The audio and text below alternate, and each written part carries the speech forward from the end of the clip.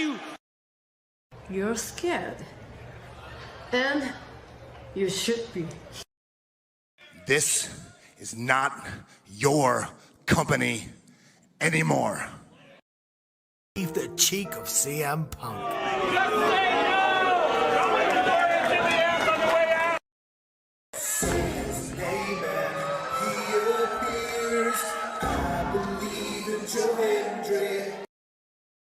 Out. Combo move. This is what they've been doing. Hey, McAfee. Everyone shut the up and sit down! We got a mom in the front row who taught her daughter how to suck dick. I'm Mina Shirakawa. I used to be a model. I want to put on a big show.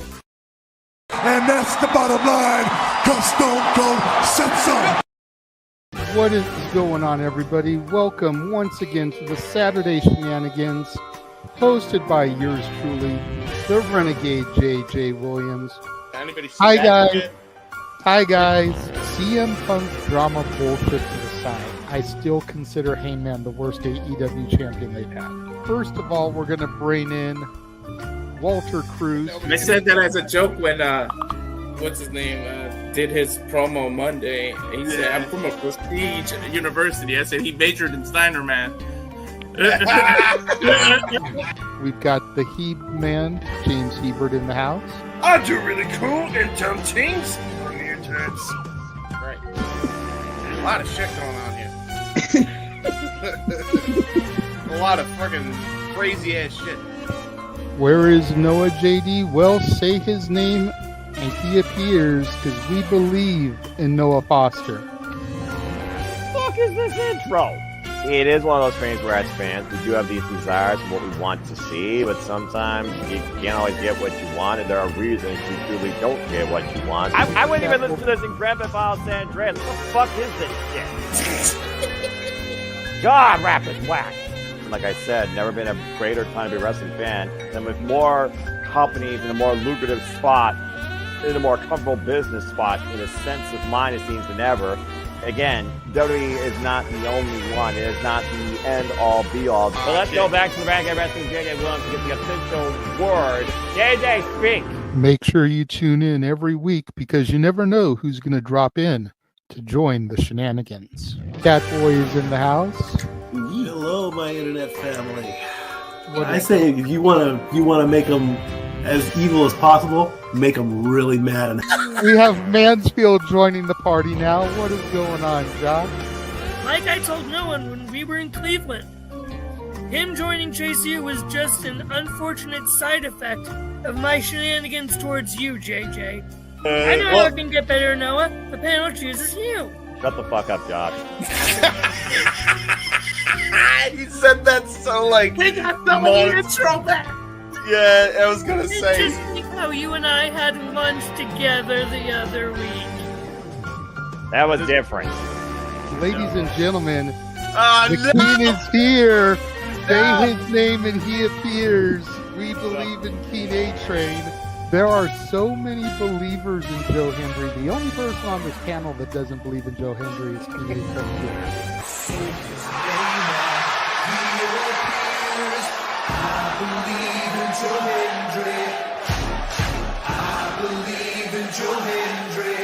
Tell the world why you do not believe in Joe Hendry. The reason I do not believe Joe Hendry is he is Fandango 2.0 in a entrance merchant. I rest my case, Your Honor. Hey! There's nothing wrong with being an entrance merchant. He has some of the best entrances of all time. Teleporting into the command center, all the way from Angel Grove High, Datilla. Oh, yeah. I went to the command center on Thursday. I went to Vasquez Rocks, which is where they filmed a lot of episodes. Somebody actually climbed to the very top of those rocks. I made it halfway. I was like, I'm not going up there. Definitely Toni Storm versus Mariah May. That's the one match I probably am looking forward to the most. I really like the story. I'm familiar with all about Eve, so if it plays out that way, I kind of know how this is gonna go. Say goodnight, Datilla. Good night. James, you did say his name. So he shall appear, ladies and gentlemen. first time on the Shenanigans. Jeff Meacham is in the motherfucking house. All right, we're coming in hard with the botch. All right, fucking hell. It's good to be back. It's good to have an opportunity to talk to the crowd on a Saturday. If you want to have yourself stomach through it, you can go back and watch when the Main Event Mafia took over Impact. That's what James is talking about. So if everybody just joined us, we're talking about people sedating people, attempted murder, boys, and tips. Welcome to Saturday Shenanigans, everybody. Aren't you glad I'm back? Welcome back, Jeff. Cool. What is going on, everybody, and welcome to what appears to be an all-star edition of the Saturday Shenanigans, as we currently have 10 people in the green room and people still trying to come and join us tonight. Holy hell. It is I, of course, your host and moderator, the Renegade of Wrestling, JJ Williams. And we're not going to waste any time. We're going to start bringing in the panel. First and foremost, the simple man with the spectacular voice who almost had to call Logan Paul winning the Rumble. Noah Foster, how are we doing tonight, Noah? Well, my voice is officially shot, as you can hear, so I think I'm doing rather fine as a professional wrestling fan and one of the greatest WPLEs I've seen in a long effing time. And once again, I'll take a line from Big G. I'm happy to be here, but I'm also tired. With that statement, I was like, can I just go to bed? But seriously, though, I'm feeling good. I was listening to post-show, and already I'm looking forward to the Elimination Chamber because John Cena made a very poignant, purposeful statement, not question, as he, spoiler alert, folks, he believes after giving to this business for 23 years, he's earned his keep. He wants to be in the main event of WrestleMania, and he wants number 17. He was looking forward to getting there through the Rumble tonight, but it didn't happen. So he has officially announced that he will be in the Elimination Chamber. Fair enough. Personally, I'd like to see people have to qualify and not just walk right into it like people can declare for the Rumble. But hey, I know we've got limited dates for Cena, so it is what it is. And he encourages the entire roster world and you to slander him for the next month while he goes to do a movie. Again, he says it's not for his ego. This is for a purpose for him to shake the hand on the person that will get number 18, if not from him, but from somebody else. So again, a very poignant statement by John Cena. And now the entire W Universe locker room is put on notice. Slander if you see or don't see him. He's in the Elimination Chamber, and he's hell-bent on winning. Fair enough. Well, before we bring in the rest of the panel, I am going to go ahead and bring in the sick boy so that he can mess with you momentarily, and then we can kick him out, and whoever else is trying to join can join.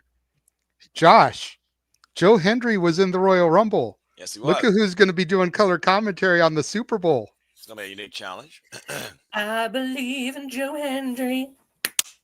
I believe in Joe Hendry. Even with sickness, he still sings very wholesome. And I probably have the flu, so yeah. Well, I mean, it's winter. It's a weird season here in the Midwest, and I've already had friends and workers that already are dealing with even other respiratory infections that haven't been able to work. So in your case, I pray that you get better, and it's good to see you. I look forward to the next time I'm in Cleveland you too, to combat or bowl with you. Definitely got to get another Cleveland hangout again amongst friends of Ohio of No DQ. But I hope that you are doing well, and I guess we'll see soon enough how I handle a new challenge. You all wanted it. You're going to get it. Yes, I will be part of a Super Bowl call for the first time ever. I'm looking forward to that, Noah. I'm glad. So we can hopefully see. And Jeffrey Meacham, I am not sorry. I need an Eagles win. I cannot have a Mahomes three-peat. No, no, no, no. Nothing about that. No. Fair enough. Well, anything else that you want to say to Noah so that we can bring everybody else in here? Because like I said, I know you're sick. I know you just kind of wanted to give Noah a little bit of shit, so getting that out of the way. Yeah. Noah, looking forward to you becoming a football fan like this man has this year. So I don't know about that. Welcome to the club. Well, it's a one-off. I'm going to go chug a whole glass of orange juice. Yeah. and hopefully try and pass out. All right. Well, thank you for popping in, Josh. Get well. See you around. And then it was back to the 2. Only for now, because again, we have a lot of people waiting to come in. Before I start bringing everybody else in, we are going to bring in the man who is proud of the women's winner, even though my bathroom was occupied. I couldn't go vomit. I loved the way that she was during her post-conference chat as well, not focusing so much on just her athleticism, but saying that she is self-made and working smarter, not harder, almost a new lease on life and different perspective to it the first time I was injured in her career. So kudos to Charlotte Flair. Good luck at WrestleMania. Yeah. And the man who, of course, wanted the man who we cannot see to win the Rumble, tie the Austin record, but alas, we are on our way to Yeet-a-mania. Jeff Meacham, the founder of the Feast, if you will, the man without whom none of us would be an internet wrestling family. Yes. How are we doing, sir? Accurate. I am 50% Rumble satisfied. Let me let out a big old woo before I move on with the rest of my night. And that one you're throwing up there is meant for Mansfield and his anti-Chiefs because fuck the Eagles. We're past 5 minutes, right? Yeah, okay, good. Okay. Also, I found out in my Walmart shopping today, Jay, I completely forgot because I'm the worst Disney cast member ever. The 85th anniversary of Fantasmic. So the Walmart Fantasia. See, all right, botch number 1, Noah. Count up. Thank you. So the Walmart Disney section has like a whole bunch of stuff with this 85 on it. So I'm gonna have to pester work, get some Fantasia stuff over there because we are lacking at the happiest place on earth. However, this right now, despite the shithole I'm sitting in right now, is the happiest place on earth. Charlotte Flair is going back to WrestleMania. Jay Uso, so happy for Jay. And we'll talk more about that as we go on through the night. But the Rumble was excelente, to be sure. And we are on the road to WrestleMania. This is my second Christmas season. I had a brief break in January, and now I'm back in Christmas season again because we're on the road to Vegas, baby. Hell yeah. All right. Next person we're going to bring in. Let's see what we want to do here. Well, may as well bring in the other man who was our commentary team for the entire show. Yeah. Walter Cruz in the house. The Fab Four. You have at least 10 people in the back. Jeez, it's almost like This some is- kind of this is major bad event shit. just happened, huh? The hell? What Right? happened to the friggin' Royal Rumble Saturday Shenanigans happening here? We're This- bringing a new person every friggin' 3 minutes. This is a testament to where WWE is right now in the Paul Levesque era and where professional wrestling is right now. Damn it! Yep. My daughter is going to pop in as soon as she puts her sister to bed Aw. because Well, good. she believes in Joe Hendry. Good girl. Is there anybody coming in tonight that does believe in Joe Hendry? So we can give them a proper verbal schlacking, JJ? You know what? I did send the link to Keen A-Train. Oh, God. I don't know if he's going to show or not. He's He blasphemous. is a very busy man. For all we know, he was the one trying to pop in while we had 10 people and was getting denied, but he didn't message me to say he was having issues. So Okay. I mean, to his argument, Joe Hendry was in there, and then Roman Reigns done Reigns him out. So yeah, there is that. There is that. now that he's the TNA World Heavyweight Champion, now that he was in the Royal Rumble, I'm curious to see if his opinion has changed any. But alas, he's not Yes. here to ask. No. No. Well, let's go ahead and bring in the man who was on call for half of the event. The man with stats, Stat Boy Mike, is in the house. Hello, family. Good Wow. to see you. Wow. If I seemed like I was zoned or dead out, like between Joe Hendry and Royal Rumble, I probably was because the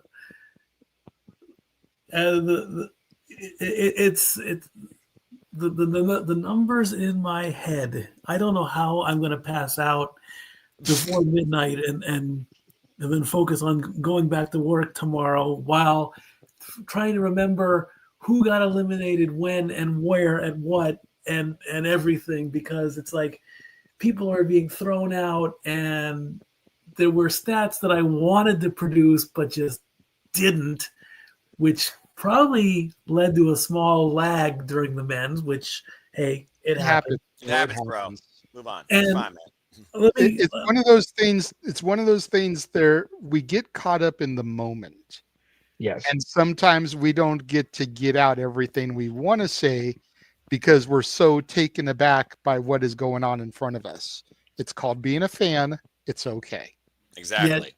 Yet Greg Cherry is the greatest wrestling mind in the world and can rattle off anything at the drop of a hat. I don't know how he does it. I would love to see you try to hit him with the trivia questions that I provided with you earlier and see how he does.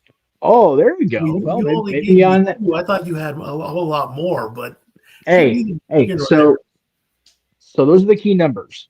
We'll use those 2 questions on Greg Cherry Show this week. The other key number, Mikey, is will you turn on your channel dial? Listen to me, how old I am. The channel dial, like actually the fucking thing anymore. But will you turn your channel dial and find AXS TV? Will you start watching TNA now that the world champion has been in the Royal Rumble? If I can get my bills squared away, yes. First TNA representative for the men's Royal Rumble. Yes. The TNA World Champion himself. Yeah, let's As go ahead. it should be. Let's go ahead and bring in some more. We still have 4 more people waiting. Grief. Now that we've got some of the regulars, let's go ahead and bring the lady in wait as Shadow Batash is back. What is Batash?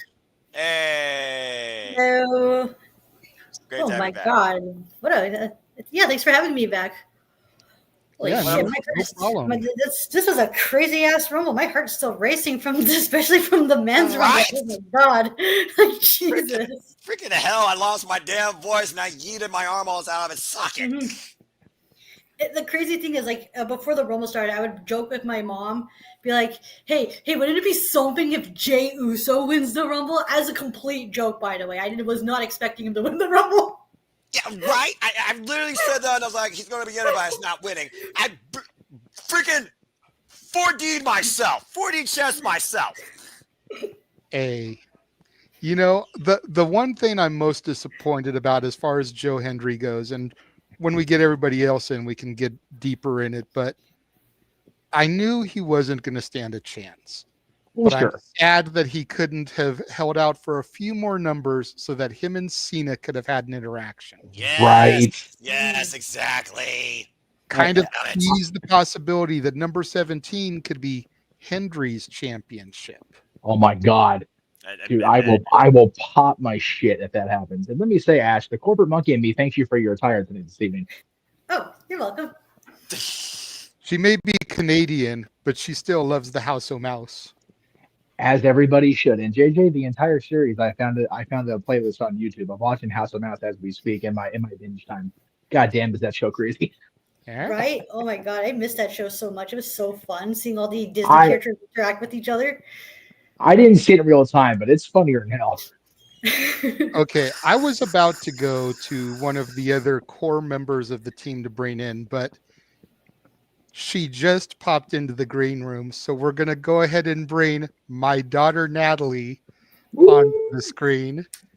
Hello. How are we doing this evening, sweetheart? You don't have to go too in depth right now. We're just doing the introductions, but how are we doing tonight? I don't have words. Uh-oh. We have a speechless 16-year-old. She was messaging me for the good portion of the last 45 minutes. And so I was like, do you want to get this out on the air?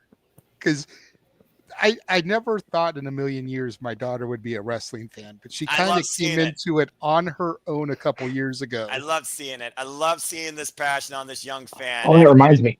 Welcome to the Predictions League this year, Natalie. So I believe you certainly have indeed something to say. Yes. A few opinions to state. Oh, let her begin getting her thoughts together because we still have 3 more people to bring in. We're not even going to have the Brady Bunch. We're going to have a full studio tonight, everyone. So we're going to go ahead. We're going to finish out the bottom here of the green room just so I don't have to slide back down. No DQ and the Simply Reliable Studios' resident big baller is here tonight. What is up, Big Baller G? Not much. What's up? I am balling tonight because Charlotte Flair won me $90 from Greg's raffle or drawing. Nice. Oh, that's right. That's right. And whoever got number 20 for Jey Uso, good on them. Yeah, that's fair. I came on here mainly to rant. But yeah, I'm happy to be here. Fair enough. We will get to everyone's opinions momentarily. Who was number 20 in the men's on the raffle? I don't know. Oh, Jey Uso entered at number 20. Well, no. I don't know who got it as far as Greg's. I don't know. It wasn't me. I had number 30 for the men and 26 for the women. So I was 22. I know that much. No, Greg posted it. Jeff, you were 21. Before I was trying for the men's though, wasn't I? Yeah. While y'all figure that Devin out. Laws. Oh, Maddie's brother. Okay. Okay, cool. While y'all figure that out, let's go ahead and get the other two people in. Sorry. First of all, we're going to bring in the voice of Rockin' Ropes. Ooh. DJ is back in the house. Rockin' Ropes!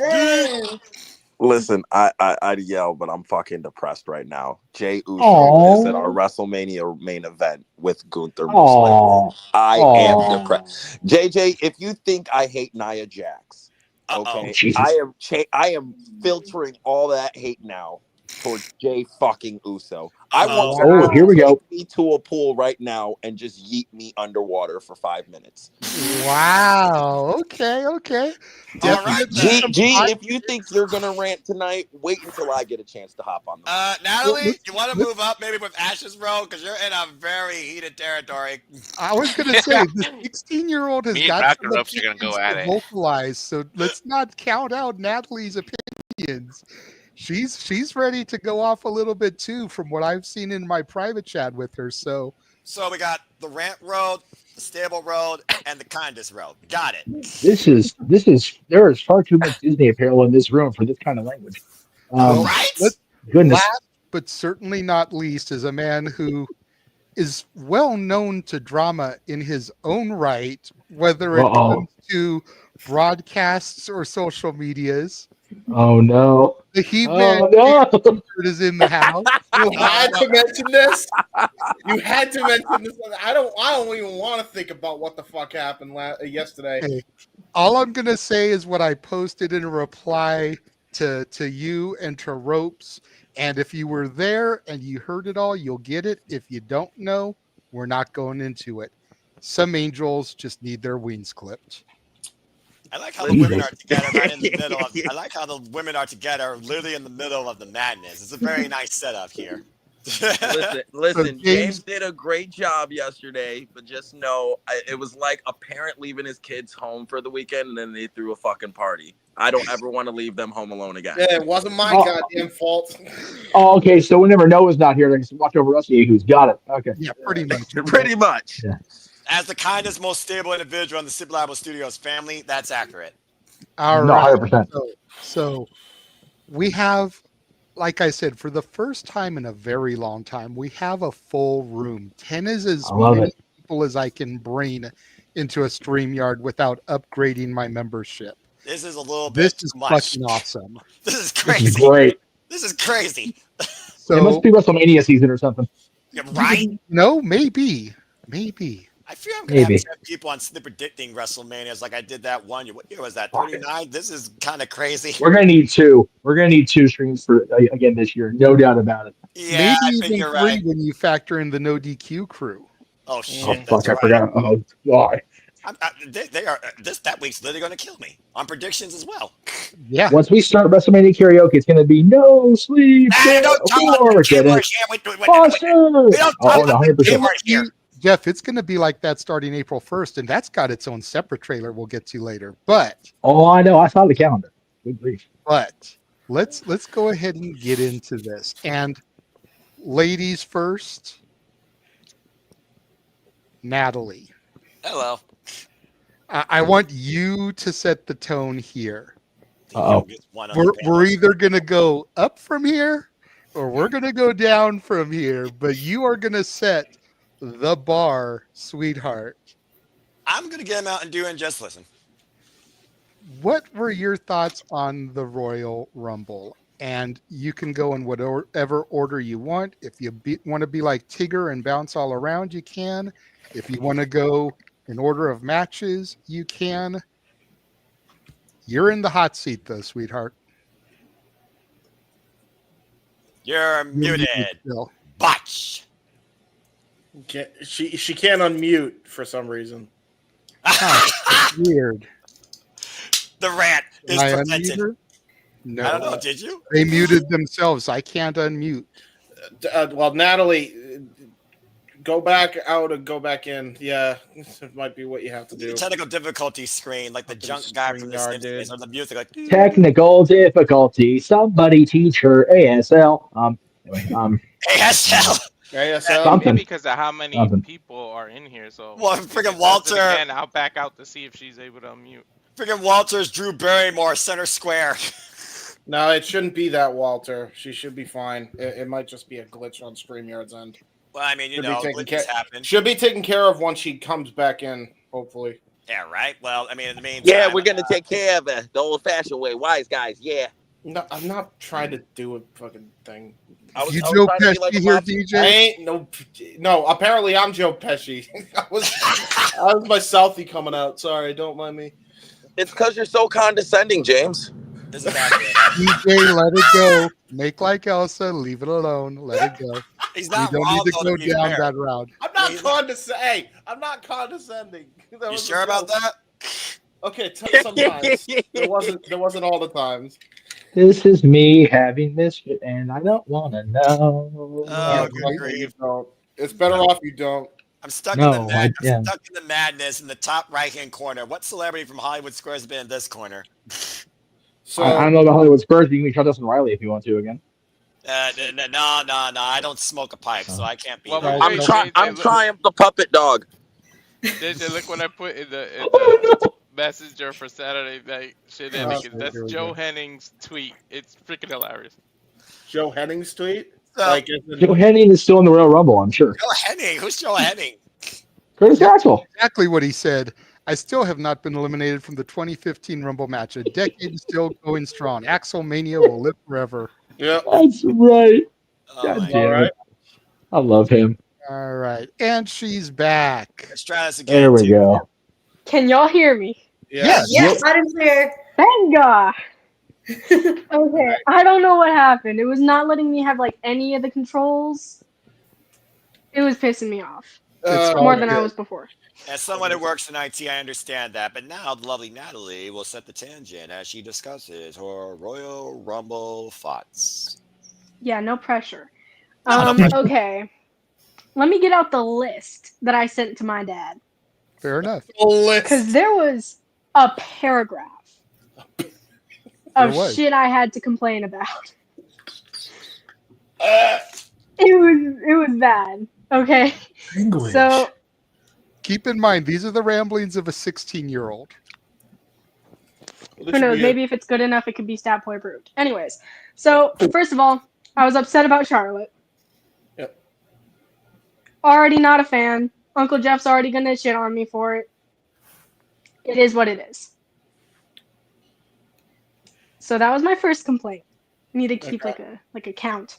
I was disappointed with Nikki Bella. And I have a theory. Cause I told Dad how badly I wanted AJ Lee to show up. Mm-hmm.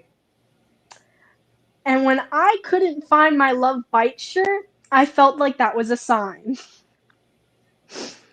I had my belt. It was nice. I was ready. And she didn't show up. Nice. So, yeah. The entire women's match, I feel like I could have fast forwarded through. Because, I either didn't know people or they just suck. Oh my god! Oh my god! Yo, shit, we need to get your daughter on rock and ropes. Okay. Hot take. Just go. Just keep going. Just saying. Let me see. Okay. I was watching with my mom. Mm-hmm. My mom doesn't watch a whole lot of wrestling. When we were watching the men's match, and number 30 came out, my mom almost threw my little sister at the TV in anger. Oh, jeez. Oh, Jesus. Goddamn. He really is a viral disease. My 7-year-old niece about to fly out across the living room. That's a little rough. Well, poor me. She we're glad there was threw something at the TV. We're glad that there was no human beings harmed in the making, at least on the Casa side of things. Right? I Because feel like we were one of sitting those here. movies where you have to be like, no animals were harmed in the making of this motion picture. No 7-year-olds were harmed during the watching of the Men's Royal Rumble. Almost. No, but we were sitting here. We were thinking it was going to be like the Rock, maybe save John Cena for 30th. You know, somebody with potential. We got Logan Paul. We got Scammer. Yep. When I almost turned his Lunch League prime ass off the TV, I was this close. Yep. I feel that. And I don't think anybody's going to argue me on that. Hey, can I add to your complaint, Natalie? How about the fact that he eliminated CM Punk and AJ Styles? Continue. Thank you. I was about to get to CM Punk. He was wearing too much pink. It was making my eyes hurt. That's not really a complaint. I just wanted to point it out. Okay. The entire men's match gave me, I think, a total of 4 anxiety attacks. But as that does, the whole Seth losing his shit. Now, if y'all know me, y'all know I already don't like him. Yep.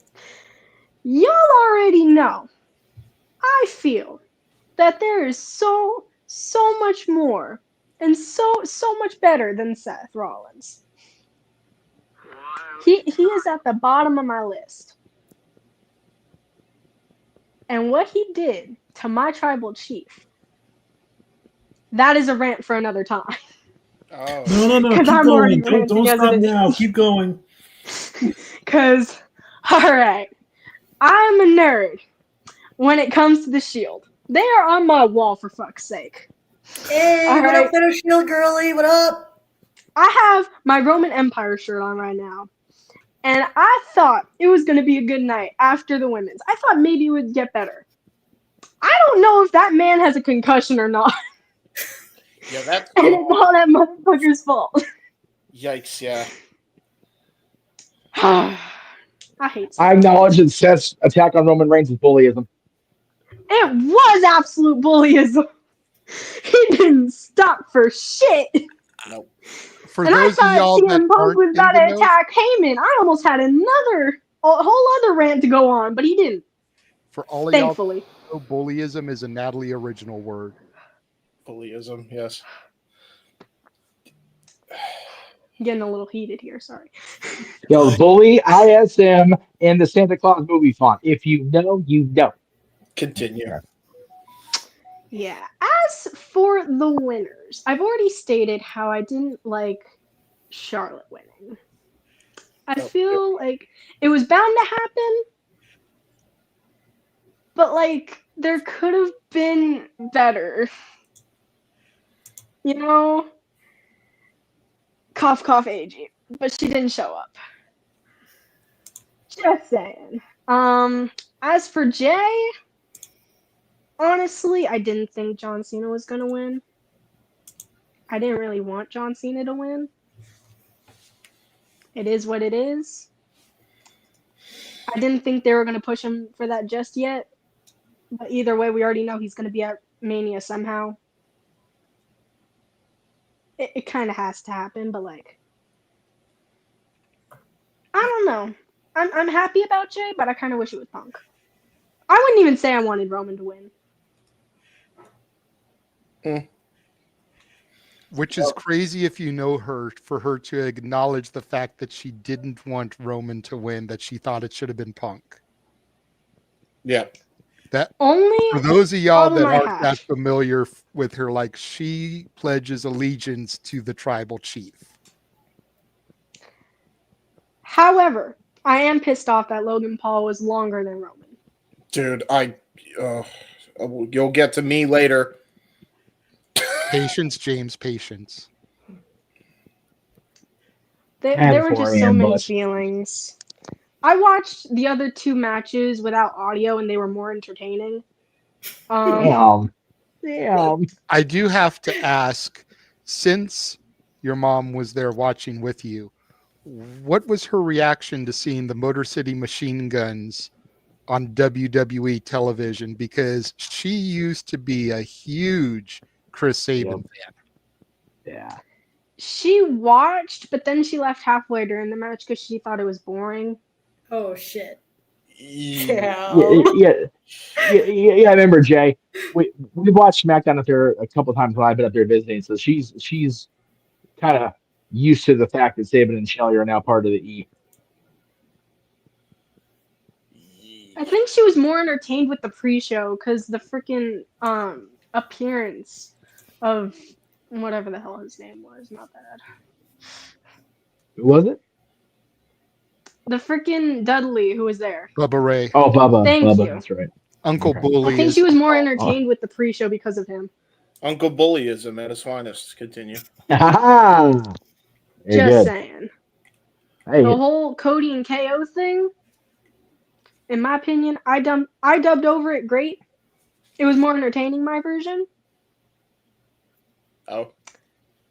But I don't know.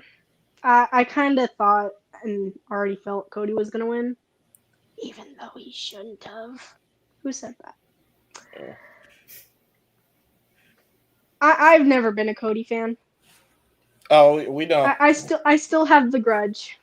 We know. Fair enough. Well, we may know, James, but everybody else on the panel and the fans may That's not actually know. fair. Yeah. We do have Ash and DJ who are still relative newcomers to the show, so That's fair.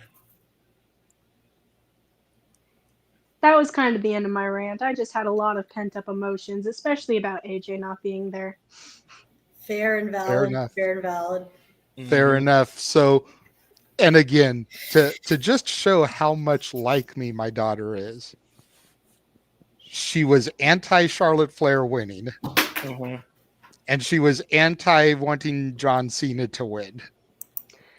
It's not that I didn't want him to win. I just felt like they weren't gonna let him win yet. I don't think they should have. I've said a few times that he should have to wait until summertime, build to it.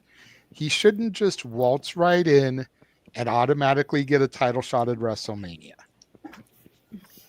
I also agree with my daughter as far as Nikki Bella goes. Now, before Jeff can pop back on camera and start lashing out at me too. I'm here. I'm just trying to situate my room here. Sorry. I'm not so mad that Nikki came back. I'm just more upset that she was number 30. I feel like had she come out any other point in the match, it would have gotten a much better reaction from me. But the fact that she was number 30 when it could have been AJ Lee, it could have been Jade Cargill, it could have been Becky a Lynch. number of other women, Becky Lynch, Alexa Bliss could have been number 30 instead of coming out where she was. I feel like Nikki Bella being in that spot was just kind of You know, I made the joke earlier in the night when Cody retained. I was like, is there a seasoning sauce that is more dull than mild?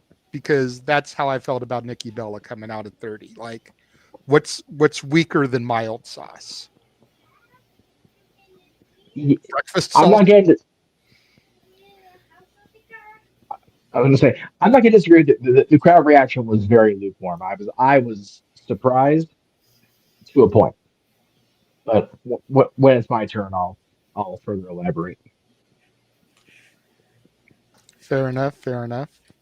Well, thank you for setting the bar, Natalie. We will now turn things over to the other female in the room, Shadow Batash. Ash, what did you think? First of all, can anyone hear me very well?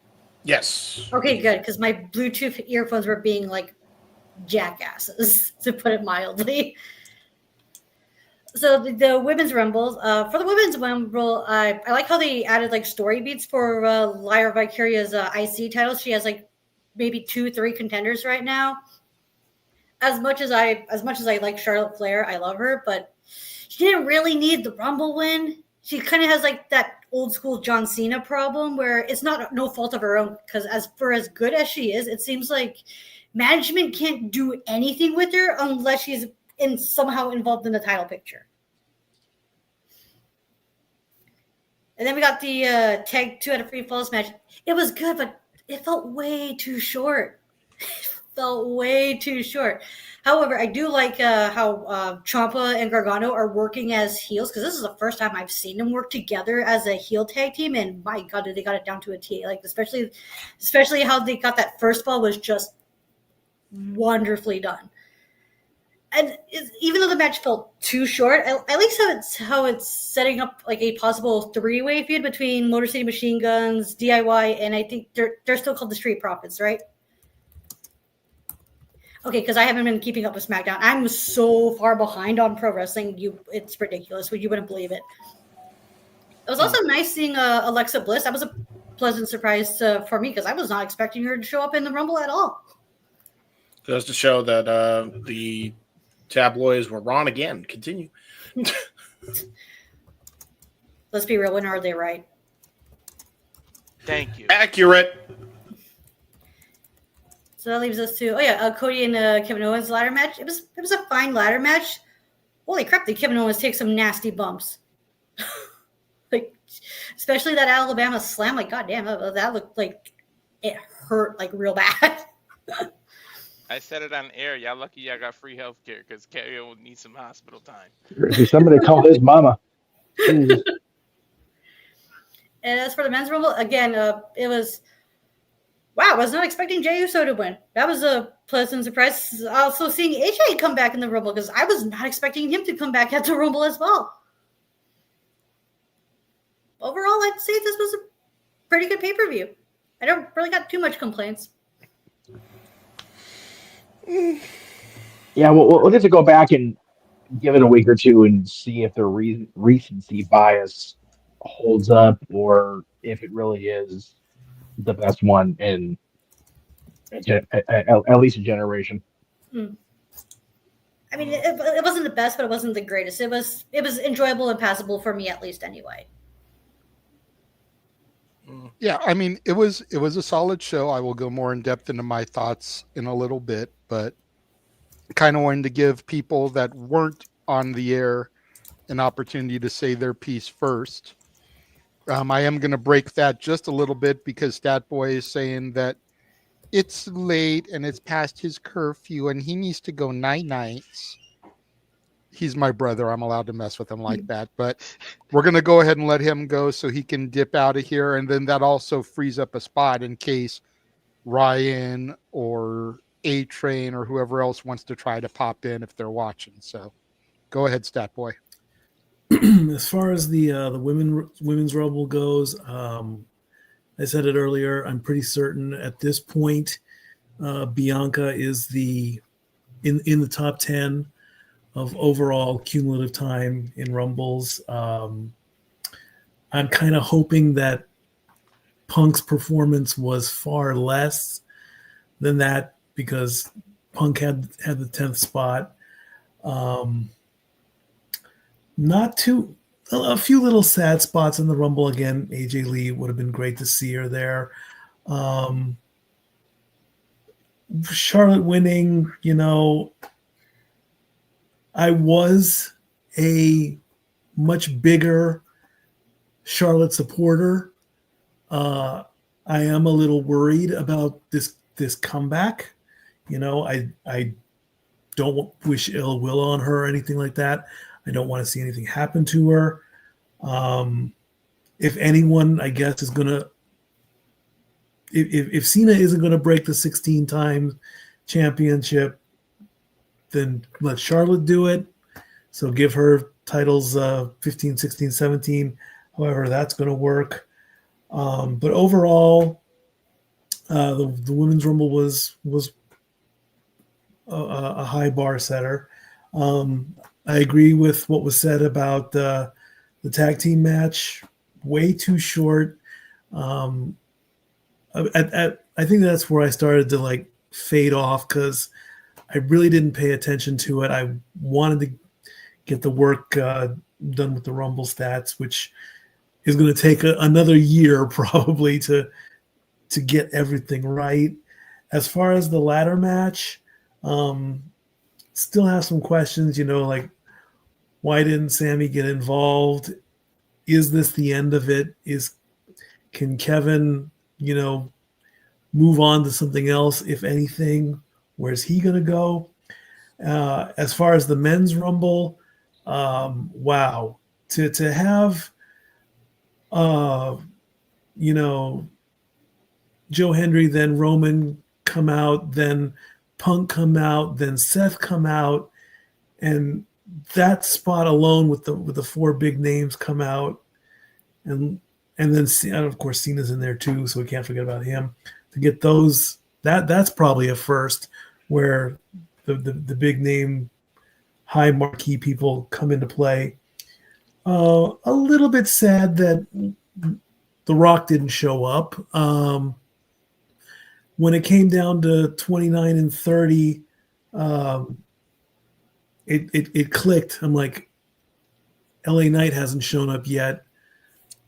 So once LA Knight came out, that's when it really kicked in. Okay, it's not going to be Rock, it's going to be Logan Paul. That's why I said what I said during the watch along. It would have been great to see Rock come out there too, but who knows why he's not ready or whatever that is. The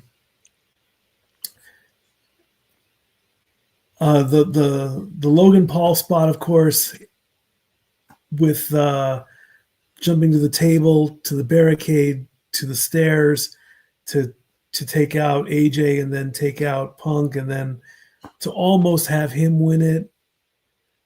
Surprising, but very well written, if that's what you want to use the term. To almost have Logan Paul win, his would have been another moment that would have broken the internet. There's actually a video out there, top 10 moments that broke the internet. If that would have happened, hey, that would have been great. Also, the way Jay and John, wow, those two worked the finish of the match very, very well. A nice little shove at the end, and it was, it wasn't a Ric Flair fall, it wasn't a slam, it wasn't a haymaker. At the end of the day, it was just a good old-fashioned, you're out. And I would have liked to see the sixth move of Doom come back, but I guess no one practiced their Mandarin Chinese, the way of the North Star. That would have been nice. Cena declaring for the Chamber, that I agree with. I mean, you don't declare for the Chamber, you qualify for the Chamber. I mean, they should allow Cena like one match to properly qualify and then have him come back for the Chamber. That'd be a great a way to run that. Stat Boy's work is never done, so hopefully I can properly publish something with all the stats that I want and all the little tidbits that social media is going to catch up on. I had a great time doing the commentary. I am looking forward. This is, honest and heartfelt. I'm very happy that Noah and I are going to be doing the Super Bowl. This is big, I mean, Noah, I've said this many times. You are one of the reasons why I wanted to do watch-alongs for sports. Honest to God, you put in the work. You do a great job. And I want to be part of this. And I'm very, very happy that you're going to try something new, and I'll help you out with it. I'm not gonna be the condescending teacher or anything like that. If you have a question about it, I'll give you my best answer. And I hope we're going to have a lot of fun with this on Sunday the 9th. I really wanted to be super excited, but it's been a long day, and I'll see you all next week.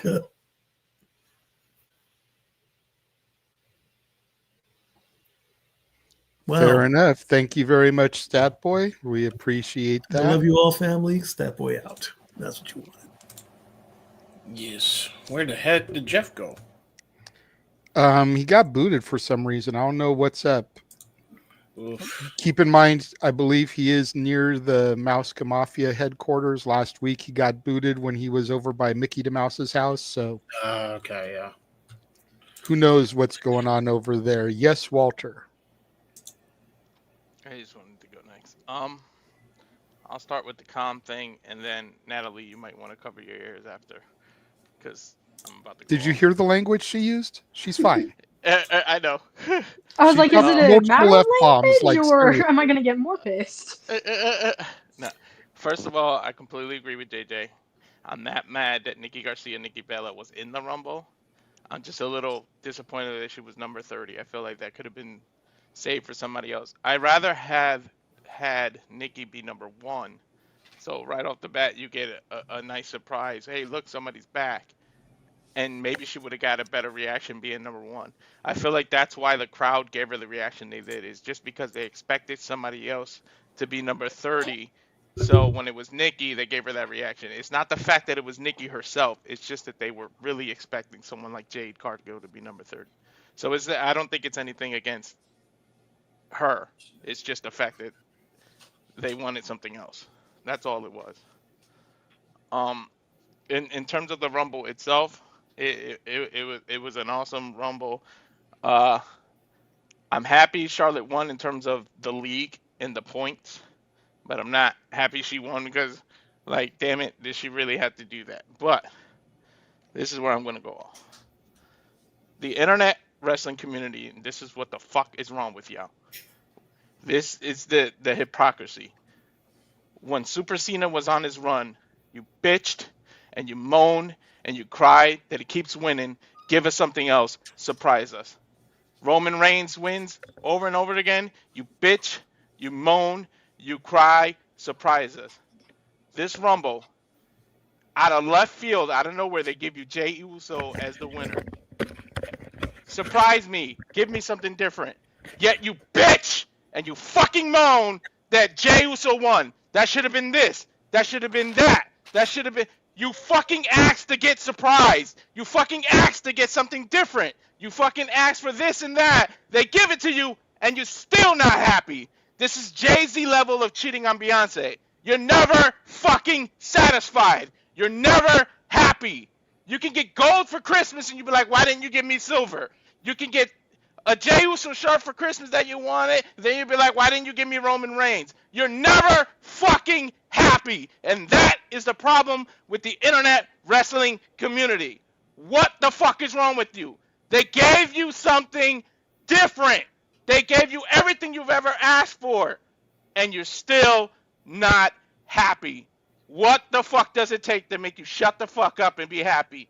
Click the seatbelt on your ass and just enjoy the ride and shut the fuck up. That's why the Cody Crybabies was born. Exactly for this reason right here. Shut the fuck up and just enjoy the ride. Jeez. Okay, before you go any further, let me say, even though he's gone, Stat Boy approved.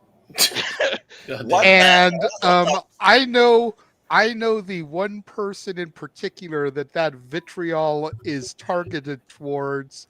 And there's DJ, a reason- for the record, it wasn't you, bud. No. But I I'm sure definitely he got a knows rebuttal that for wasn't that. towards him. No. The individual that was directed towards goes by 3 letters. One of them is J in the middle, Yeah. but we won't give you what the other 2 are. But he is a no DQ contributor. Uh-huh. Damn.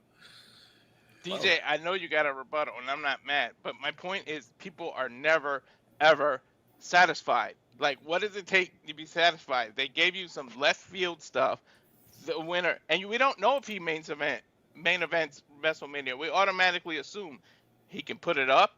People have put title shots on the line. People have put their money in the bank case on the line. Somebody may convince Jay to put that main event on the line. He loses it, and guess what's going to happen? No, why would he put his guaranteed shot on the line? And nobody's going to get happy again. It's going to happen again. If he somehow finds his way out of the main event, just because Punk said Paul Heyman owes him a favor, he didn't say it was exactly being Roman Reigns. We all assume that. He can ask Paul Heyman to somehow get Jey Uso to give up his spot and give it to Punk, and Punk gets his WrestleMania spot. We don't know where this is headed, and yet if that happens, somebody will still find a way to complain. But go ahead, DJ. I know you want a rebuttal. So I agree with the sentiment of the point, because you're right. You can, with wrestling fans, you can never fucking please us, and I agree with that. But what I don't agree with is you saying they gave us something out of left field. No. They played it fucking as safe as possible with putting Jey Uso in the main event.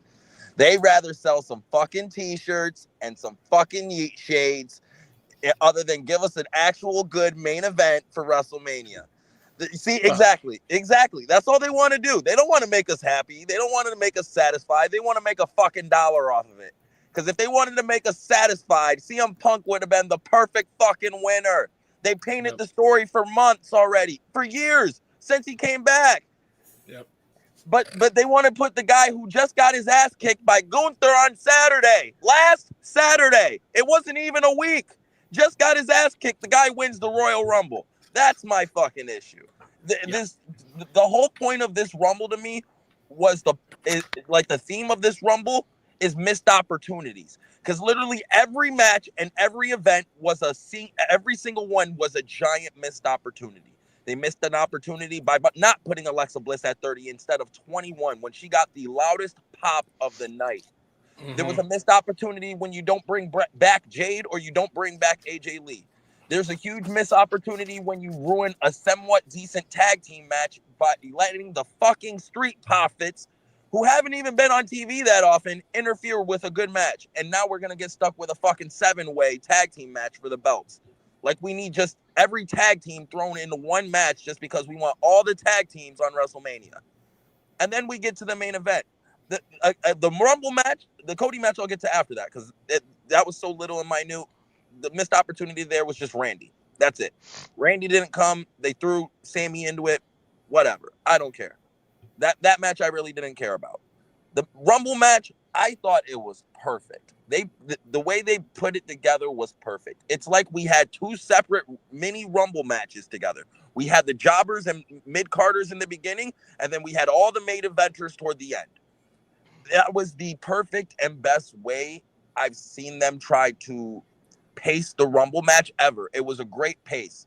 But when it got to them final 6, and you've seen Roman and Seth both get thrown out, I threw my hands in the fucking air. Because we were stuck with Jey Uso, Logan Paul, John Cena. Fucking John Cena. Don't get me wrong. I love John. He should have been eliminated before Roman, Punk, or Seth. He should have interacted with Joe Hendry. Another missed opportunity. Like, again, this whole entire... And I might feel better in the morning before I take my Rock and Ropes episode, but there were so many missed fucking opportunities. Yeah, it was still a goodish pay-per-view, but for how big they were painting this fucking Rumble to be and how such a spectacular it was supposed to be, they let us down a fucking lot. A lot. This was a misfire to me by WWE, a complete misfire between Charlotte Flair winning. Now we're back to Charlotte's back to the having that image of she gets whatever she wants and she's just in the main event because she's a fucking Flair. I knew better not to bet against a Flair during the Rumble, but that's why she was my number 2. And also, I want to state, I called on the prediction show that AJ was coming back. AJ Styles, at least. No one thought that was coming, but I knew that everything about his injury was too fucking quiet. Too quiet. And as soon as he came out, I was like, see, DJ knows exactly what the fuck he's talking about because it was too goddamn quiet. Nobody was talking about AJ Styles. Nobody gave us an injury update. Nobody told us how good was recovery was. You heard nothing. Yeah. And the shape he was in before he left, I knew he was gonna pull a John Cena and come back like 8 months ahead of schedule. Because he's AJ fucking Styles and he's phenomenal. And honestly, he should have been in the Final 4 because he got the second loudest pop of the fucking night. Yep. And he should have had the TNA song, but yeah, him and Joe Hendry could have interacted, teased something there. Again, another missed. It was nothing but missed opportunities, at least from my perspective. This whole pay-per-view was like, let's just give it to the casual fans and shit on the Smart Mark loyal fans. Fuck all you Smart Marks. We just don't give a shit about you. You want us to give a shit about you? Go up our asshole, go fist deep, and just take it out yourself because we ain't gonna give it to you. damn. I'm wearing a CM Punk shirt. I wanted him to win too, but there's more than one way. I'm sorry, and that's my rant. I'm sorry, guys, but I just came out really pissed, and I needed to vent about this. Exactly what I wanted to snap too. No worries. Everyone is going to get their opportunity to be vocal. Before I throw it over to Big G, who did request to go next in the private chat, I'm going to bring onto the screen Ryan, who has joined us. Oh, Jesus Christ. On Jeff to get here. Looks like we've got the Green Ranger in attendance. Your camera is way tilted up, Ryan, so we only can see the top of the mask there. FYI. Damn, where's the Mighty Morphin sound when we need it? Okay. Right? Yeah, your camera's all fucked up. Yeah. Yeah, I know. Go ahead, Big G. All right. Oh boy, Walter. First of all, you literally took the words right out of my mouth. All right, I'm talking first. Let me talk. Yeah, you guys can talk. Be polite. Yeah. Be respectful. Yes. All right. First of all, Charlotte Flair winning. Okay, I mean, she won me $90. She got me the points, but does she need another world title? Probably not. But you know what? We don't write for fucking WWE, so let them do their fucking jobs and be fucking happy. If you don't like this shit, turn off the damn TV, turn to the channel, watch something different. Stop your bitching and moaning because it's pissing me off. Next thing, the biggest pop I thought in the Women's Rumble was Alexa Bliss. Alexa coming back, I did not see coming. My Alexa just went off. That's how pissed I am. People need to stop bitching and complaining about AJ Lee coming back. She's not coming back. She's done wrestling. She wants to enjoy her life as a writer. That's what she fucking does right now. She's not coming back. Get over it, people. Nikki Bella coming out as 30, whatever. Like I said, people were expecting AJ Lee to come back. Triple H even said in the post show that people are still coming back. We still have a couple of months for people to come back from Mania, including Becky, Jade, and whoever wants to come back. You can't have everybody come out at the Royal Rumble at once. I've always said, we don't need legends and people from the past to show up at the Royal Rumble. Build up your NXT stars. Look who you had in the from NXT in the Rumble: Roxy, Julia, Stephanie, Lash. You had Jordan come up from TNA, who's just recently signed with WWE. Anyways, so DIY retaining, not a shocker to me. They're doing. Johnny and Tommaso are great separate as heels, but they are fucking awesome together as a tag team as heels. Yeah, you know, and the crowd wasn't all that loud and whatnot into it, but whatever. The ladder match with Cody and KO. You know, Cody's 300 days as champion now, or 301 now that it's February 2nd. You know, and people are starting to shit on Cody now. You know, people wanted him to finish the story, and now they're shitting on him. That spot with the Alabama Slam at the end was freaking ridiculous. I'm sure Sammy getting involved, I was in it. I was fine with. He didn't need to. He was out there to be supportive of his friends, and obviously he tended more towards KO at the end. All right, now the men's rumble. Breathe, Jeffrey, breathe. All right. I liked Ray and Penta coming out as number 1 and number 2, you know, get that potential match at WrestleMania that we might get. Then later, Joe Hendry coming out, you know, wasn't a big shocker. We all expected him because we believe in Joe Hendry. Then later on, the bigger names started coming out. You know, you had Roman, Jay, Punk, Rollins, AJ Styles coming back with this old theme song. Thank the fucking gods. You know, I did not. And then you had Logan Paul coming at 30. I got that bonus point in the league predictions. I was happy about that. And, you know, like I said before, we don't write for WWE. Let them do their jobs, you know, and their jobs are to bring in the casuals, by the way. You know, they want new fans to come in. They don't want us smart marks to ruin everything, you know. But, you know, at WrestleMania, this is what I'm seeing at WrestleMania from what I gathered from yesterday. We're gonna get Jay versus Gunther.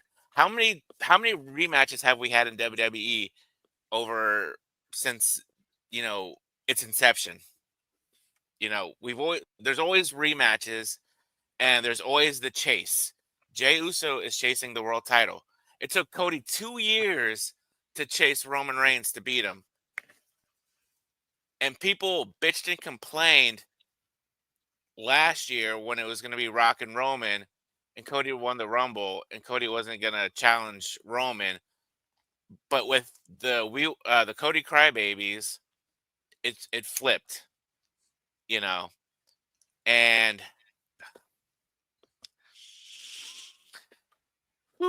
it's just frustrating. It's just frustrating to see people bitch and complain. They're never satisfied.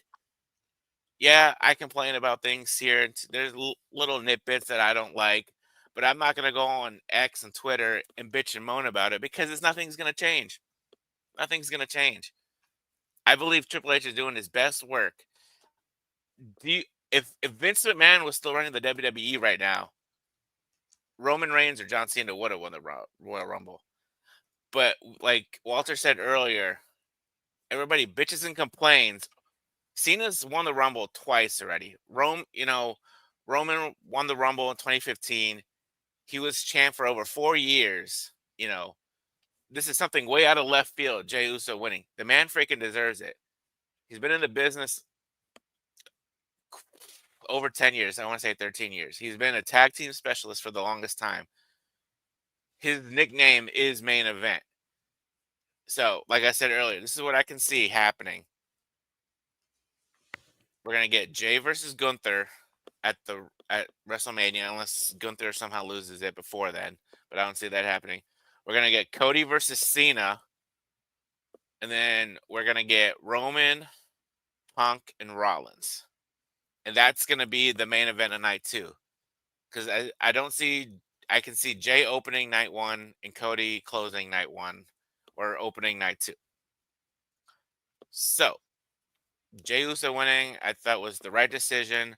It's somebody new, somebody fresh, somebody who hasn't won the Rumble, and gives us some exciting storylines. Like Walter said earlier, he could, you know, put it on the line and end up losing it or whatever. But and then we still don't know what's going on with the Rock, if he's gonna do something. But just be satisfied what we're getting. WWE is putting out some of the hottest stuff right now. They're selling out stadiums compared to AEW, compared to TNA. Nothing against the companies, but WWE is and always will be the number one company in professional wrestling. So be happy. If you don't like the shit, change the fucking channel. Christ. Okay. Before I hand off to the next person, with the exception of DJ, I think pretty much everybody else in the room, for the most part, isn't upset about Jey Uso winning. Because to your point, to Walter's point, it's something different. It's someone that's never won the Rumble before. I know, at least for myself, I'm more upset that Charlotte won. Because I feel like the Women's Rumble is still too new of a creation to have repeat victors. Especially when you think about some of the women that haven't won a Rumble before. Everyone knows I could give fuck all about Liv Morgan. But she's been the bridesmaid 2 years in a row, came in at number 2 this year. If there was ever an opportunity for her to prove that she's to be watched, she could have won the Rumble this year. And at least it would have been somebody different. Yeah, it's a former 2-time women's champion, but it's not Charlotte fucking Flair, who takes a hiatus, comes back, is immediately thrown in the title picture, wins title, has a stranglehold on it, loses it to somebody, and then disappears for a year. The AJ thing, I understand, bro. You telling people to get over it. Aren't you the same guy that said The Rock was never going to come back and wrestle? And you ended up eating your words last year? Never say never. It's okay for people to hold out hope for that. If there was ever an opportunity to do it, I feel like this year would have been the year to do it. Walter talked about on a couple of times that we could have had a husband and wife win the Rumble for the first time this year. In that if Punk had won, like everybody thought that he might, and then AJ was a surprise and won, we all knew Andrade wasn't going to win the shit. No offense to El Idolo, but let's be real. You know, Seth and Becky could have pulled it off in the same year. They didn't. Becky wasn't there. I loved seeing all the NXT women in the Rumble. My heart damn near burst out of my chest with pride for all them girls that I support. And I got to announce a good chunk of them coming to the ring. Walter got to do Roxanne. Fuck you for that. Because she almost went the distance and won from the number 3 spot. Yeah. But, you know,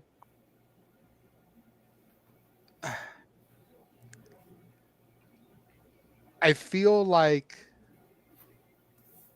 and again, I think a lot of it comes down to Nikki Bella and her placement. I feel like if Nikki hadn't been number 30, people may not have shit on the Women's Rumble the way they have. Because it was a waste of an opportunity. That's just my opinion when it comes to that. Especially since she's been in the Rumble before. You know. To your point, JJ, on the broadcast, they showed a fan's view of Nikki coming out, and listen to the reaction it got. Like, even the person who was holding the phone didn't care. Yeah. But you feel better? G? Because you said that with intent and purpose, so I'm just making sure you good, bro. Yeah, I'm good. TJS is the one who lit that fire, by the way. Same for lighting Walter's fire. I just didn't want to give him any credence by actually saying him on the air.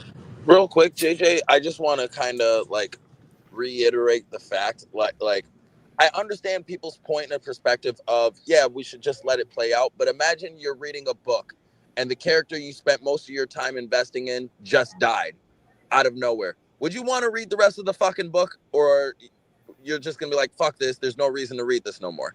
Game of Thrones exists, by the way. What exists, Ryan? Game of Thrones exists. Yeah, that's true. That's true. You ain't wrong. That season 8 was garbage. What were we talking about? You know, for me, I agree a little bit with what Arlene is saying. Like, I felt like that moment where we had Stephanie and Julia and even Roxanne for a moment looking across at Bailey, Charlotte, and Bianca. I feel like they could have done something more with that, because you had 3 that had won the Rumble before and 3 that were the young prospects. Mm-hmm. And I feel like they wasted that at that particular moment. They can still build on it over time. Seeds have been planted, but I feel like there was a little bit more that could have been done with that right there. Personally. James, you've been very patient, and I know you have some stuff that you want to say. Yeah. Okay, so things have changed here a little bit. First of all, I want to start off by saying we can all have different opinions and not get each other all tied up in a hissy fit and still enjoy the industry together. So let's please keep that in mind before we decide to go at each other's fucking jugular over what is ultimately entertainment at the end of the fucking day. Please, thank you. We can. You wouldn't have known that by the spaces last night. Continue. Yeah, I know. Depending, well, I to be fair, I don't know what TGS said, and quite honestly, it's probably better I don't. So I feel Walter and Big G's pain there. At least when DJ said his point, at least it made fucking sense. You know what I mean? And it was genuine. Hey, didn't you and somebody else in another chat go at it? I'm just saying. Yes, yeah, different thing. And that was over bullshit, by the way. That didn't even have anything to do with this. Ryan knows. DJ knows. Man, I think the winner was a mistake, but I don't hate it. Like, I don't loathe it to the point where other people have. Like, I'm waiting to see where it goes, because ultimately, at the end of the day, we're probably getting Punk Rollins too. We're going to get Roman involved in something. Maybe we don't, just the way they wrote him off. Who the hell knows? But they really kind of kept you guessing with how the card's going to be. So I'm kind of just waiting to see what happens after Elimination Chamber, the way it's being built up. So I'm not nearly as mad about that. All right. Here's where my rant comes in and why I'm pissed off, okay? And I'm sorry, this is the one blemish to me with WWE. Logan Paul, in no goddamn respect, should have ever been in the final 3. I don't care how good you think he is. I don't care if he brings in numbers. The dude scammed a whole bunch of people with his CryptoZoo bullshit. Fuck all the way off Paul for that one. Sorry. That was bullshit. There was no reason he should have been eliminating AJ Styles and CM Punk after the bullshit he's been involved in. But one of those people, by the way, was advocating for trans rights, that being Punk, by the way. And the dude who fucking did a whole thing, they have him eliminate. We talk about perception as reality. Right there, Paul? You know Taker's words very well. I'm bullshit that he was even in the final 3. He never should have been in the final 3. He shouldn't have even been number 30. I agree with the room there. He never should have been 30.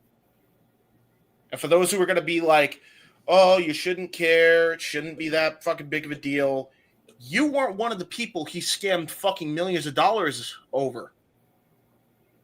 I happen to give a shit about people who were scammed money and were fucked over royally in real life.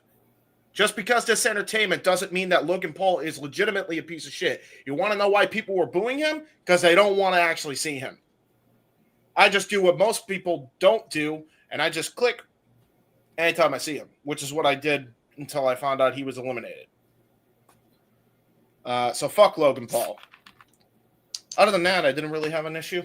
Other than the Motor City Machine Guns and DIY being too short. That's about my only complaint. Otherwise, I thought the rest of the show was fine. Fuck Logan Paul. That's my rant. Okay.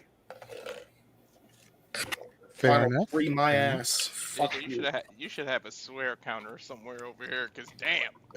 I would have lost count. I would have lost count, but you know what? It's entertaining. Before I pass over to the next person, I want to shout out Nestor for pointing out in the chat, and I got to go ahead. I got to dig that little knife a little bit into our next speaker, just a smidge. Ladies and gentlemen, currently on the screen, you have the current reigning and defending Rock and Ropes Tag Team Trivia Champions, Walter and Ryan, who represented the Simply Reliable Studios. There you go. How you doing, Ryan? How you doing, Walter? Feel good? Well, you're not unmuted, Ryan. There you go. There you go. Say it again. I'm doing fine. I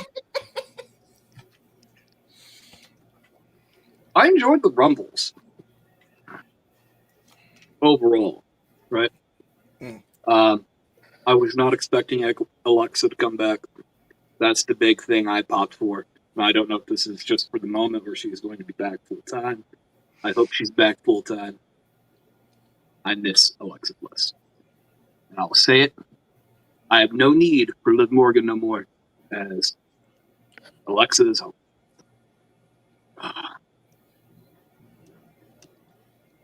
I get it. Charlotte wins the Rumble. She's the most paid female athlete in WWE. You need to get some investment back off of her. You know? That's really about that. Nikki Bella, I feel should have been placed earlier in the match. Charlotte was going to come in anyways, and we already had it announced. Do the Cody thing and just bring her back at 30. DIY and in the Motor City Machine Guns. That happened exactly how I said it would happen. I think I said it last week, maybe the last Saturday. Yeah, I think I said it. It was going to be the buffer match, and they did not give it enough time to go. I felt concerned for Kevin Owens off the spot, and felt very pleased with the ladder match overall. The Royal Rumble, bring AJ Styles back, new music, or old music. The new music is dead. Can we get rid of all the Death Rebel music? Because most of it sounds the same anyways. But what's happened? Jacob Fatu had a hell of a showing. And while I might dislike with the winner, this was the most unpredictable Royal Rumble that I've ever watched. So I'll see where it goes, right? Jey Uso versus Gunther, more than likely.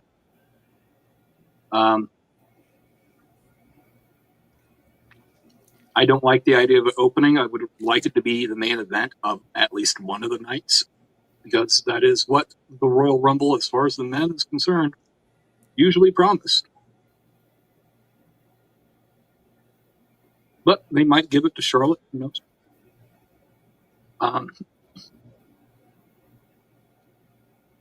But I'm very interested in where the road to WrestleMania brings us, because there's still a lot of matches we can get. So I'm not really angry. I'm not angry with this. Jey Uso finally gets his flowers and can properly be main event Jey Uso only for a night at WrestleMania. So give him the title, shut his fans up, let him have a little run, because the World Heavyweight title is supposed to be the workhorse championship anyways. And he showed off a couple moves I didn't think he had tonight. So, is what it is. I guess a lot of people hated the Rumble. Like, I haven't been on Twitter. I just now turned on Twitter. I ain't like, I've been playing 2K with my nephew and my cousins for like the last hour. That's why I wasn't on at the start. Yeah.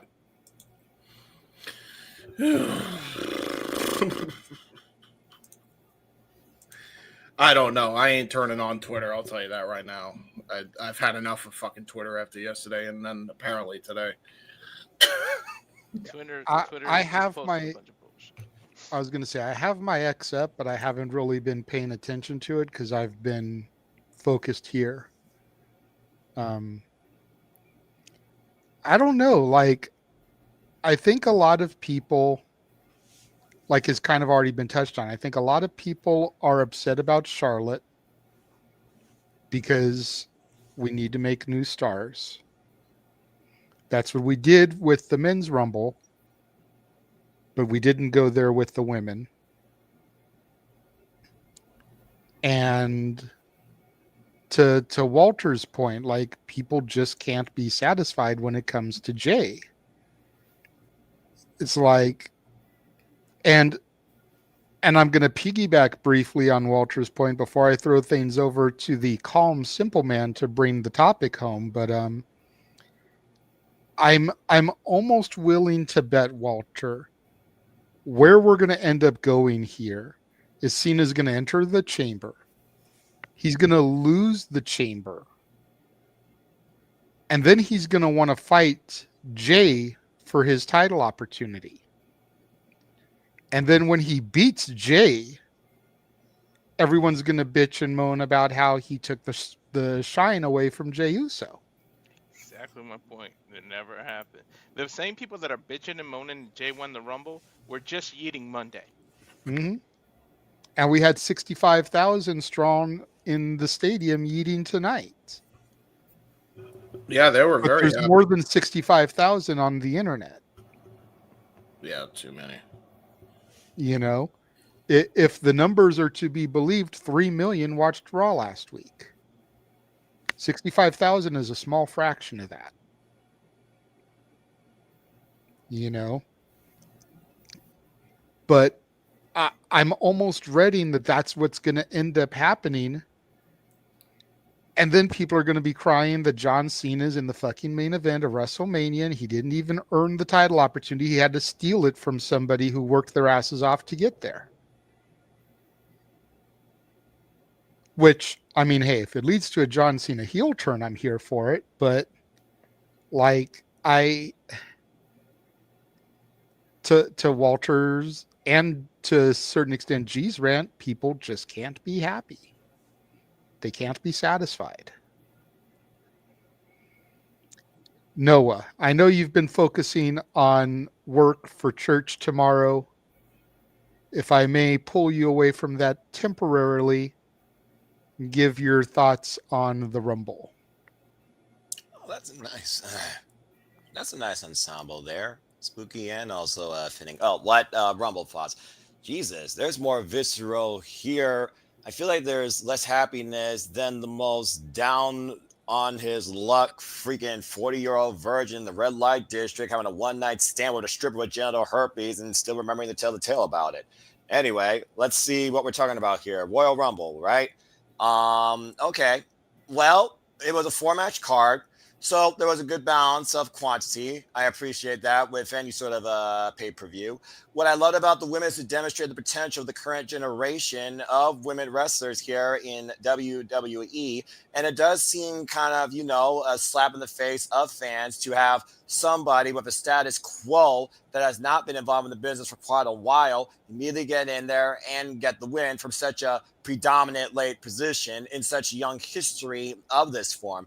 But it leads to suspension of disbelief as far as who's going to confront her and what others are going to do to prove a point that it should have been me. We don't dictate the business. The business is dictated by Paul Levesque, Lee Fitting, Shawn Michaels, and the TKO board of directors. And whether you're the biggest merch seller, the most polarizing figure, social media driven or not, or name value carried, it is what it is in WWE. So honestly, I don't get mad about that type of stuff. I also protect my mentality, as you all know, because I just enjoy life and enjoy wrestling. Why you think my predominant list, thank you for tuning in, by the way, Ash, was primarily Japanese wrestling. But for someone that's been disconnected from the WWE main roster for a long time and still doesn't really tune into Monday Night Raw or SmackDown, I really did enjoy what I had tonight because there was that sense of unpredictability in the surprises. It was really nice to see Alexa Bliss return. By the way, Big G, just a food for thought, put the Alexa in the other room.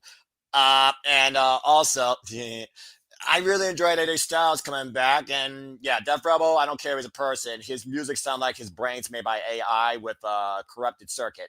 It's also one of those things where, yeah, Logan Paul, speed, it is what it is when WWE transcends pop culture more predominantly than the art and sport of professional wrestling. And the world of professional wrestling defined more by entertainment under the banner WWE than pretty much any other company on the planet. Let's just put it out there. So I'm not surprised by that. We all considered, well, no DQ considered, and me included, that Logan Paul was going to come out number 30. But I'm extremely happy that we got a first-time men's Royal Rumble winner, and we got this aspect of maybe it's not Gunther. Again, when Cody was last on Monday Night Raw, what did Cody say? Until we yeet together. Speaking of Cody, dadgum did Cody Rhodes and Kevin Owens fuck each other up. And I mean that quite literally. I really enjoyed the devastation, the violence of the ladder match. We all knew who the winner was going to be. But again, that sense of disbelief with Sami Zayn there. Was he going to get involved? Did he care more that his friend was injured? Was he going to help himself or help Kevin Owens? I like that little nugget that was there. And what happens with Cody Rhodes now? What's the extent of his injuries? How often do we see him on our screen competing? That remains to be seen. It also remains to be seen right now who either Royal Rumble winner is going to face. So I don't assume anything. Bottom line, the definition of assume is making an ass out of you and me. The definition of insanity is doing the same result over and over again and expecting a different result. Every freaking wrestling fan out there is never going to be satisfied, but you could always satisfy some of the fans all the time. And me being a lot from WWE, I was very satisfied with tonight's event. My only real gripe, because I'm not one to rant, because what does ranting solve? Nothing. If you have some event, though, I'm happy to listen to you because sometimes all someone needs is a platform to share it on or a person to hear them or a journal to write it in as somebody that does that himself. It's one of those things where as a lover of tag team wrestling, seeing more machine guns and DIY and the potential of this match that you and me talked about, Ash, undermined by, well, basically everything, it did kind of hurt me. But in this landscape of WWE, tag team wrestling is still very undermined in its appreciation. That's why there really isn't those driven, dedicated storylines you used to get in NXT and you still kind of get in TNA, if we're being quite honest here. But the bottom line, the 4-match card, one winner, extremely deserving, rightfully so, satisfied with the first result. The other winner, questionable, but all those women came out and showed out, and it proved how much value there is in this current generation of women's wrestling in WWE across all 3 brands. When I fought Raw and SmackDown was non-existent. NXT fucking represent. And as far as the men, you can't tell me the last time we had a crazier, star-studded top half roster in a Royal Rumble, in my opinion, since probably the early 2000s. So I legitimately enjoyed this show, and for the first time in a long damn time, I am invested on the road to WrestleMania as soon as Monday night. So I don't have no complaints. Bottom line, like Walter and Biggie kind of said, You're never going to satisfy everybody all the time, but there's always a way to satisfy somebody at any time. And if you aren't satisfied, find someone else that satisfies you. Just don't cause any harm to yourself, nor cause any harms to others around you that have a different opinion than you and a different fandom. I admire what Natalie said, first off, being such a young fan in this business with her own passions and dedications. And besides, Roman Reigns is going to get his comeback back. I also admire Walter bringing him into Japanese wrestling. And again, with the stresses of, well, life itself, I don't think it's a necessary stress of how you react to what you love should really bring you down as hard as it is, especially when somebody you claim might be a freaking idiot. And as far as Big G goes, yeah, seriously, it's like Bryan Danielson says, people are fickle. It's okay to be fickle, but you don't need to say fuck you to everybody else just because they don't agree with you, because that doesn't solve anything, and more so, it just hurts you. Just enjoy live and enjoy wrestling. If you don't enjoy what you're watching, tune out. But I thoroughly enjoyed what I saw tonight, and I look forward to see what comes out of it. There is one thing that you didn't mention, Noah, that I'm surprised you didn't touch on, and that was the number 15 entrant in the men's rumble. Well, there were so many moments with AJ Styles' return, Alexa Bliss's return, and Joe Hendry. Damn it, JJ. I knew he was going to walk me right into that freaking trap. But yeah, that was definitely a great moment for me. Hearing the pop from that crowd, that I'm always going to take away. But again, I am sad I didn't get that versus John Cena.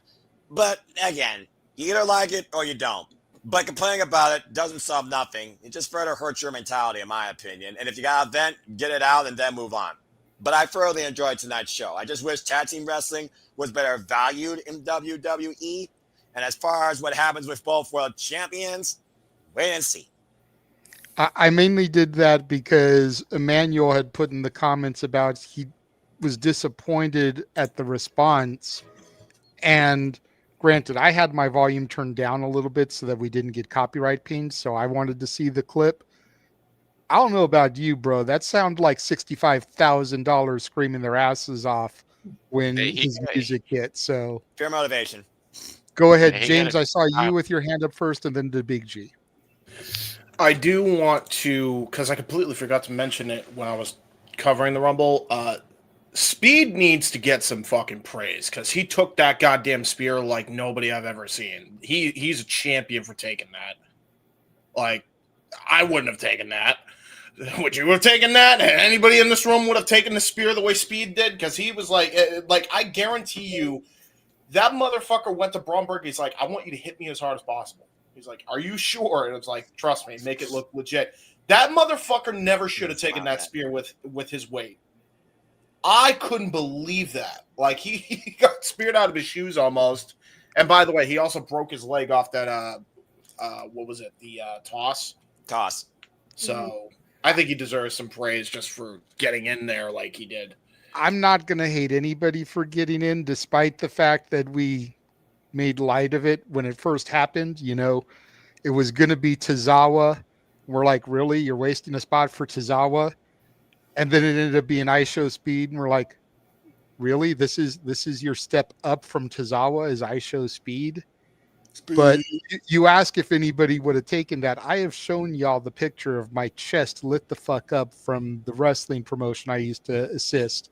I would have taken that from Braun. Well, that's fair. That's just, fair. Just You're a wrestler. Because I would have been able to say, hey, I took a spear from a second generation Steiner. Okay, let me reiterate the question then in a different way. Would anybody that hasn't trained to be a wrestler take that fucking spear? Because that's my thing. I was going to say, last I heard, this one still wants to train to be a wrestler. I don't know if that's still 100%, but maybe Natalie would have. She's so-so about it. All right, Izzy Moreno of this generation. Good luck to you. More power to you. Be careful when you mess with La Princesa and anyone else that could literally beat you around, because this business, you're going to get physically fucked up. Go ahead, Big G. You had your hand up as well. Yeah, so I'm all calmed down now. Good. A couple of things real quick. So if you don't like WWE, there's so much wrestling out there. No one knows it. He watches everything out there. Second thing is, I think with this tag match being on this PLE, hopefully it's a sign that we'll get more matches, tag matches, and opens up, because I think the last time the tag titles were even on a PLE was at WrestleMania 40. Correct. It's just sad. Now, I don't know, but like I said, hopefully this is just the start of things to come for the tag division. But yeah, I want to shout out to Jacob Fatu. I mean, the man being by himself, like I said on the review or when I was on the Shenanigans with you guys last time, the man can talk on the mic. I had never heard or seen him on the mic before, and what he did with Damian Priest yesterday too. Holy crap! Like he gives me Umaga vibes, but with talking. Yep. Like I know they're related. They're all family, but like he's giving me Umaga feelings. And Umaga rarely spoke, but Jacob's got it. He's got the mic work. He's got the in-ring work, everything. But I can't wait to see that match between him and Braun Breaker one of those days. Like, oh my gosh, that match will be insane. Well, Wolf versus Beware of Dog. I mean, there are enough dogs out in Indianapolis tonight when you consider who you were dealing with in that ring. I mean, again, and think about the suspension of disbelief. Think about the teasers of not just on the road to WrestleMania or what could happen in WWE. Again, Paul Tracy Deck is all about long-term storytelling, and it's not necessarily about the destination. It's about how we get to the destination. And again, Padre Chevette, there you have it. There are your World winners. Congratulations again to Charlotte Flair and Jey Uso. Again, I'm looking forward to seeing what's ahead for both world champions and both challengers. And we might find out as soon as Monday Night Raw. We might not find out until even after the Elimination Chamber, but I'm here for it. I am. You're muted, brother. Something I want to pose out there real quick before we go to our next topic and take a quick commercial break is the last time Charlotte Flair won the Rumble, she didn't go after Raw. She didn't go after SmackDown. She went after Rhea Ripley in NXT. Yep. I'm not saying history is going to repeat itself, but what if we get Charlotte Flair versus Julia? Oh, that would slap. That'd be interesting to me personally. Walter, you got your hand up? What if she does something unconventional and Charlotte goes after Masha? NXT, I mean, it is a thing. I wouldn't rule it out. And Masha needs competition after she deathmatch destroys Cora Jade, and what hopefully will be a death match in TNA ring, because those women know how to fucking fight. So again, I'm here for the suspension of disbelief with what happens in both world title pictures here in WWE. So let's just wait and see, guys. Seriously, let's wait and see. Fair enough. All right, before we move on to the next topic, going to go ahead and throw to a quick bumper watch-along trailer, show everybody everything that's coming up now that the Rumble is in the books. We will be right back. And now for a taste of things to come.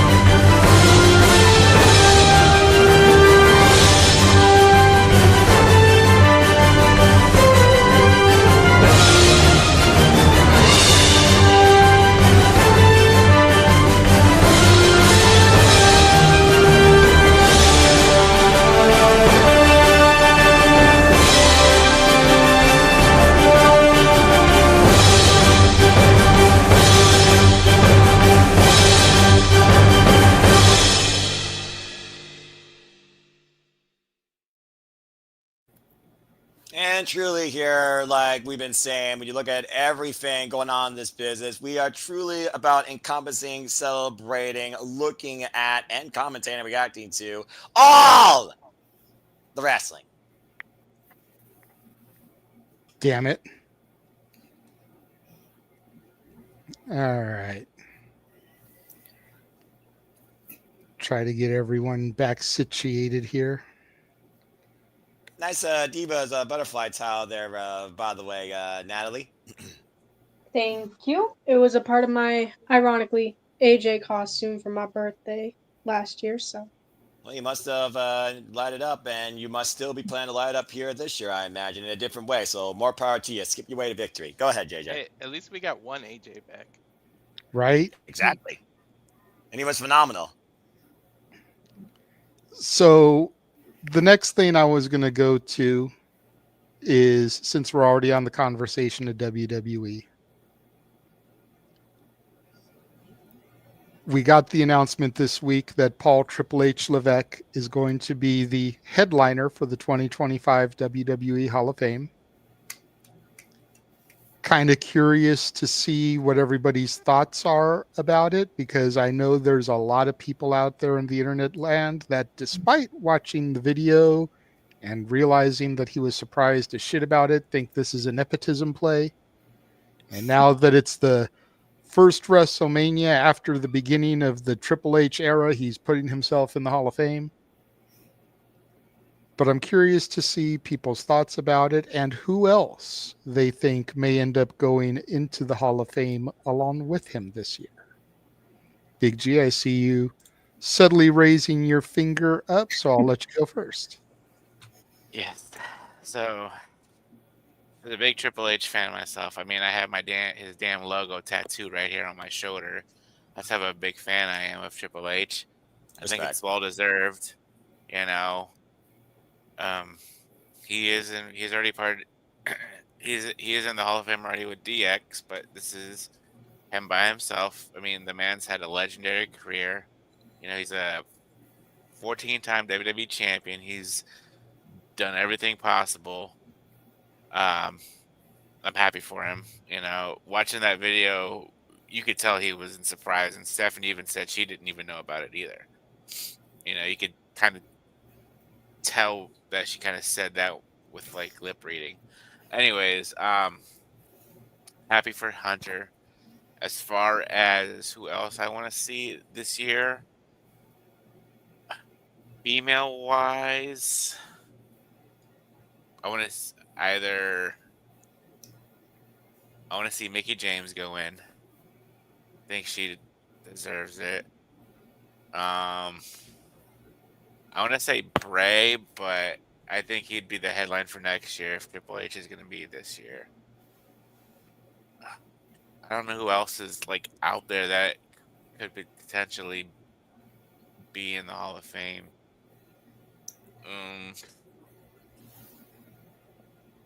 Who else is out there? Victoria, maybe. I know she just signed a legend. I know she just signed a Legends deal with them, so I could, if not Mickie, then Victoria. But I'm trying to think, like, who else is out there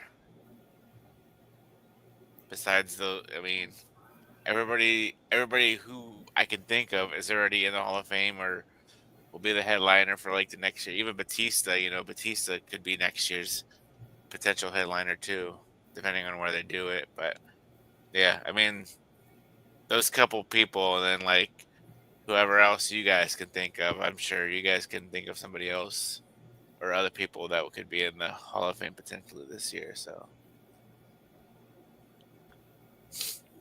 Okay.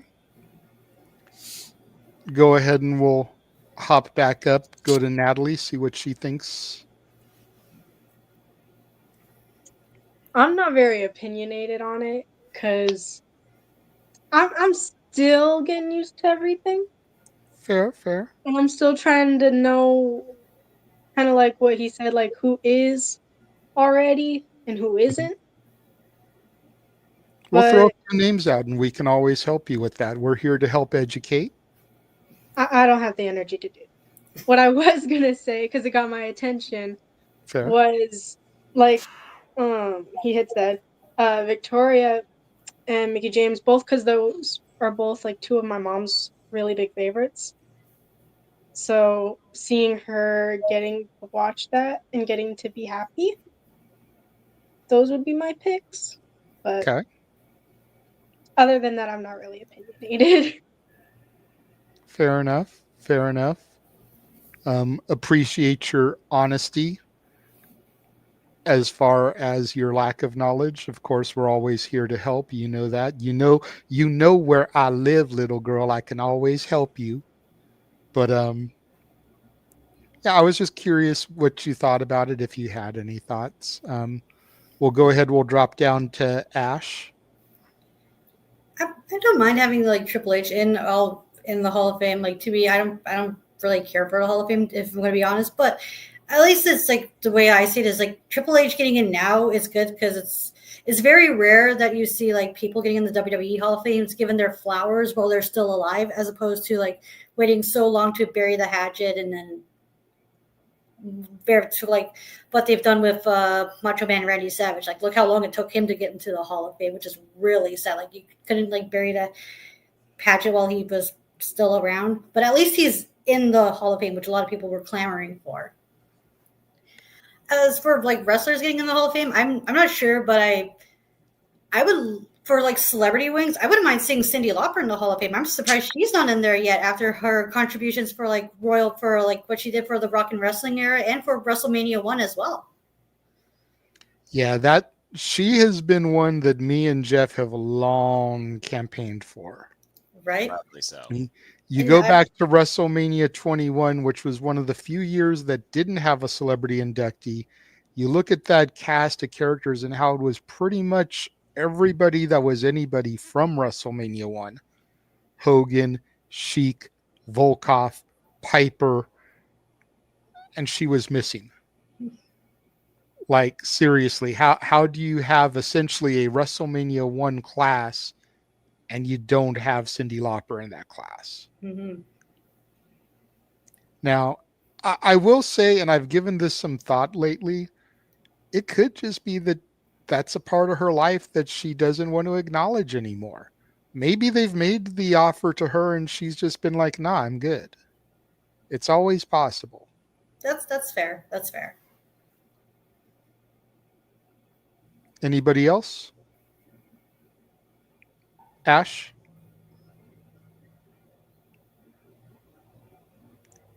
Okay. Yeah, I already made my piece. Sorry. Okay, I just didn't know if you had anybody else, because I kind of jumped in there to Oh no, kind that's of counterpoint with you, so I didn't know if you had anyone Oh else. no, that's the only person I could think of, because I'm trying to figure out who's also in the Hall of Fame, and I don't have quite the list or the extensive knowledge about the who's who and who has yet to be in the Hall of Fame. Fair enough. James, go ahead.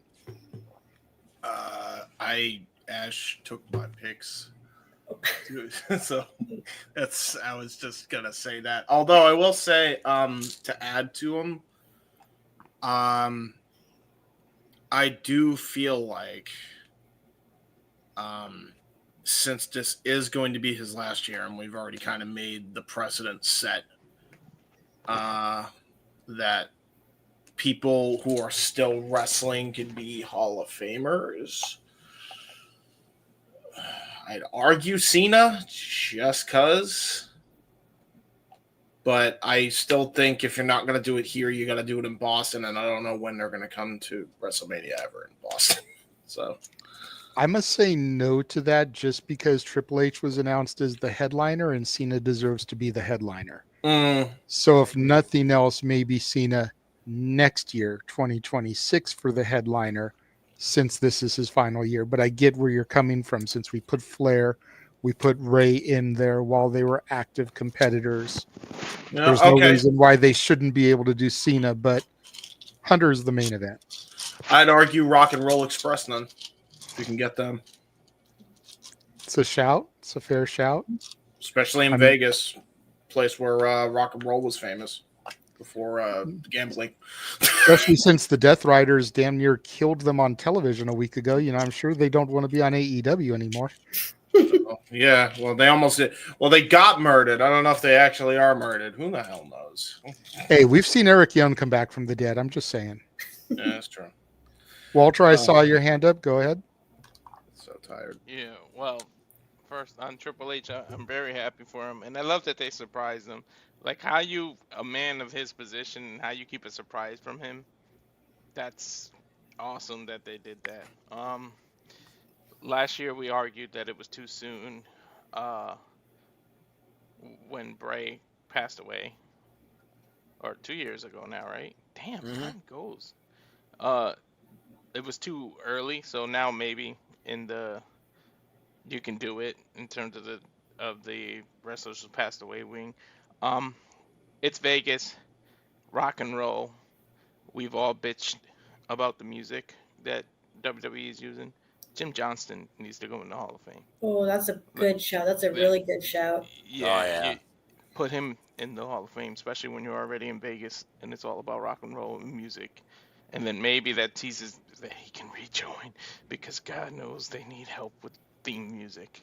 Right? Can I add to your point on that? When I heard I forgot who it was, but Chad Gable's Stables theme sounds way too familiar to similar to Alpha Academy's theme.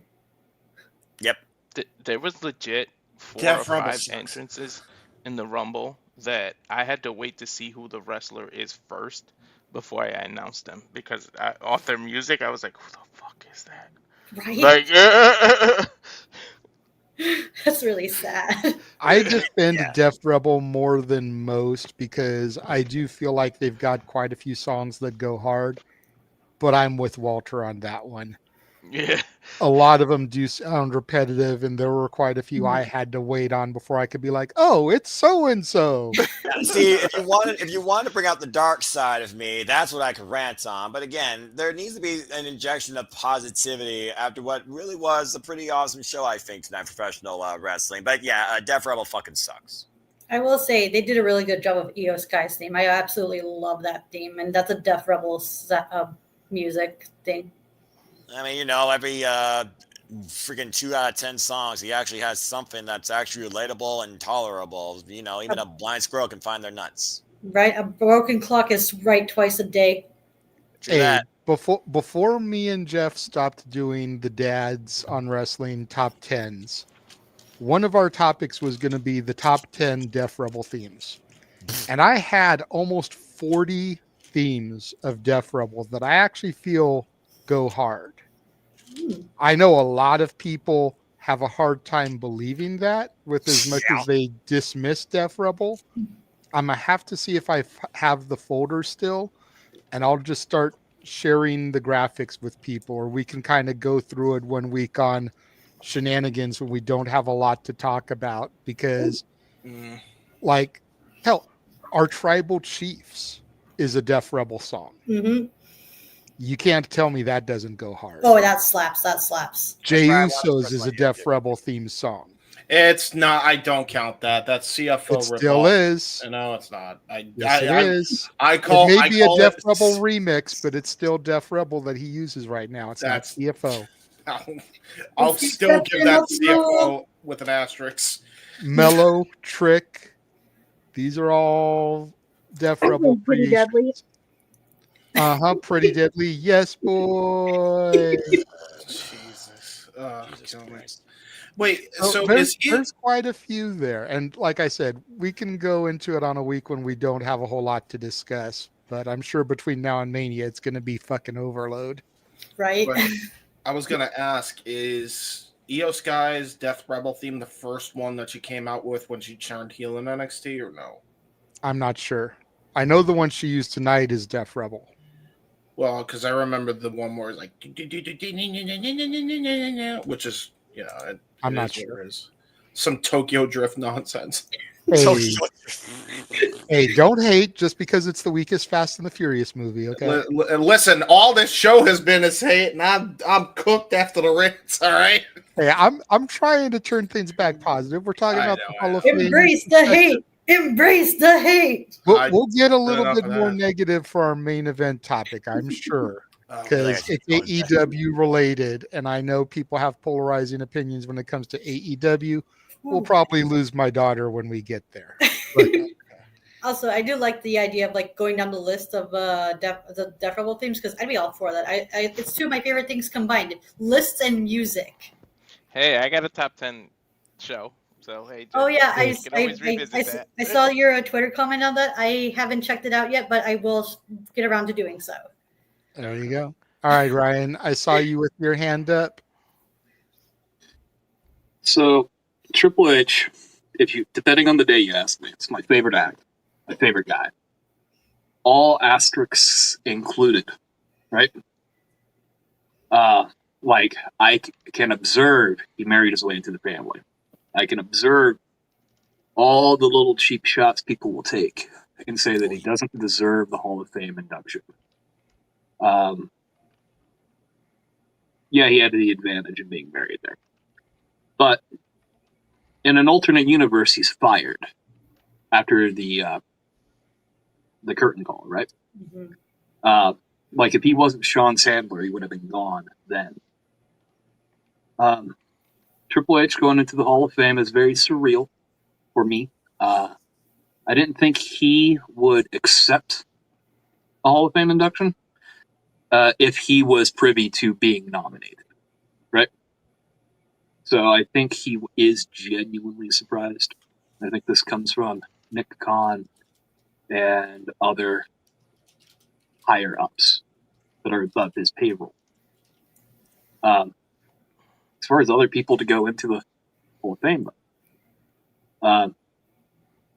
until I see it broken otherwise, we usually get one person of color, at least, a tag team, a woman, and someone wrestling adjacent, right? I can't think of a lot of them to fit those categories, but I would like to see Team Extreme go into the Hall of Fame. If you're going to put in the Hardys, you have to put in Lita, because she helped get them there. Mm-hmm. So most over trio in the Attitude Era, to be honest. Yeah. So I would take Team Extreme if I was picking, right? How many other tag teams are there that are more over, right? That aren't already in there. We did more for the business, right? They made a lot of money. So, me personally, I would like Team Extreme because I'm not sure if the Hardys will ever get a solo run anyways in the Hall of Fame, despite having Hall of Fame worthy careers. There's a lot of demons behind both of them, right? But Team Extreme is who I would want to go in there with him. But Triple H is pretty much Attitude Era, ruthless aggression. So I don't know if they want to expand that past other eras or not, right? So, this is what it is. Okay. Noah, your thoughts before I give mine? I mean, again, you figure about Triple H, Cerebral Assassin, Authority, the King of Kings, and now literally the man with the pen and paper in this new era of WWE where it feels like it's the least stressful to work ever in the wrestling business, it seems, in there.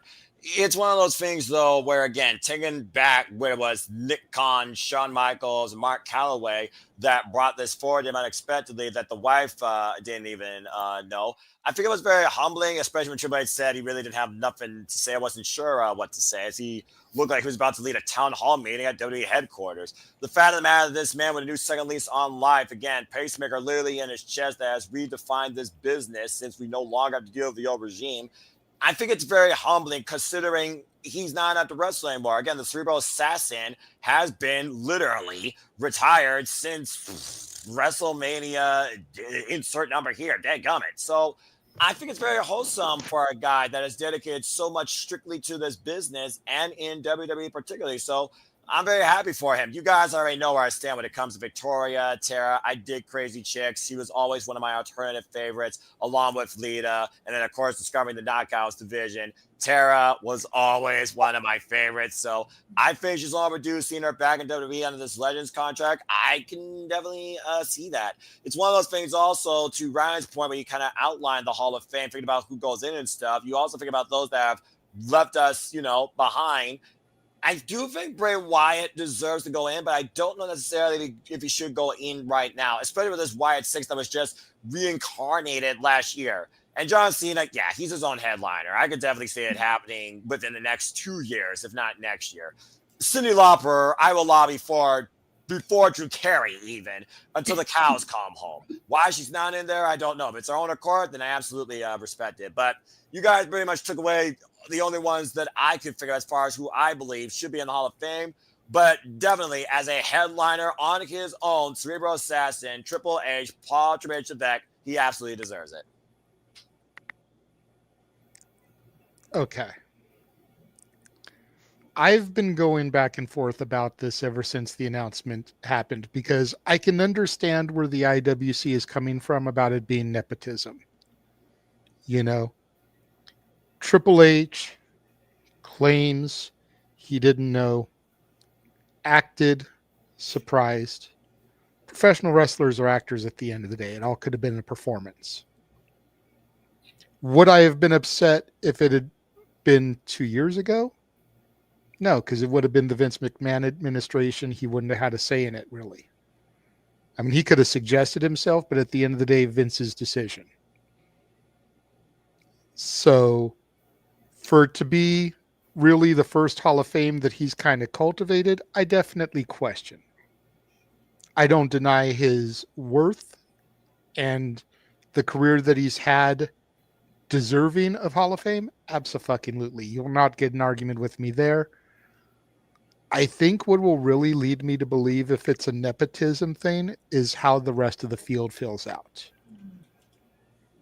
Shawn Michaels is already in the Hall of Fame. He's already in there as a member of D-Generation X. Can't do Shawn Michaels again, really. However, Sean Waltman is in there as a member of the NWO, and he's in there as a member of DX. He does not have a solo induction yet. So if we see X-Pac go in there, might question it. Road Dogg Jesse James, Badass Billy Gunn are in there as a member of D-Generation X. If we see the New Age Outlaws get announced, I might question it.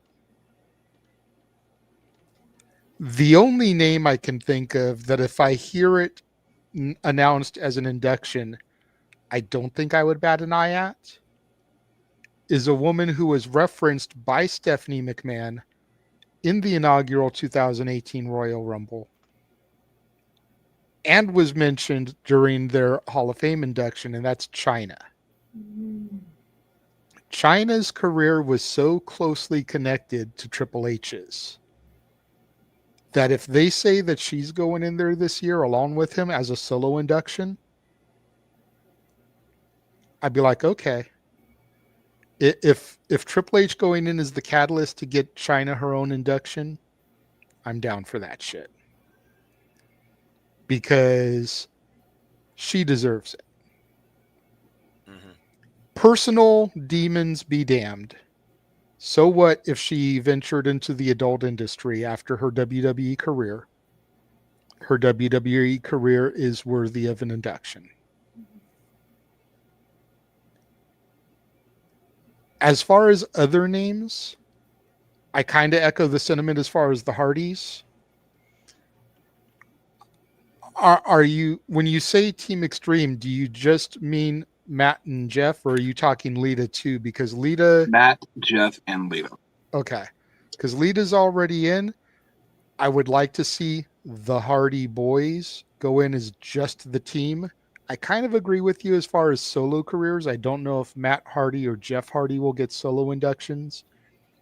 I do feel that the Hardy Boys could still get a tag team induction, especially now that they're working with TNA and TNA is partnered with WWE, I could see the olive branch there.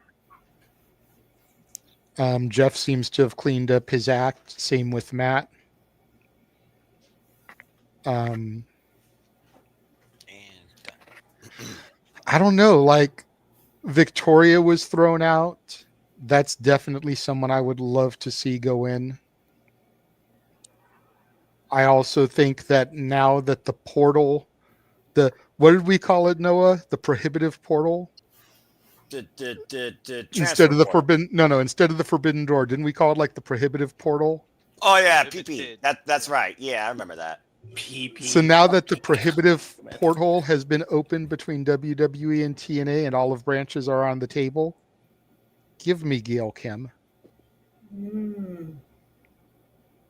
She deserves it as well. Yeah. Vince McMahon screwed her runs over. Triple H has been about mending fences, bringing back home to the family. As much as I feel Victoria is more deserving of Gail, the Knockouts division would not exist, nor would there have been a women's revolution to counter it if Gail Kim didn't exist. True, Accurate. very true. Very good point.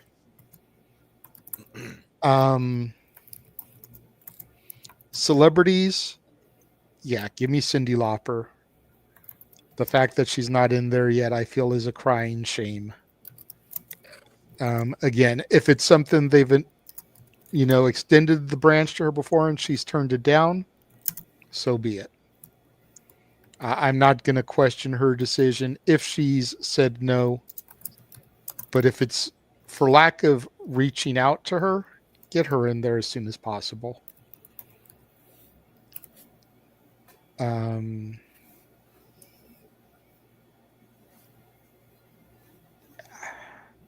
drawing a blank on some other ones because even though I kind of know who's in the Hall of Fame, there's some that I like. Did they go in yet or not? You guys might remember, has Regis gone in the Hall of Fame yet? Regis Philbin? No. No. I don't think he has. I would say Regis deserves it as well. Yeah. Regis and Kathy Lee, Regis and Kelly was a huge outlet for them, and Regis did appear, I believe, at 7, the one that was in LA. He was also a guest host during the guest host era. So there's a little bit of history with Regis and the WWE, so I could see Reg going in. Oh, I would love WWE stars on Who Wants to Be a Millionaire. that was so good.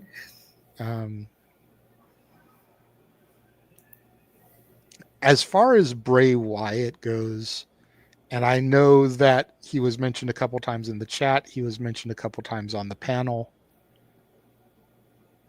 I do agree that he deserves a spot.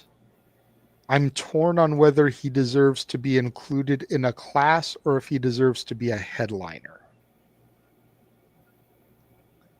There's part of me that feels that his mind was so abnormal, and I say that in a good way, not a negative way, and creative, that he deserves to be the spotlight of a Hall of Fame. And then there's another part of me that's like, but we never really got to tap into the full potential of his creativity.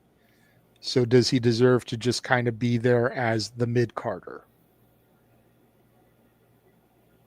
That's kind of what's going through my head right now. And that's the only reason why I haven't advocated for him to be an inductee yet, because I'm still trying to determine in my brain if he deserves that main event spot or not for the Hall of Fame. What do you guys think? Is Bray somebody that deserves that main event spot, or should he just kind of be another name as part of the class? And I know Natalie can't really speak on that, so. I would give Bray kind of his own induction because there was a certain part of Win the Rotunda of Bray Wyatt that I think a lot of people admired when it came to his creativity. Yes, we know he came in at first as a group act. He had the Wyatt family, but when he reincarnated himself creatively, brought this character, The Fiend, and it brought so much unique publicity to WWE. I think at points he was shafted for his creativity. And I think he was his own worst critic for his creativity, but I think that was part of his charm and why many people loved him. And he was an absolute worker to be around and enjoy. You can look at Eric Rowan, late great Brody Lee, God rest his soul, Triple H himself. He left a lasting impact, I think, in WWE, and also he's a former WWE Universal Champion. So I think in a way he deserves his own solo spot. Would I call him a headliner? The jury's still out on that because, again, it felt like his career was so short because he did so lot and he left us with quite a bit. But I think on his own, he does deserve his own induction. Okay. Anybody else? Ryan, go ahead. I wouldn't use Bray Wyatt as the headliner, mainly because, he's dead. It doesn't mean a lot there if you make him the headline spot, right? Solo act, definitely. I don't think the Wyatt family is Hall of Fame worthy. Not yet. Not until many, many, many years from now. Maybe in 20 years, and we are looking at who to induct, right? That's when you decide to induct the Wyatt family. Like there's so many people from recent eras in that Hall of Fame. When you think about how that Hall of Fame began, it was just like Andre. Then every so often we add a guy, right? And now we're adding so many people to the Hall of Fame every year. I think Bray Wyatt, solo act, if you're going to induct him, this might be the year to do it because people are going to ask for it every year until it happens. He's a great mind, the ability to reinvent himself time and time again. And, Bo Dallas can, accept the reward for him or whatever, But I don't think you should put someone who is deceased in the headlining position. I agree. Because at that point, what's the point? They're not here to accept it. They're not here to give us their wisdom. Okay, like literally, his Hall of Fame speech would literally be the wrestling is not a love story. Post. That would literally be it, effectively, at that point. So, that's my thoughts on Bray Wyatt. Okay. Anybody else have anything they'd like to add to that question? I figure about covered it. Although it would be interesting to see on the night he's inducted, the lights just go out like, and then there's just a lantern on the stage, but that's the ring, kind of like the way they honor him at the memorial. But I get where Ryan's coming from. I honestly can't remember the last time we had a headliner that was deceased. Now that I think about it, because the Hall of Fames of the year sometimes they have blurred with me. So some of them I'm like, yeah, I guess that happened. But as far as headliner that's deceased, I can't think of one. I'm not sure, but was Macho Man the headliner when he was inducted? Because I think I'm that not was, sure. I can't remember if that was 2011 or 2012 he was inducted. 2011 was the year of WrestleMania 27, and then 28 was 2012. 27, I think. There appears to be no headliner for 2015. Hall of Fame. Yeah, there was some classes that didn't even have like a key headliner. It was just a bunch of people. So you could make an argument that was the most deserving, or it's about damn time he's there. Mhm. But we're at that point, and that might be the case where there is no clear headliner because the headliner is not here. Yeah, I'm scrolling through the classes and I can't find a class where the headliner was deceased. Okay. Because even 2006, when Eddie went in, Bret Hart was the headliner. Okay. So yeah. Again, we'll just have to wait and see. And looking at the chat, by the way, Arlene Dominguez, yeah, Miss Elizabeth, the first lady of pro wrestling. God bless her. That's definitely a shout out. I know that there was a lot of controversy about the way Elizabeth passed, which is part of why they stayed away from her for so long. Which is fair. But again, time heals wounds, and maybe it's time to just overlook and put her in. You know? Nice. All right. Well, before we go to commercial and get to our main event, I do want to show the images from this tweet that I just saw that was put out about an hour ago. The tweet reads, "This guy booked and advocated for me to be on the first ever All-In event in 2018, leading for me to be offered a TNA contract days later. The rest is history." Then, now. Nice. Wow. Nice. She doesn't even look like the same girl. Yeah, like the little Talk about a nerd. body transformation. Yeah, right? Good grief. And Congratulations. the difference again, between brunette to blonde, like seriously, the glasses, the dark hair. Well, I remember the dark hair because when she went into TNA, again, 2019, that's when she planted freaking Tessa Blanchard with what was called, I think, still a Juggernaut driver back at the time. But it goes back to that evolution we talk about with this generation of wrestlers being cultivated in WWE. That's pretty damn cool. Yeah. Natalie's got her hand up. Yes, sweetheart. Question, and I don't want to sound stupid or none, but y'all said y'all were here to answer questions. What is that woman's name? Her name is Jordan Grace. She is Okay. She was one of the people who I had to give a nickname to Okay. because I had no clue who she was. And the Fair whole enough. night I've been calling her He-Man with hair extensions. Damn. Oh! Okay. Number one.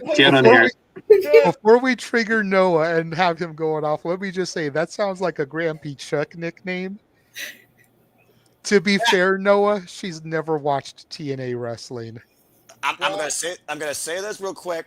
I'm just gonna say this real quick. The younger generation are supposed to be the gems of the future, but the education level of this part of society might be questionable when it comes to what is the hands of America going to be in, especially when it comes to the wrestling of business. But that being said, I appreciate Natalie's honesty, and I do appreciate Natalie's opinions, and I do appreciate her as a friend. But sometimes I am going to say stuff that is going to rile her. In this case, I'm not, because at least she's honest. But okay, He-Man and Jordan Grace, the same sentence, not on my radar tonight.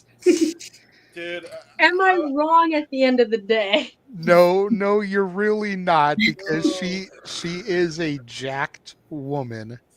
There's a reason that her nickname is the Juggernaut, sweetheart. Even though that's an X-Men reference. Bruh, you know. Still 80s. It's still 80s. If it's still within the same time realm. I was cooked because of the rants. I'm just going to outright say it. I was cooked with the rants on tonight's fucking show. That might have been the most out-of-pocket shit we've heard tonight.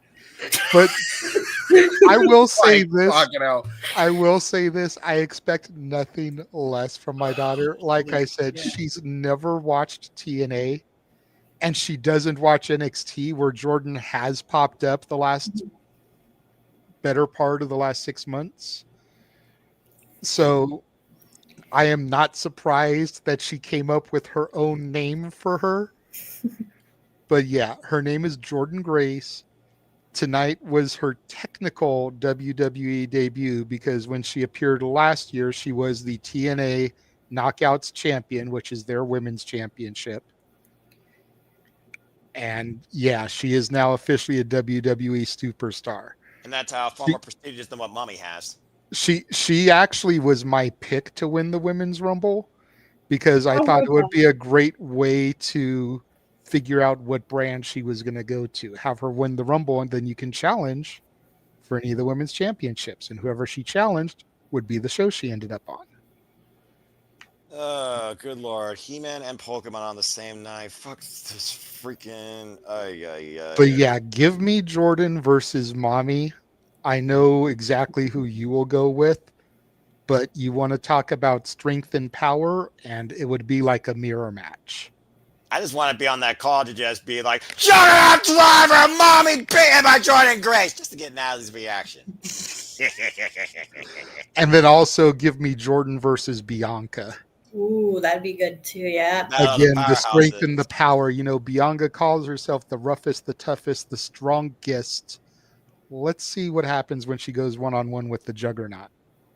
Yeah, I want to see just Jordynne Grace just drive everybody on their freaking head. Let's freaking go. I'm excited now in this aspect. But anyway, now she knows. So I mean, again, Natalie, you're learning, and I appreciate that. Also, who the fuck put a Pokemon in a freaking wrestling trailer for the Royal Rumble and Country Adapted? Needs to be freaking. Just go to commercial. Noah, let me before I throw to commercial, because I know we're going to lose Natalie here. Because when we come back, we're going to be talking AEW, and she watches AEW even less than she watches TNA. I respect that. But, I admire that. You know, your choice. Do you have any matches, Noah, that you can recommend Natalie look into to educate herself on who Jordynne Grace is? Yeah, go on YouTube or TNA Plus if you choose. If he has the account, as far as Jordynne Grace's greatest matches, look at her matches with Trinity. You know her as Naomi. Had the match last year at Hard to Kill. If you want to learn more about her actual work with the TNA Knockouts World Championship, look at her matches during her run last year. Honestly, any match last year should educate anybody on Jordynne Grace in and out of NXT. Prior to that, Jordynne Grace versus Deonna Purrazzo. They fought like 5 damn times. Jordynne Grace has held that title like 3 times. So there's a lot of matches out there with names you can recognize that even were in WWE. But for Natalie's familiarity, she knows Jordynne Grace is a female He-Man. I'm sure she had a different name for Naomi at one point. Maybe she was like a glow girl from Netflix. I don't know. So go watch Trinity. I've known Naomi. What? I've known Naomi. Okay, there you go. So yeah, you can go I look watched at Total Divas. Oh yeah, Total Divas. Fair enough. Oh yeah, Total Divas was a thing at one point. Yeah. So yeah, go watch her match with. I'll put it in perspective for her. Naomi versus Jordynne Grace, TNA Hard to Kill last year for the TNA Knockouts World Championship. Deke Stokes in the house. Sorry. So there's that, and then I will also suggest one that I know you can get access to easier because it'll be on the Peacock. Go to last year's NXT Battleground and watch her versus Roxanne Perez, who Roxanne Perez damn near won the Rumble tonight, being the last woman eliminated. So the new Iron Woman definitely will help educate you on both of them, because I think all of us would put money down that Roxanne is coming up to the main roster here sooner rather than later. I'll give it to WrestleMania because I'm still holding out for Roxanne Perez versus Bayley at WrestleMania as a female. Yeah, it looks like they're teasing to that. Yeah, it looks like they're teasing it. And you know, go figure. We mentioned TNA, we mentioned Jordynne Grace, and Dattila pops into the chat saying Jordynne Grace versus Deonna Purrazzo Iron Woman match. 30 minutes from Emergence 2020. Great shout out there to my fellow TNA correspondent Dattila. Thank you for that, my friend. But yeah, Natalie, I would start with that and go from there. If you ever have any further questions, your fire's just a ping away, and so am I. Which, again, I'm just going to mess with you and always educate you on wrestling, but it's still fun to engage with you. All right. Well, thank you for the suggestions, and thank you for letting me get some anger out. No problem. You know what? We are just happy that you decided to pop in. You know, the offer is always there. Yeah. Traditionally, we only see Natalie for occasional karaoke's. So the fact that she actually was willing to pop in and engage in wrestling conversation with us I'm here for it. Anytime, sweetheart. Next week will actually be our next karaoke, much to Noah's chagrin. We're going to be doing TV themes. Fuck television. So if you want to participate in that, let me know, and we'll make sure to add you to the wheel. We'll see. Otherwise, we will see you next time. Thank you for popping in, and get some rest. Appreciate you, Natalie. Hope to see you maybe one day on Simply Predicting. And nice job tonight in your opening. I'll have the score updates for the Simply Predicting branch of things very soon. All right. Well, thank you all for having me. Have a good night. Have a good Good night, night. young lady. And then there were 6. Jesus. All right. Before we get to the main event, gonna run a commercial. This one is just slightly quicker than the normal watch along one, and it's a debut here on Simply Reliable Studios and the Saturday Shenanigans. We're gonna show everything that is coming up for the road to WrestleMania. So this is just from April 1st through the Raw After Mania. Buckle in. It's going to be a crazy week. And now for a taste of things to come.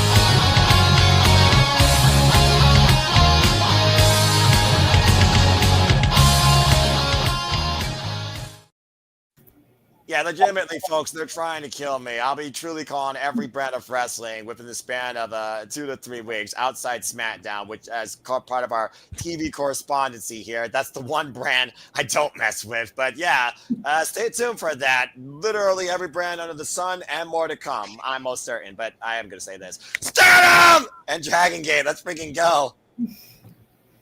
Yeah, I realized when I bounced out, I said crazy week, and it's way more than a week, but that WrestleMania week is going to be nonstop. Mm-hmm. I showed Noah the calendar, and I asked him the all-important question, where are you going to put Simply Predicting with all of this shit?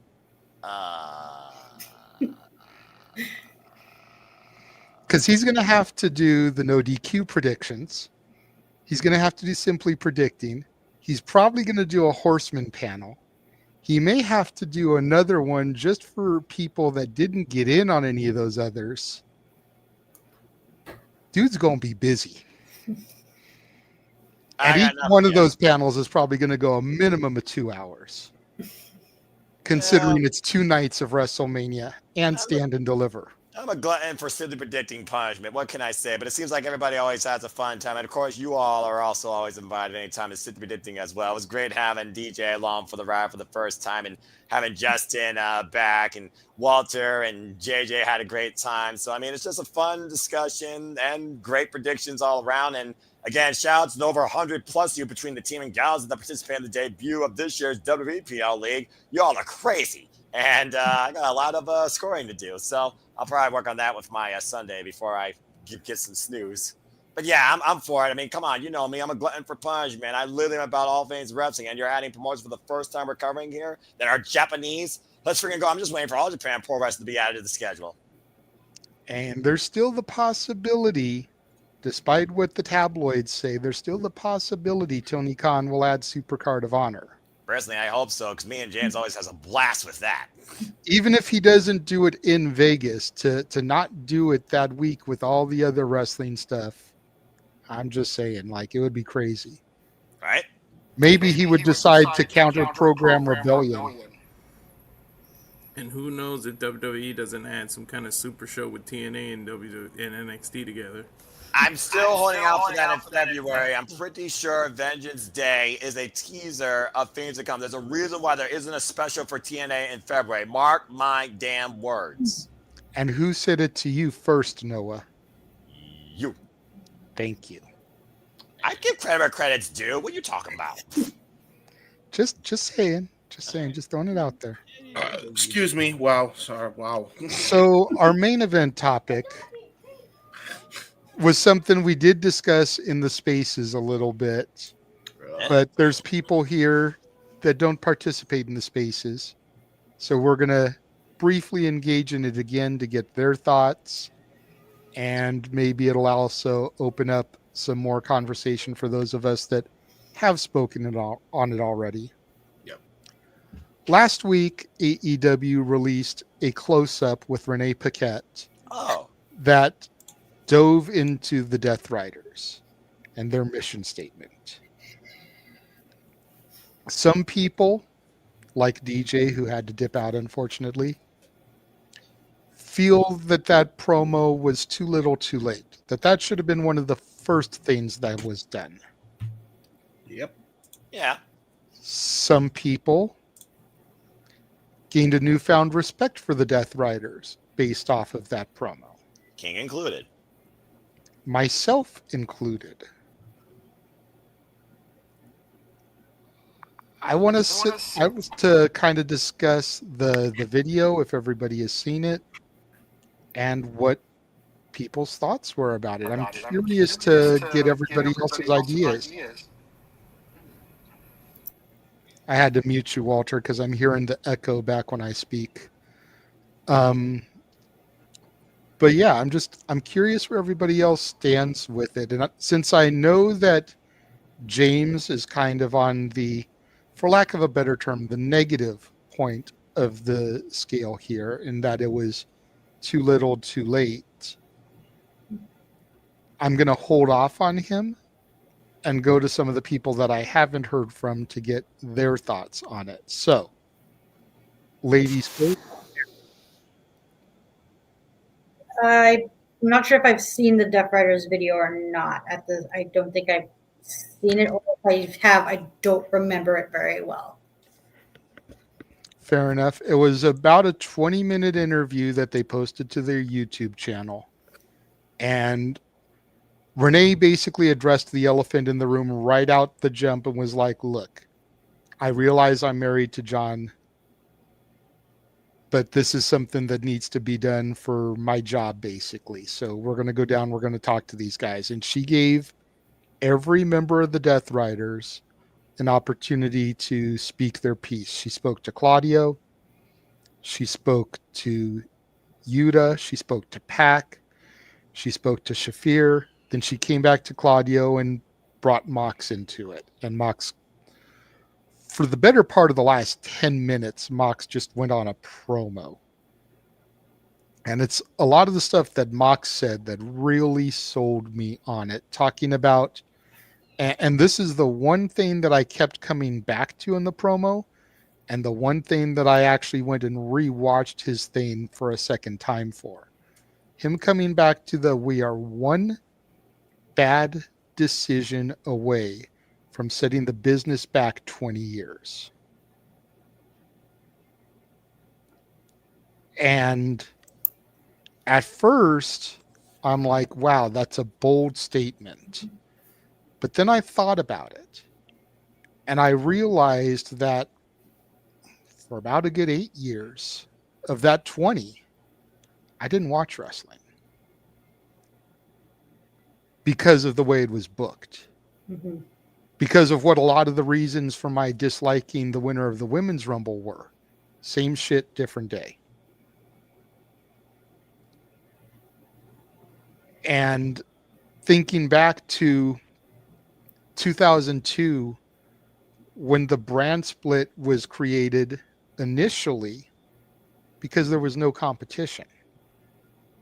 There was no WCW to do battle with anymore. We had to create our own competition within. And then What is your infamous saying about the brand split, Noah? Brand split. LOL.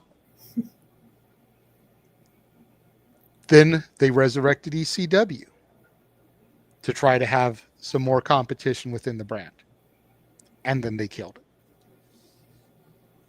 And you had TNA that was never really thought of by them as competition. And here's AEW, the first legitimate competition in a while. And it's doing what it's doing.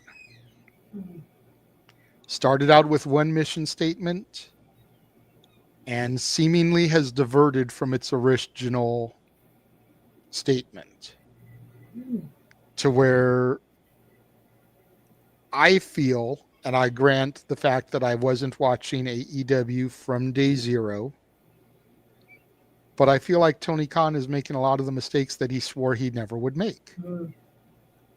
I'm not going to make the same mistakes Eric Bischoff and WCW made. Signing all the ex-WWE talent, guaranteed contracts, creative control.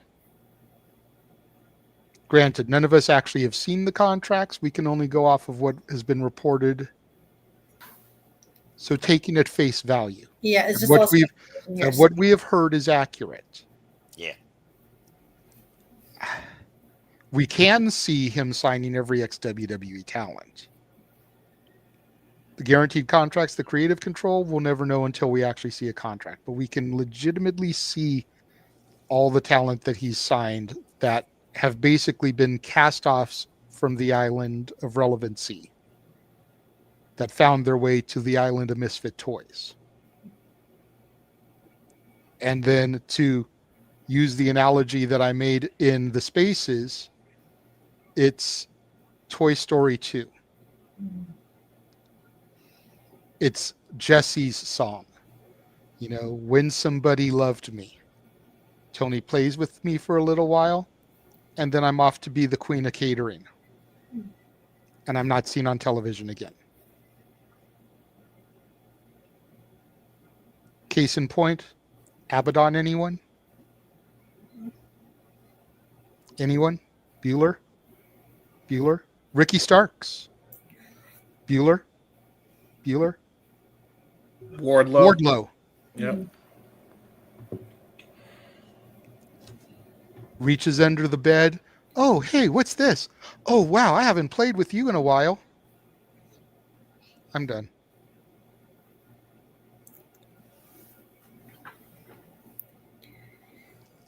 So Moxley making that statement, I've really been kind of focused on that one line more than anything from the thing. And if you haven't seen it, I recommend going back watching the entire 20 minutes. Like I said, I watched it and then I rewound it back to where Mox started talking and I watched the second 10 minutes again. Because I was so captivated by what Mox was saying. I now, at least more so than I did, am invested in the Death Riders thing. But I feel like, and I know James is going to bring up when he gets his opportunity, the too little, too late and everything. I feel like this is being done because it's a course correction. There was a plan at the outset. Pen didn't get put to paper to solidify plan. This is the detour to switch the train tracks, the pull switch. We got to redirect.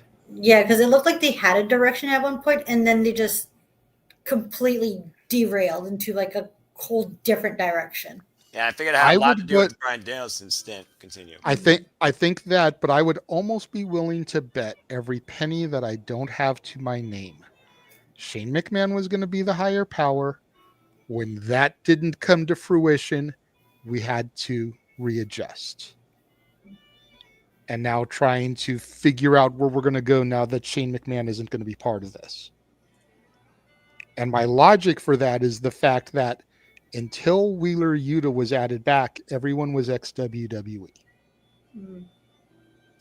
Pac, Shafir, Claudio, Mox, even Brian. Once Yuta got added back, it was like, okay, the Shane thing's not going to happen. Let's keep Yuta with the BCC under whatever we're going to call them and start to course correct. But where do we go? Really quickly before you give your thoughts. Teleporting in via the Morphin Grid. Datilla is here. Hey. Hello. Hi. Hi. I feel like I haven't done a show with you guys in like forever. You haven't, but that's okay. Oh. Sorry. It's okay. You've been off doing your own thing, you know, not watching NXT, covering TNA for Body Slam. Absolutely. Just like I had to bring up the fact that we had the current reigning and defending IWC Rock and Ropes Tag Team Champions on the show representing Simply Reliable Studios. Acknowledge Ryan, and even though he had to dip Walter Cruz, you know, sorry, DJ. Got to get another shot in on that. But DJ is an antagonist. He just loves poking the bears. Hey, he is the proverbial shit stirrer, but that's part of what we love about DJ. So go ahead, Ash. Oh, sorry. Yeah, now that you've been kind of clued in as to what the video was about, go ahead. Oh, yeah. It just seems like it just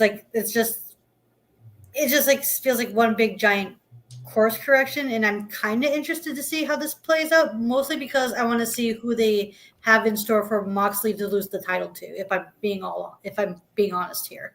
Yep. Because to me that's the most intriguing part, because it seemed like they were building towards Darby possibly beating Mox, but the way they're booking Darby is just making him look super stupid. It's like he does not look believable at all. So I'm just like trying to figure out like who else can they have without resorting to a member of the Elite or someone of the Elite, even though Omega is no longer a part of the Elite. Because it looks like all directions are going towards Kenny Omega becoming a champion again, and we're going to be rekindling his feud he had with Jon Moxley about 2020. 2019. It was 2019, the genesis of AEW, when they had the lights out match at Full Gear that year. Yeah. Because it seems like they're heading towards that direction. I could be wrong. Then again, I could be off because I haven't watched the Dynamite since the Dynamite after Full Gear. That's fair. And I just sent you the video, so at your leisure, watch it. Okay. And yeah, Kenny Omega deals with this one feud. I could definitely see Ash's point, but please continue. All right. We'll go ahead and we'll swing over to Datilla, who just joined. Give her thoughts on the close-up with Renee Paquette and the Death Riders. I actually haven't seen the close-up, and I've just completely lost interest in the Dead Riders, honestly. I do agree with Ash. I feel like it was going in one direction, and then it went in complete 180. I was under the impression that Shane O'Mac was supposed to come in at World's End, and then for whatever reason, that ended up not happening. Yeah. That could be possible, I think. But I just feel like Moxley's a world champion. We haven't seen the title since he won it because it's in that briefcase. I keep forgetting Death Riders are trios champions because they don't even come out with the belts anymore. I'm not sure what the end goal of all of this is.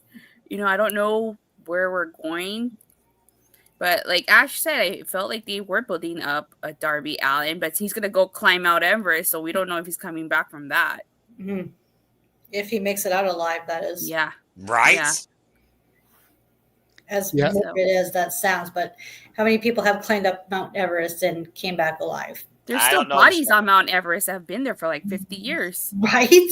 Crazy. The history of Mount Everest. More freaking history there than AEW.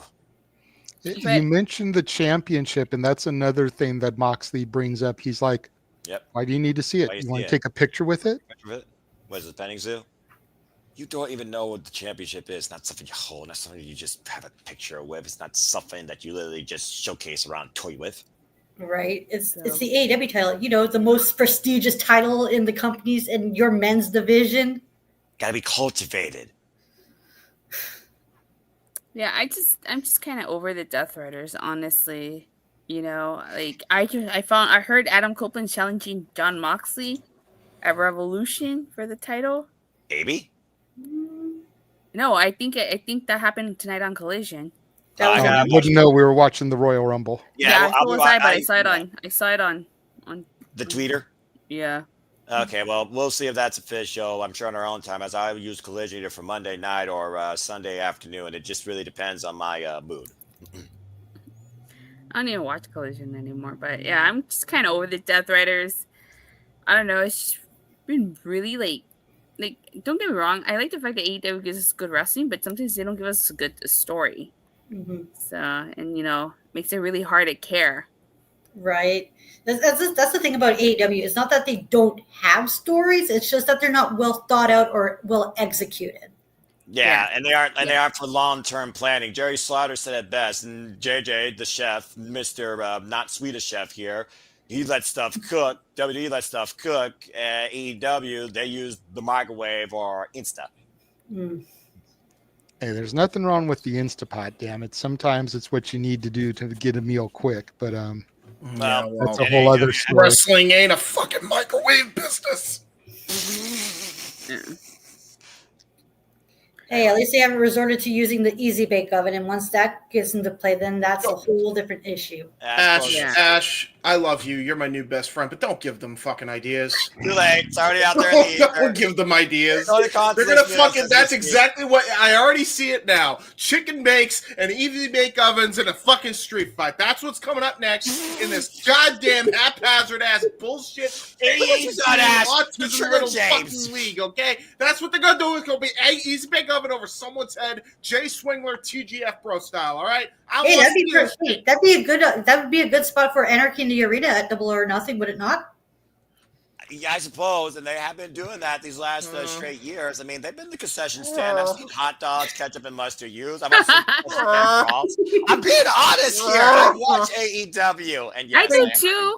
Bring back the old condiment spot like Moxley did as Dean Ambrose for Anarchy in the Arena. I mean, yeah, from Coney Island, but yeah. Okay. Sheriff Moxley. Hell yeah. Okay, hold on. Fucking ketchup and mustard is go. Okay, we've gone to a different tangent, and this is not Good Burger. So, JJ, please restore order to your show. Hey, there is nothing wrong with the Good Burger. Hold the pickles and the tomatoes. But I'm hungry. I can't find a confirmation as far as the Revolution match. But Adam Copeland cut a promo. He challenged him on Collision. Okay, I cannot find confirmation. But what I did find is this. Woohoo! The Mega Sis! Megan Bain, formerly involved in Stardom, former Goddess of Stardom champion with Micah. This is women's division. Got so much fucking meat in it on both men and women's sides. I love it. I'll say it once. I'll say it again like I talked about with King. I'm talking about booking, cultivating women's wrestling. We got the advocate of women's wrestling, Avatar Man, Jeff motherfucking Meacham down here. If they hone in on the potential of this women's division, Ring of Honor set aside as something different. There is so much fucking depth you can get out of it if you don't use the friggin' GTA reject. Goddamn, Megan looks so good. I would let her slam me. What? Alrighty then. I agree. Another thing that I agree with Shada Patash. We're going to be great. Did I just learn something here, or did I just get more? Noah, look into the camera. Put it this way. I am a pendulum. I swing both ways. Nice. Alrighty. While Noah is dumbfounded there, let's go to Jeff for his thoughts on the up close with the Death Rider segment. Pendulum, like a metronome? Yes. Oh, okay. Like the Pokemon attack. Got fucking Pokemon worth famous society.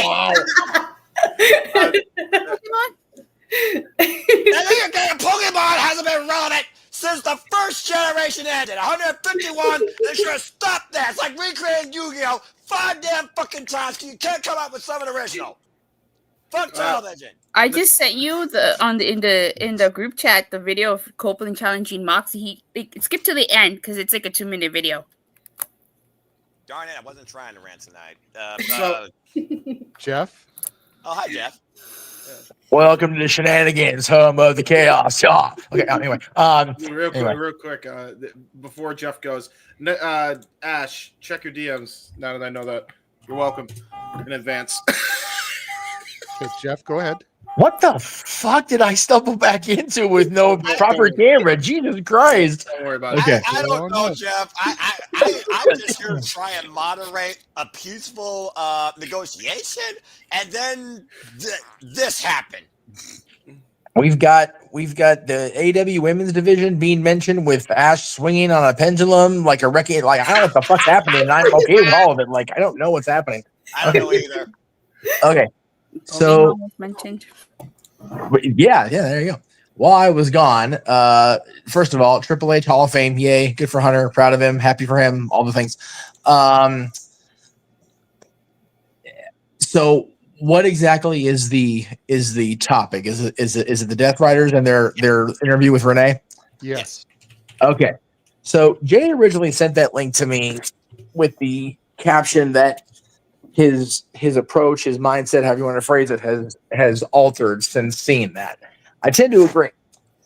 I still say we need a little more information, and I only say that because AEW decided to pull this trigger with John and his crew after they were already having the crowd turn on them and kind of like, okay, now what? And then it's been a summer into the winter of now what? And I feel like being the challenger brand, as Tony is so famous for saying, they need to not... Like, I am all for having my television programming making me think, making me curious, keeping me intrigued. But when you are a professional wrestling company that has consistently been the challenger brand, that is consistently, and for the record, everybody's going to be like that against WWE. Eric Bischoff taking WCW to the promised land was the end of a lightning bolt, as a dear friend of mine used to say, baby. I don't see that happening again. And by having a storyline that seems to continue to be going nowhere, like, I am scheduled to be at this pay-per-view on March 9th, and it's almost a guarantee that I'm not going to get to go because work's going to schedule me and I can't ask for time off this soon. And I find myself going, if I don't make it, yes, it's going to suck because I don't get to go to see a wrestling show. It's always fun seeing live wrestling, especially at the old stomping grounds down there at Staples. But creative-wise, story-wise, it's not going to affect me like not being in Indy tonight. I have told Aaron, I'm like, you lucky I like where I work, motherfucker, because I really wanted to see this Rumble live. Yeah. And I would have found a way. Yeah. Same with Vegas, WrestleMania. Like, it sucks. Other than the whole, I get paid to not be WrestleMania. It sucks that I'm not going to get to go. Rebellion. I really want to see Rebellion. It's at the end of April. It's a weekend night. So maybe not. And it's going to suck if I don't get to go because I'm thoroughly convinced Frankie's going to cash in that giant ass trophy he has to carry every freaking where and become the world champion. This story revolving around the world championship, revolving around the champion and his gang is not compelling me to tune in every Wednesday. I watched the whole show Wednesday and I told Aaron I had regrets. I'm like, why did I do what? And it was like I couldn't get to the club fast enough to drink away the memory. It was like, this is bad. It's bad. It's just bad creative.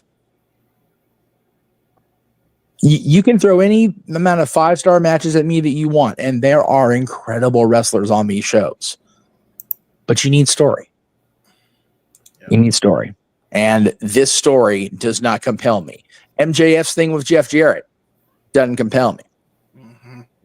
You know, I love Max. I love Jeff Jarrett. But it feels so forced. Yep. So, and again, this is not me attempting to beat the dead horse that is AEW over the head with a giant curly-headed shovel, but it is what it is. And it's going to be what it is until it's not. Yep. And I don't see a scenario where they're going to be forced to change direction. That's not to say it won't happen. You know, WCW gave the WWF enough of a swift kick right in the butt crack to make Vince go, I better change my shit. And he did, and blew him out of the water. You figure, let me tie the two together since I missed the Triple H Hall of Fame topic conversation. When Vince was in charge, however you think of Vince McMahon, whatever anybody thinks of him, and Lord knows, once again, news about him threatened to overshadow the Royal Rumble. Thank God it didn't. He would have never even entertained the idea of being out there in public and going in the Hall of Fame, because it wasn't what his running the company is about. I feel like Hunter's the same way, but he also recognizes that his vision is leading to the prosperity that even he couldn't have foreseen 5 years ago, 10 years ago. So he's making himself be okay with getting those flowers and the company gushing over him and him being the big goober that he's going to be. I guarantee April 18th is going to be the biggest goober Paul Levesque we've ever seen ever. Yeah. Mm-hmm. The value of that intrigues me more. I would rather spend my money on a week in Vegas, which is never a good idea in the first place. Ever in the history of ever. Without saying. And But I'd I've rather been to Vegas with Jeff. I know Jeff in Vegas. If drunk Jeff is not in Vegas, then Jeff needs something better. Something. Thank you. God damn it! Yes! I'm so cooked from the rants, and then you got to do that shit to me. Thank you, Jeff. No. Okay. So I would rather spend my money cumulatively over a week out there with WWE activities than try to find a way to be okay with a 3-hour pay-per-view that creatively I'm not going to enjoy sitting through, other than the company I keep in the seat next to me. And that's unfortunately for wrestling, when the company you keep in the seat next to you or the people around you is more of the value than what is in the ring and on the screens, that's a problem long term. Family time's great. Hanging out with friends is great. But if you're not compelling your audience to throw money down again, it's a problem. If you're not compelling your audience to not grab that remote control and go, fuck, not this shit again, problem. And that will forever be the problem. I want so bad for Mox, for Claudio, for Pac, for Wheeler, for Marina for that faction to be something that we're stop it. Don't start, you guys. That will allow me to be a engaged AEW fan again, like I was 5 years ago. Right now, I don't believe it. I don't see it happening.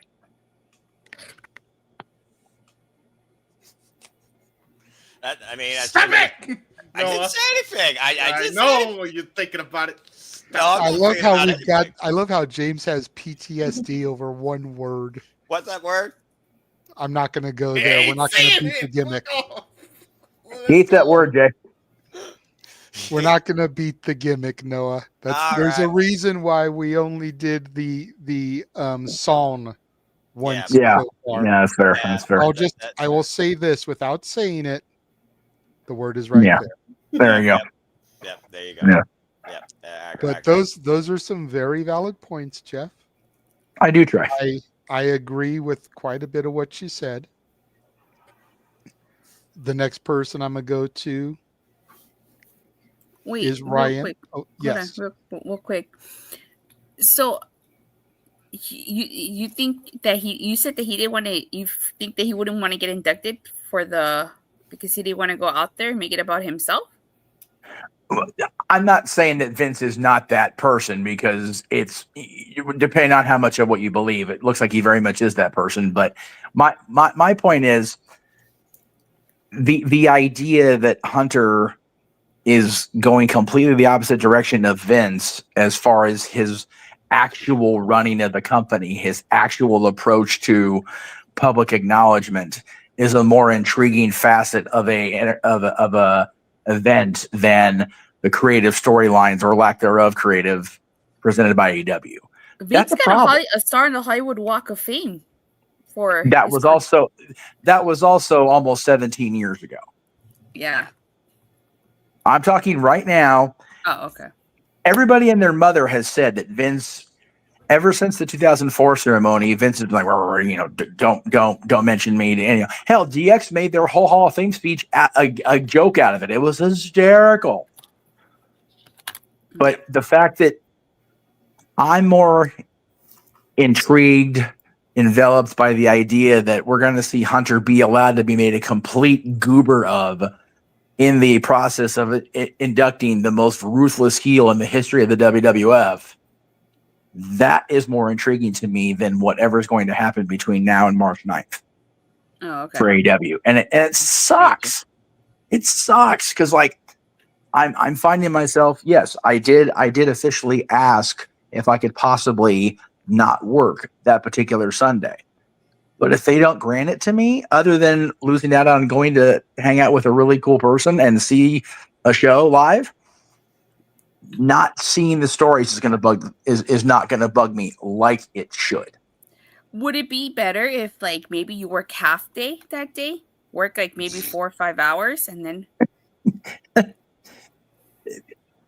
possibly, but that's not the point I'm trying to make. The point is I'm not compelled to rush up the freeway, is my point.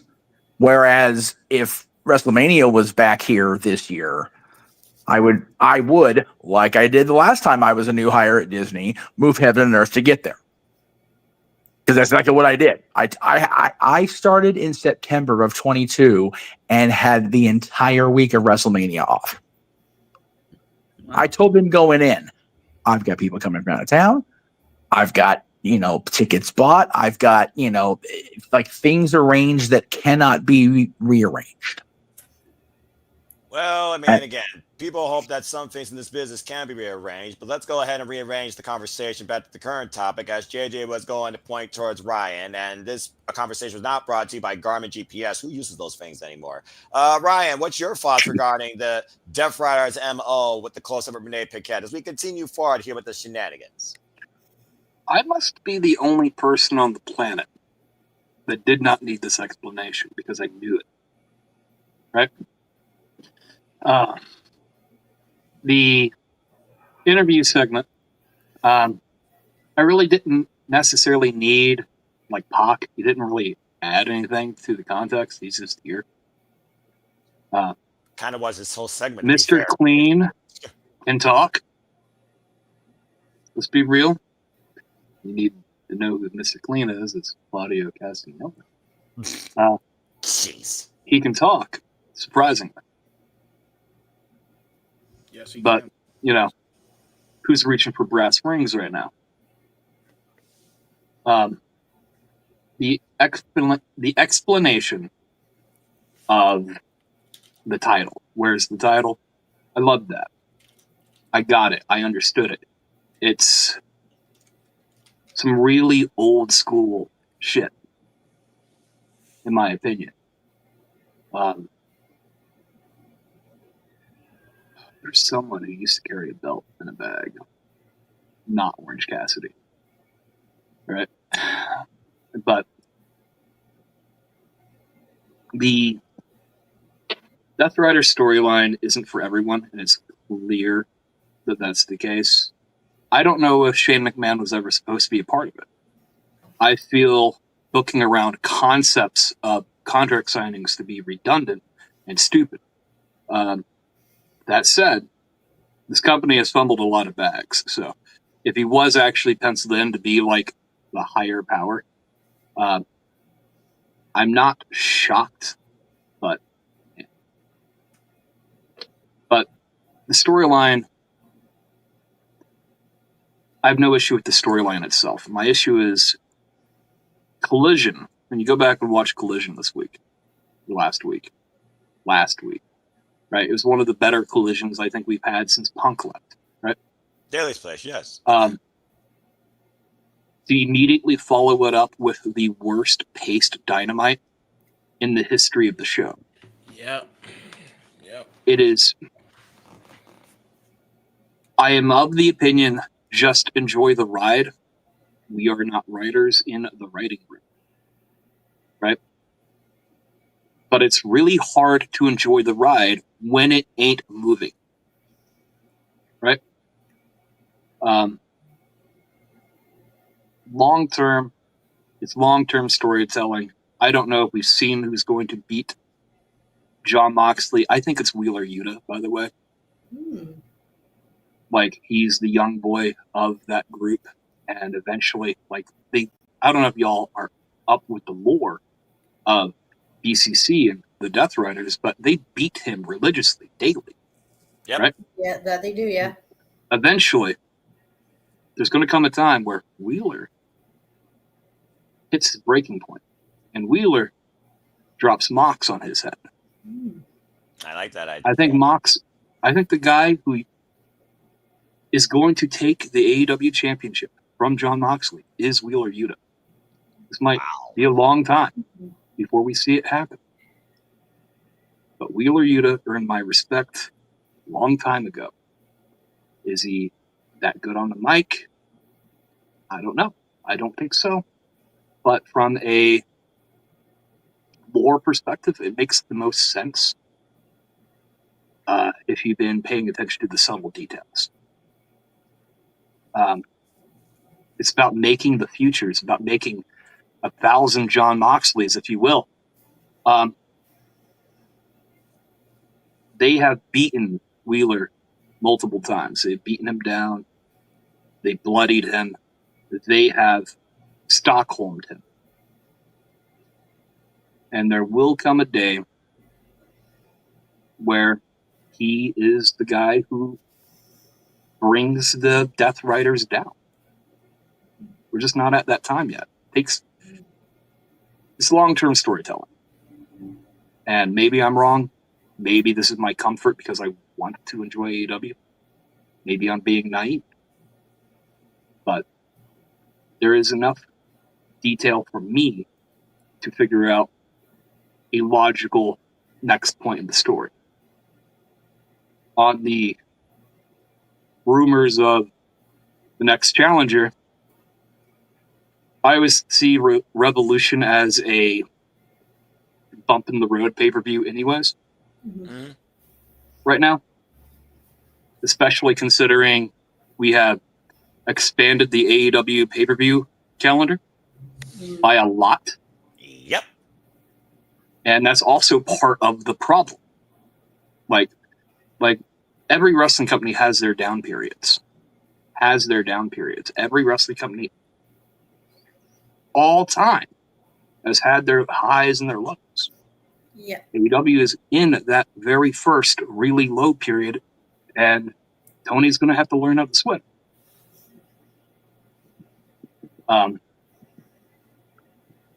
With that said, Revolution, if we don't have a great challenge for that, if it's just a bump in the road storyline, maybe not worth going to, right? Maybe it's not worth buying the pay-per-view. And that's the issue I have with it, where you got to make me want to shill out the $50 to buy the pay-per-view, right? Yeah, exactly. And because, like WWE, and this is why WWE can't go back to the pay-per-view model, they've, engineered their fans to not want to pay that premium price anymore. But now media rights deals, all that crap. Don't have to worry about it. I'm getting off topic. Right. I like the Death Rider story. I am in a minority, and I'm aware of that. But I will say, like, Dynamite was the worst it's probably been, and we probably could have saved that promo for Dynamite and not did a 20-minute YouTube skit. That said, it's 20 minutes long. That's a lot of TV time. So if they did run it on TV, I'm sure what would have happened, people would have got mad that it was on TV and it took up TV time from someone else needing an opportunity to wrestle. Can't please everyone. What exactly of the show? For me, I you almost never want to end a wrestling show on a promo segment. Right. However good the match was, I didn't get to see it because I was heading out the door. I could have done without another Mercedes Moné beating, with all respect, Noah, because I don't know these girls, jobber number 435 in the main event of Dynamite. Oh, I agree. And had the world champion, lay out his master plan as best as he wants us to hear it. That's where I put it on the show, is the last segment. If you're going to give me the secondary, at the end of the day, secondary women's champion against feeder number 3, because she's not going to lose the title on television. Yeah. Then have Mox and his boys and Marina end the show, and maybe have some sort of confrontation with whoever they're going to set up to go against him here in LA. Yeah, personally, I would have put Switchblade Jay White versus Yuta in the. There you go. Goals following the Death Riders storyline, especially with the Angle post. And I will say this: as far as the TV championships, TBS and TNT, I don't consider those main events even on the respective shows on the networks. I consider that being a draw point to bring people in for 50 minutes of television to demonstrate what the product is about, whether it's opener or literally halfway through the show. That's always been my opinion when it comes to TNT championships, which again, if you can't do some within 15 minutes, then what the hell are you able to do for this business? Unfortunately, Mercedes won't allow herself to be that spot. She has to be the main event. Well, again, we don't know the contract, but we only based on contracts. But I understand what Jada is coming from, because again, we are only fans. We don't work for it, but you can kind of like see maybe the actual gray in the black and white with what you see weekly. Talk about the potential women's division and who you see usually. Case in point, my little criticism from earlier. Yeah. And to the point that was made a second ago, I wouldn't have done Wheeler Yuta versus Switchblade Jay White in the main event, because Wheeler Yuta got his ass beat. Yeah. I would have flip-flopped it and put Claudio Castagnoli versus Jeff Jarrett.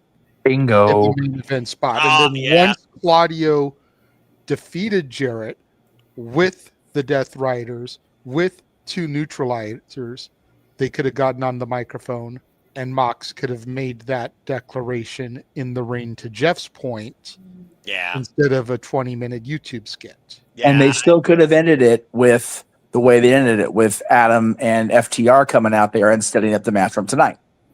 Right. The whole the whole Mid-South street fight. Either way, one of the Death Rider focused matches should have closed the show, not Ratchet. And then, like I said, if you're going to make that statement, to Jeff's point, do it in the ring. After Jeff Jarrett's hopes and dreams seemingly have been crushed for a world title opportunity. Seriously, a simple movement of segment. Having Mercedes open the second hour, having Jarrett and the Death Riders close the show. That's more compelling to me. That simple 7-second statement I just made. Mhm. I'm here for it. I don't go out the door right away. I'm waiting till 10 o'clock to leave the house. Plus, It is the worst paced show. Plus, if in the you history of flip-flop the Jay White and Jeff Jarrett matches, you've seen Wheeler Yuta be defeated, and you plant the seeds. Can Jeff Jarrett defeat the Sergeant at Arms, as it were, for the Death Riders? Yeah. We just saw Jay White defeat Wheeler Yuta. Can Jeff Jarrett do the unthinkable, defeat Claudio Castagnoli, and punch his ticket to Mox? Yeah.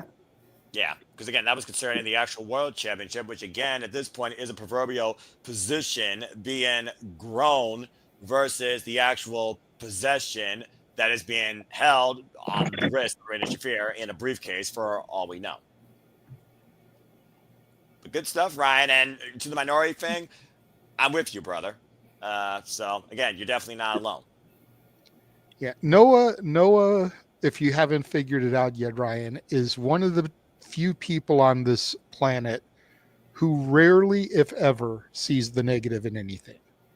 He's always searching for the silver lining. He's always searching for the pot of gold at the end of the rainbow. He always looks for the positives instead of the negatives. If Noah fed on the negativity, he probably wouldn't be part of the show anymore because we would have driven him knucking futs already. Valid.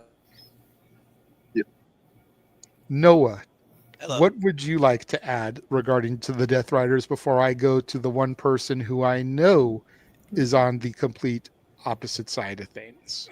Well, first off, want to give a shout again to Walter Cruz. He gave his brief thoughts here. He said, and I quote, he believes it's also too little too late. They should have done this as their introduction so we know why they came together. I do, however, have a newfound respect for them and can't wait for what's next. I like what Moxie said about the title. You were talking about the title. You were talking about the landscape. You were talking about the long-term nature of this campaign, all captured within the 10 minutes of Jon Moxley speaking alone after each member of the Death Riders spoke on their purpose. And each person spoke, I think, realistic values. Again, who's been the number one guy, the forward man of this company since its inception when he ushered in a paradigm shift? It wasn't Kenny Omega, why many thought he was going to be the guy. It was Jon Moxley. Chris Jericho was there because he's the name that you know for publicity's sake because he was recognized in WCW. Again, if it wasn't for that, I really think Jon Moxley could have been the guy that was the inaugural AEW World Champion. He definitely made the biggest impact. So that right there, opening statement for Claudio Castagnoli, it speaks volumes because even in the darkest of days, Jon Moxley was that light in front of nobody or in front of everybody. He was always the go-to guy, even after he fought his own demons and was still fighting them, as I met him personally. But also with Claudio Castagnoli and the outlook of the Death Riders, previously when they were Blackpool Combat Club with his lordship, William Regal, how Bryan Danielson encompassed this idea of him and Moxley leading a new generation of violence of professional wrestling. Damn it. It did fall way to the wayside where it almost felt like Bryan was having so much fun, he was destroying himself in the process, and Claudio and Moxley couldn't stand it. Why Moxley was in hiatus, there's a reason why Claudio literally walked away one point away from Bryan Danielson. You saw it verbatim if you followed Collision. So, again, I like the fact that why this may have felt long-term to understand for those that may not follow as close as I have. I like the fact they did bring this forward finally because, again, it really has been brewing ever since Jon Moxley came back last year at the beginning of the year on Collision and said, do one thing, friends or foe, keep the fuck up. And also, of course, when he came back after losing to Naito last year, Forbidden Door, this isn't your company anymore. It felt like they were definitely trying to create something here, and this is what we got out of it. And again, Shane McMahon, original direction or not, completely suspension of disbelief, all right? I can understand Shane with the connection with Jon Moxley, particularly more than anybody else with the WWE former casts, as you'd like to call them, but it is what it is as far as that goes. Hell, there's still freaking speculation about Scott D'Amore trying to take over ROH. Why everyone's praying for that. But, yeah, and then Pac, he literally talking about the guy that has been there the whole time, never felt like he belonged. I can understand where he comes from with that, considering how many times he's been segued in and out of trios, tags, and singles championships, but never felt like he had a spot for himself where he was comfortable in this company with anybody. And then with Yuta, again, a young prospect here, training with some of the all-time greats in technique, in combat, and literally William Regal himself. What happened? Regal's gone. Bryan's a broken man, formerly what he used to be. And the only one that seems to keep pushing with Yuta the most is Jon Moxley, to the point, literally baptism by fire, when you were slapped to death, or chopped to death, during your wrestling career. Willa Yuta's had insert adjective here, done to him so far, not just by the Death Riders, but anybody he's been in the ring with. And it goes to that growth for right now, why Jon Moxley says he's trying to grow 1,000 Jon Moxleys. He may only have one with a Yuta, where literally he might be that secret weapon, to Ryan's point, to become the possessor of the AEW Championship once cultivated, grown, forged in the fires of combat, as Jon Moxley was eloquently putting it. And Marina Shafir being a mother, being the protector, essentially, of this title, of this mission. And why James is always going to criticize her from a wrestling standpoint. The fact that she don't give a fuck what James or anybody says and sticks to her own commitment. Jon Moxley values that. He values integrity. He values those that stand for what they believe in. He values those that no matter what, they just keep going. So I can see why he and Shafir were the first two we first saw when this came together. But yeah, definitely for me, I've been rewatching it over and over again. Key and I talked about it in the review impromptu, and even he is re-engaged in the Death Riders, like you.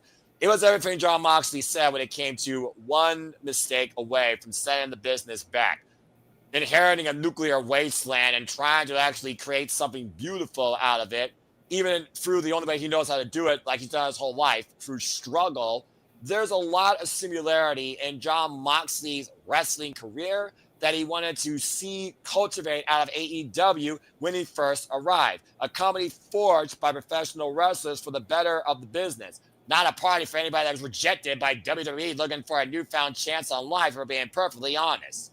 So there was a lot of truth to what Jon Moxley said, and I do think right now it's more important to look at the future of AEW versus who holds the championship at this point. So I'm really engaged to see where this goes. As far as who takes it, I love the fact that he put Willa Yuta out there like that. Darby Allin, I know he and Moxley have a long-term history. There's a lot of respect there, but there's a reason why Jon Moxley took his chance to the AEW World Championship and why he threw him down a set of stairs.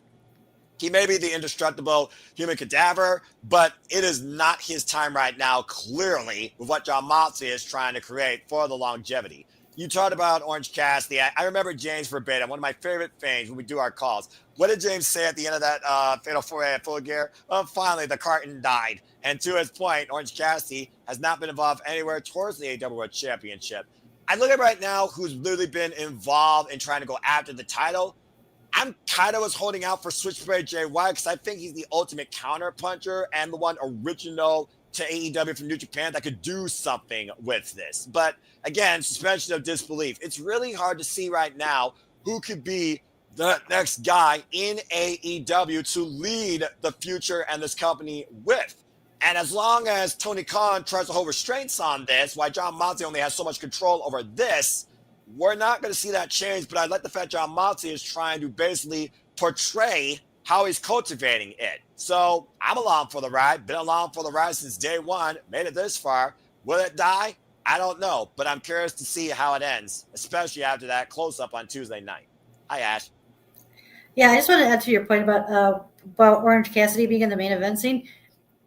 I like when he got wedged into it, like at World's End, I felt like it was too little too late for him to become in the main event scene, because I figured because especially like how the way he was super booked strongly and as the international champion, I thought that would have been like the perfect time for him to get into the main event scene, is like after he lost he lost it the first time. Yeah.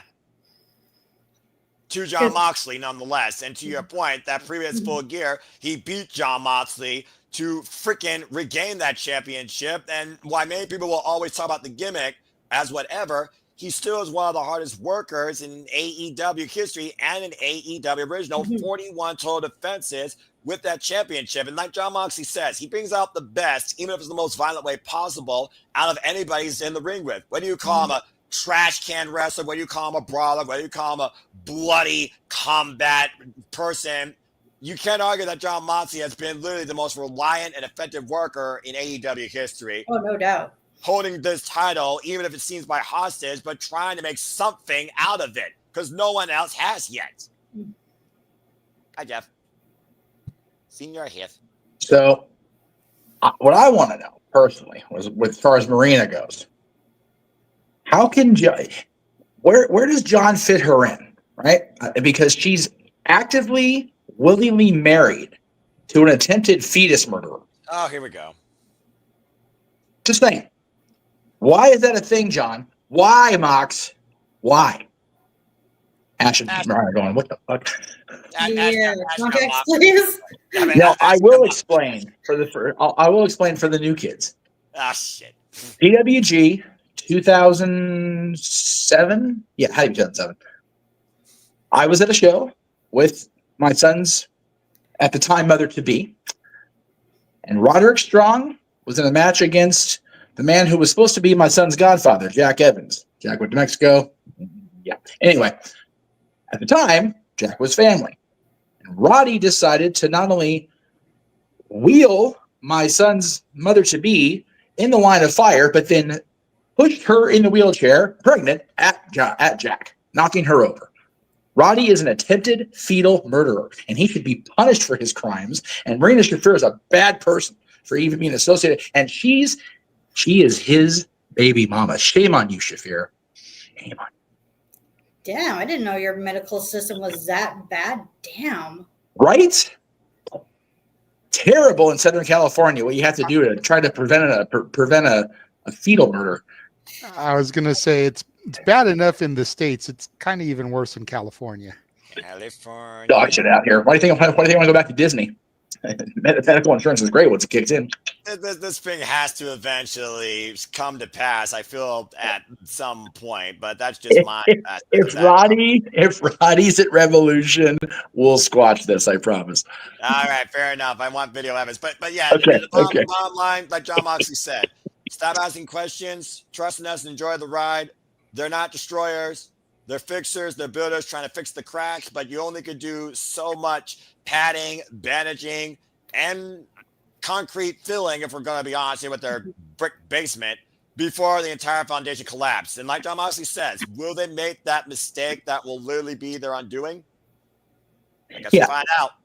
To reiterate, let me elaborate a little bit further what I was saying earlier, because I had a phone call I had to take, stupid phone. I don't disbelieve in the idea that they can rebuild. My issue, I guess, is with the timing. The fact that they had a feel-good story with Brian, which I personally feel they shouldn't have done if they knew Brian was going to be bowing out long-term. I think that should have been not a thing, because it got us old school Dragon fans hopes up too high, and then he just lost the title almost right away. Right. And the fact that it's taken till now, figure Box beat him what, September, October? It was October. Wrestle Dream. So it's taken him this long to get the mission statement out in a time where the company can't afford to have time with unknowns. It's fine to build a story. It's fine to build intrigue, but as I said, the story being as developed as it was in a YouTube segment just this past week, after almost 4 months or whatever it's been of nothing really substantial other than we've got the belt, it just left me a little flat. I am hopeful, and I was really harsh earlier, and I'm trying really hard not to be AEW, but it just I can't help it, and that's a flaw in me. It is what it is. Well, I got you. I mean, and it's fair. It's like Mr. Tito, who is very passionate about an aspect of tag team quality in WWE. I don't hold anything against you when it comes to those type of counter opinions, because you have this certain aspect that you hope to see, and sometimes it just isn't there, and you wonder that why isn't it there when it actually can be. Potential of the women's division, the aspect of the story, and the importance of how it develops, how it ends, who actually takes the AEW World Championship out that briefcase. Even John Moxley says, you want the AEW World Championship? Pin me. 3 seconds. It's a simple formula. You raising an army? I'm raising an army. More than you see here. And the fact that he said that has even been more intrigued to see how many more depth riders we might see in the near future. Maybe a new one as soon as Revolution, even if John Moxley faces Adam Copeland. Yeah, I'm not opposed to the way they're laying it out now. And I like the fact that it's going to forever draw comparisons to everything else. That's just the way of the wrestling world, the way of the wrestling fan. Yeah. It very much feels like the NWO in the aspect of the main person has the world title. It appears in different form now because Hogan spray painted it. They've got it locked up. You don't ever get it defended except at the major shows. And they're just thugs backing up this seemingly out of his mind despot leader. And that's great. I was an NWO fan. Do I not like Hogan now? I don't like Terry Bollea now, personally. But I don't mind Hollywood Hogan. So I'm intrigued enough where I'm not just yet. But it's going to take a lot going into and coming out of Revolution. That's fair, especially when it's being the first pay-per-view. But JJ, that's all I got to say. I ain't got no more questions at this point. I'm just sitting in for the ride and seeing where this ride's final destination leads.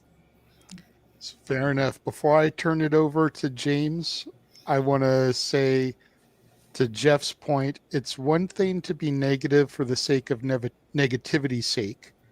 It's another thing to have criticism. Exactly. Yes, thank you. We all have criticism. There's some people out there that are negative just for the sake of being negative. The next thing I want to do before I pass it over to James, who has been very patient. Yes. And I have a feeling we're going to go maybe a little bit crazy once James starts talking, but hey. Datilla did put in the private chat that she's getting tired. She's looking to bounce. So let's go ahead and let her sign off. And then once she powers down, James, the floor is yours. BJ Datilla. I'm not even wearing pink, but my earphones are pink, so I guess that counts. There you go. I'll try to join you guys more often if I can. It's just been, you guys know, well, some of you guys know, life and stuff, but yeah. You guys can follow me on Twitter at @Datilla_. I talk Raw, SmackDown, maybe someday NXT, AEW Dynamite, and TNA Impact. I check me out my YouTube channel, Rages Wrestling, every Monday, Wednesday, Friday, occasional Saturdays and Sundays, and of course, all things TNA. You catch me every Thursday on Body Slap. But quick, before I bounce, JJ, do you try to convince Natalie to watch NXT every week like you do me? I try to convince everybody to watch NXT because it is the superior broadcast every week. He's in made my recommendations opinion. for me as well. Sorry to cut you off there. No, it's Yeah. okay. I to Jeff's point that he was making earlier when it comes to Revolution versus Triple H's Hall of Fame, there's weeks that I can miss Raw, I can miss Dynamite, I can miss SmackDown, and I'm okay with that. I'm not in a rush to get back to watch it. Nope. But if I miss NXT, I'm kind of pissed with myself. Yeah, exactly. Because in my humble opinion, it's the superior broadcast every week. Raw and SmackDown still feel like they're getting used to the 3-hour formats. AEW, we all just admitted, gave us one of the worst paced Dynamites ever this past week. And honestly, TNA, half the time I'm like, oh yeah, TNA's on. Right. Yeah. Unless I know that bad. one of my NXT people is going to be on there, in which case I want to see it. Like we were doing Simply Predicting this week, and I had TNA on because I wanted to see Wesley in action. And Cora was on this week, wasn't she? Yes, she was There against you go. Brookside. Good man. That's right. Yeah, I saw that. So and I still hold TNA as my weekly show, and usually Dynamite's always a priority, but this week, boy, was it a dud. Attila, I think JJ's point can be summed up in a horrible parody of a classic. Well, not classic. It is classic now because we're all old as shit. Everybody, yeah, should watch NXT. Yeah. Just saying, everybody should watch it. You're trying to do the Backstreet Boys, everybody? Absolutely. Yes. That Whatever it song takes. hasn't been the same since I heard Joe Henry's version of it. Well, you know what?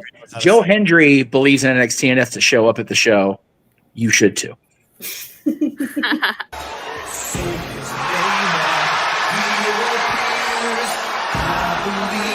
Joe Hendry. I believe in Joe Hendry. Damn it! Why you do this to me?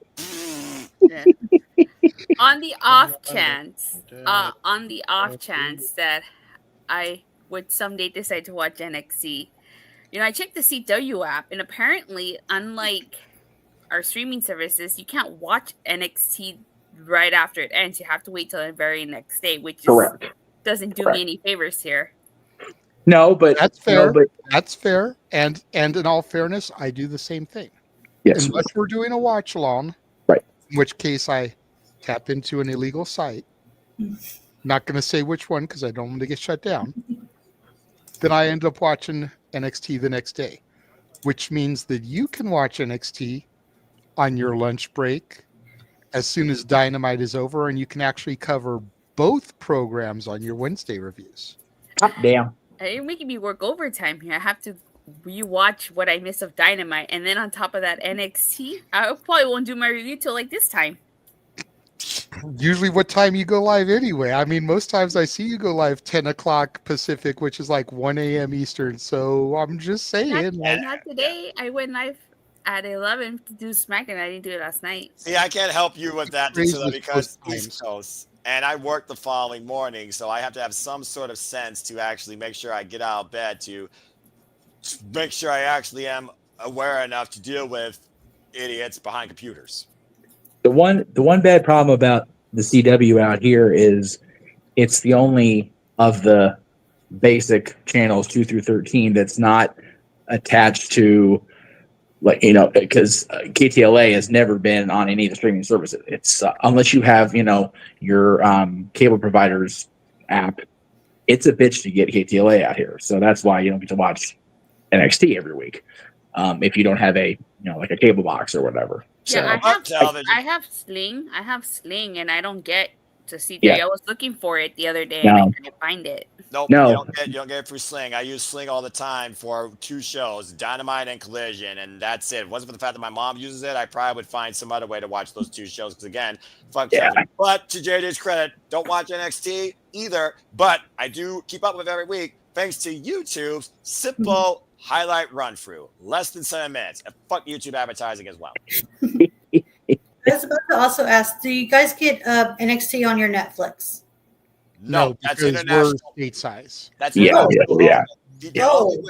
The only way we would get it, and hello, this is the tech moment with your IT special Noah Foster. If you invest in a VPN service like Surfshark, you can actually go into other servers and engage with international content such as ITV, British Television for all your game show needs, or you can go even to Netflix and the WWE Network, if it's still a thing, courtesy of international servers behind a private firewall. So start a Surfshark subscription today and find your way across the world, across all other forms of media international. I need to talk to you about that That's because an infomercial. right? I need to talk to Noah because I keep seeing Stevie V advertise nor whatever the VPN he advertises, and I'm like, you know what? I'm sick of this having to wait until 11 a.m. to finish or 11 p.m. to finish my night bullshit. I need to get tapping into the East Coast stuff again. So, Right. Anyway, It's like, and Surfshark, if you'd like to sponsor us, you can email me at rowjj@gmail.com. You just did a whole free advertisement. We're not getting paid for it. No, come on now. Right? Again, I mean, it's not about me. It's not about me. I mean, I plug other stuff. I plug you out. Subscribe to Rage of Wrestling. So I mean, but when the IT brain triggers in, as someone has been involved in IT for 13 damn plus years, oh god, it is what it is with me. But again, virtual private networks, they go a long way. That's how I keep up. That's how I keep up with the chase and beat the chasers and Pointless, some of my favorite game shows across the UK. You should watch the IT Crowd, the British show IT Crowd. I think you'll get a it's good stuff. Is that a drama? It's a British comedy show series. It's about IT, the IT department. I think you'll like it. I'll think about it. Oh wait, no. As a member of the Walt Disney Company, I am not okay with pirating streams and things like that. Surprise Disney Plus today. Damn it, Jeff. Damn it, Jeff. You right. corporate idiot. I'm gonna go ahead and power down, you guys. I'll catch you guys next time. And if you guys want Datilla to start covering NXT, tweet her at Datilla_. Tell her she's Watch NXT. Watch NXT. He's never going to stop with this. He is never going to stop with this. Never gonna stop him. Never gonna stop. JJ's not going to stop until I successfully watch NXT every week. That is correct. Right. Hey, you got me to the point where not only was I tuning in on a weekly basis, watching and reviewing TNA Impact, but I believe in Joe Hendry. You can't give a little bit back to me? Come on, Datil. I thought we were homies. I mean, We are homies. The West Coast Watch homies. I mean, NXT. Watch NXT. Do YouTube only. Do YouTube Go to Stand only. and Deliver. Fuck advertising. Buy tickets to Stand and Deliver. I'm not going to Vegas. Wise woman. I got priced out. I'm not paying $1,200. I'm not paying $2,000. $1,200. I didn't say go to WrestleMania. I said go to Stand and Deliver. There's going to be 500 other wrestling companies running in that Why would city I- without going to WrestleMania. Oh, here we go. Why would I go to Vegas if I'm not going to go to WrestleMania? Because Vegas is spend awesome. your money on the independent. Spend your money on Stardom. Spend your money on Dragon Gate. Spend your money on Prestige. Yeah, I did that for New York. I did NXT Takeover New York and G1 Supercard that year. I still hate you for that, by the way. Spend your money on your boy Jeff smoking his first actual blunt with Rob Van Dam. I mean on wrestling shows. Huh? What? What? What? Go to go. Good night. Have a great night, guys. Good night. And there goes the Tilla. And then there were 6. Boy, did that go into a different segue. It's a bad chance of me actually trying to figure out what the fuck football is and finding a team than freaking American or European? freaking trying to watch the Yes. fucking CW Yes. or NXT in any capacity. Actually, we're talking about because he has to do Super Bowl color commentary now since bloody Joe hell. Hendry entered the Royal one-off. Rumble. Actually, we are talking about the Canadian Football League. Oh, that one. Okay. Yeah. Wait. The one that The Rock left with $7 in his pocket. That one. Canadian Football League? Wait, I thought the XFL was American. Wait. No, but we actually do in Canada. We have our own football league called the Canadian Football League. Mhm. Oh, okay. Rock actually played for the CFL when he got injured, and then, like I said, left with $7 in his pocket to begin his wrestling training. The only sport I knew Canada had was freaking hockey. Attaboy. There you go. All kinds of sports up here too. I was going to say they have basketball, the Toronto Raptors. Oh, yeah. Recent NBA champions. Yeah, man, I went there in 2019 in Toronto when I saw NXT Takeover Toronto, and SummerSlam. That SummerSlam was, bleh. But They also have the Toronto Blue Jays for baseball. That's a baseball team. Yeah. Oh, you mean the favorite baseball team of that freaking guy that returned to the Kings and played like dog shit? Yeah, that guy. Okay, anyway. Yeah, that guy. Oh, I don't know that guy. No, don't know that guy. No, I know nothing. I know No. nothing. I know nothing. I think if Noah were to have a pro football team, just out of loyalty to where he's from, he would be a Cleveland Browns fan Very likely. because that's his Ohio representative. I don't know. I've heard the Cleveland Browns kind of suck. Either that, or since he's in Ohio, just have him root for Cincinnati just to piss Greg off even more. There you go, the Bengals. There you go, the Bengals. Dude, That'll make Sean happy. Noah just buried the fucking Cleveland Browns live on the air like 6 feet under. Jesus Christ. I mean, you, Am I wrong? they're already dead. No, you're That's the not greatest wrong. thing ever. You're right. I don't know a fair about football, but I heard they suck. Hey, listen, They do. I will always feel bad because of Bottlegate. If you know, you know. Bottlegate? They got screwed out of the Super Bowl because of a bad referee call in 2000. Oh, There's no screwing out a Super Bowl when it's a work. Yeah. I was say, isn't football rigged? It is. Yes, it is. Yes, Okay. it is. Check, please. Yes. Okay, I thought football was rigged. I'm like, Well, then there you go, Noah. If it's rigged, it's kayfabe story. You have no problem calling the game next week. it's not wrestling. I'm not looking at an incredible exhibition to a free catch. There's a bunch of stupid people running up and down the field trying to catch a ball or break through a person. Jeff, All I'm waiting for next week. Granted, I have to work the Super Bowl, so I won't be able to watch the call. All I'm waiting for next week is for someone to go for a tackle and Noah to be like, "Gore, gore, gore." Wait. That's not called a gore. That's not even a spear. That's a takedown, right? Here's another one. Don't bounce. Period. Don't bounce in football. I've never seen a person leave. I've never heard of a person leave their feet. As long as the pounce is on Mahomes, I'm here for it every day of the week. I don't care. Three-peat. But anyways, back to the wrestling conversation. Oh yeah, wrestling. Yeah. James. Oh God. The puck is in your zone, good sir. And yes, that hockey analogy was for real. That was on purpose. Go check out the Gary Hebert documentary. Thank you. It's not up to 2K likes, and hopefully part 2 will be out before John Cena wins number 17. Yeah. I was watching while everybody was talking about AEW. I was watching most satisfying videos of workers doing their jobs perfectly. I'm seeing somebody do a chessboard, and now I want to eat it. Sorry, I'm fat. What was I talking about?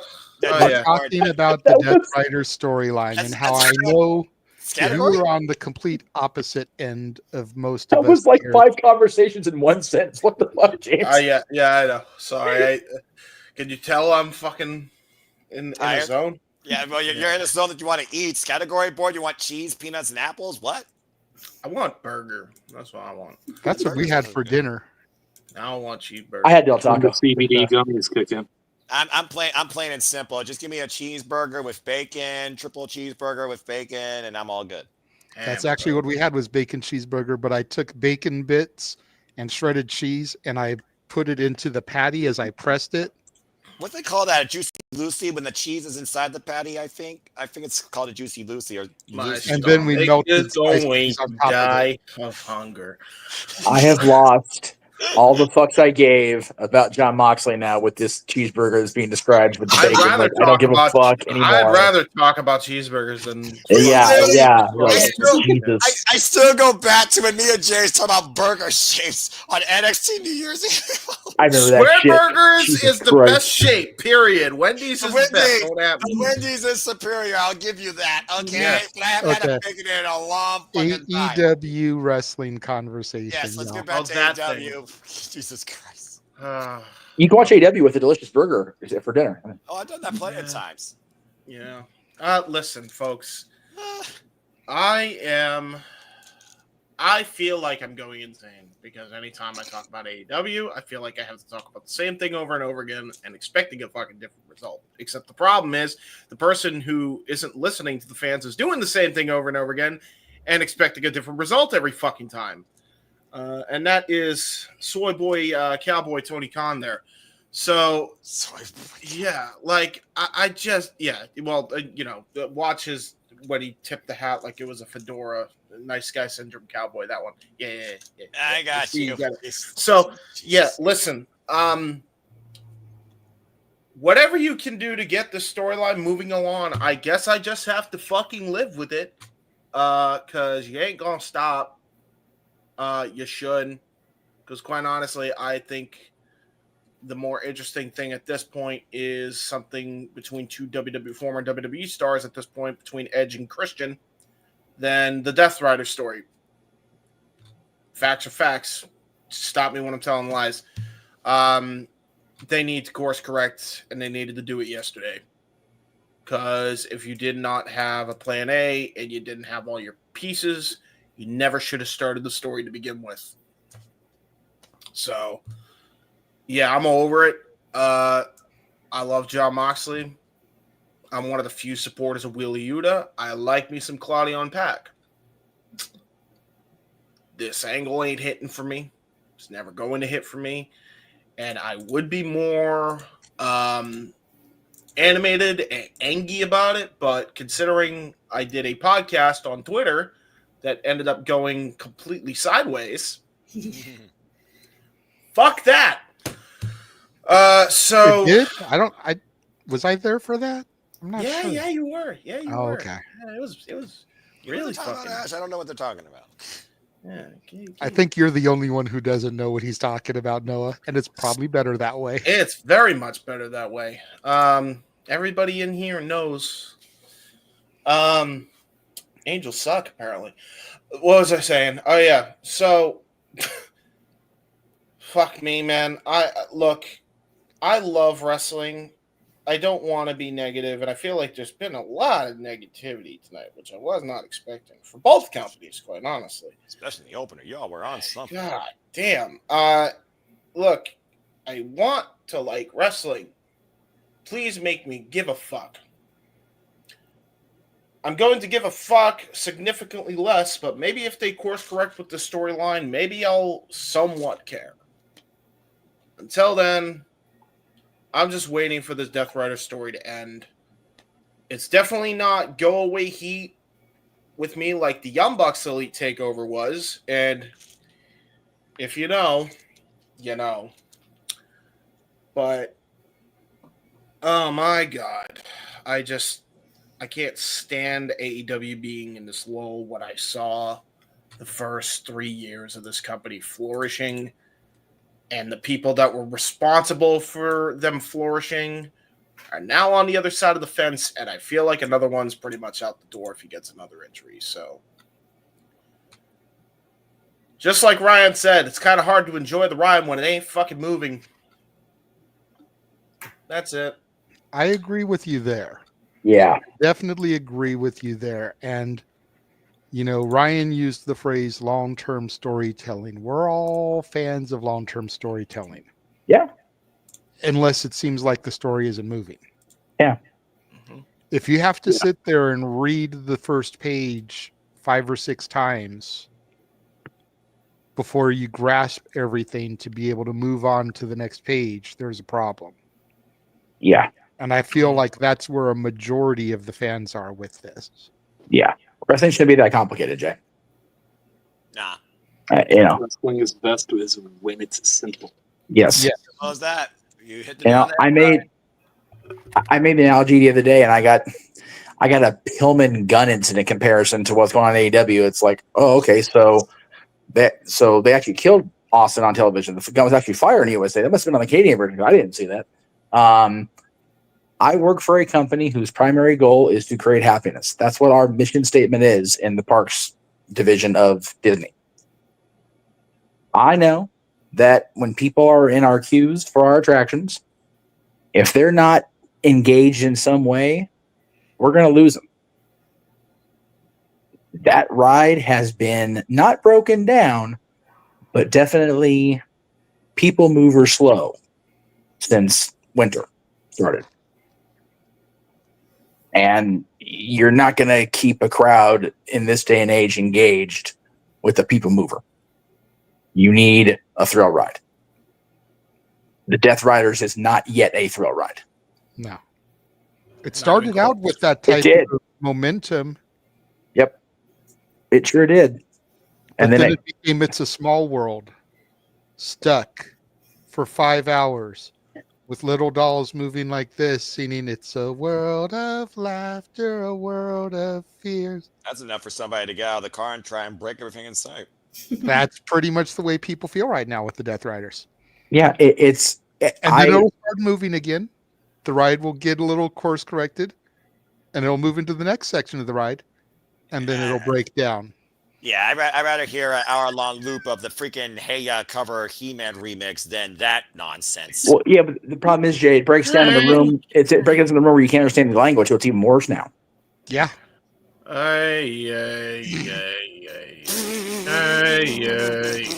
James, what's going on? I'm fucking tired. I think we fried his brain with the analogy.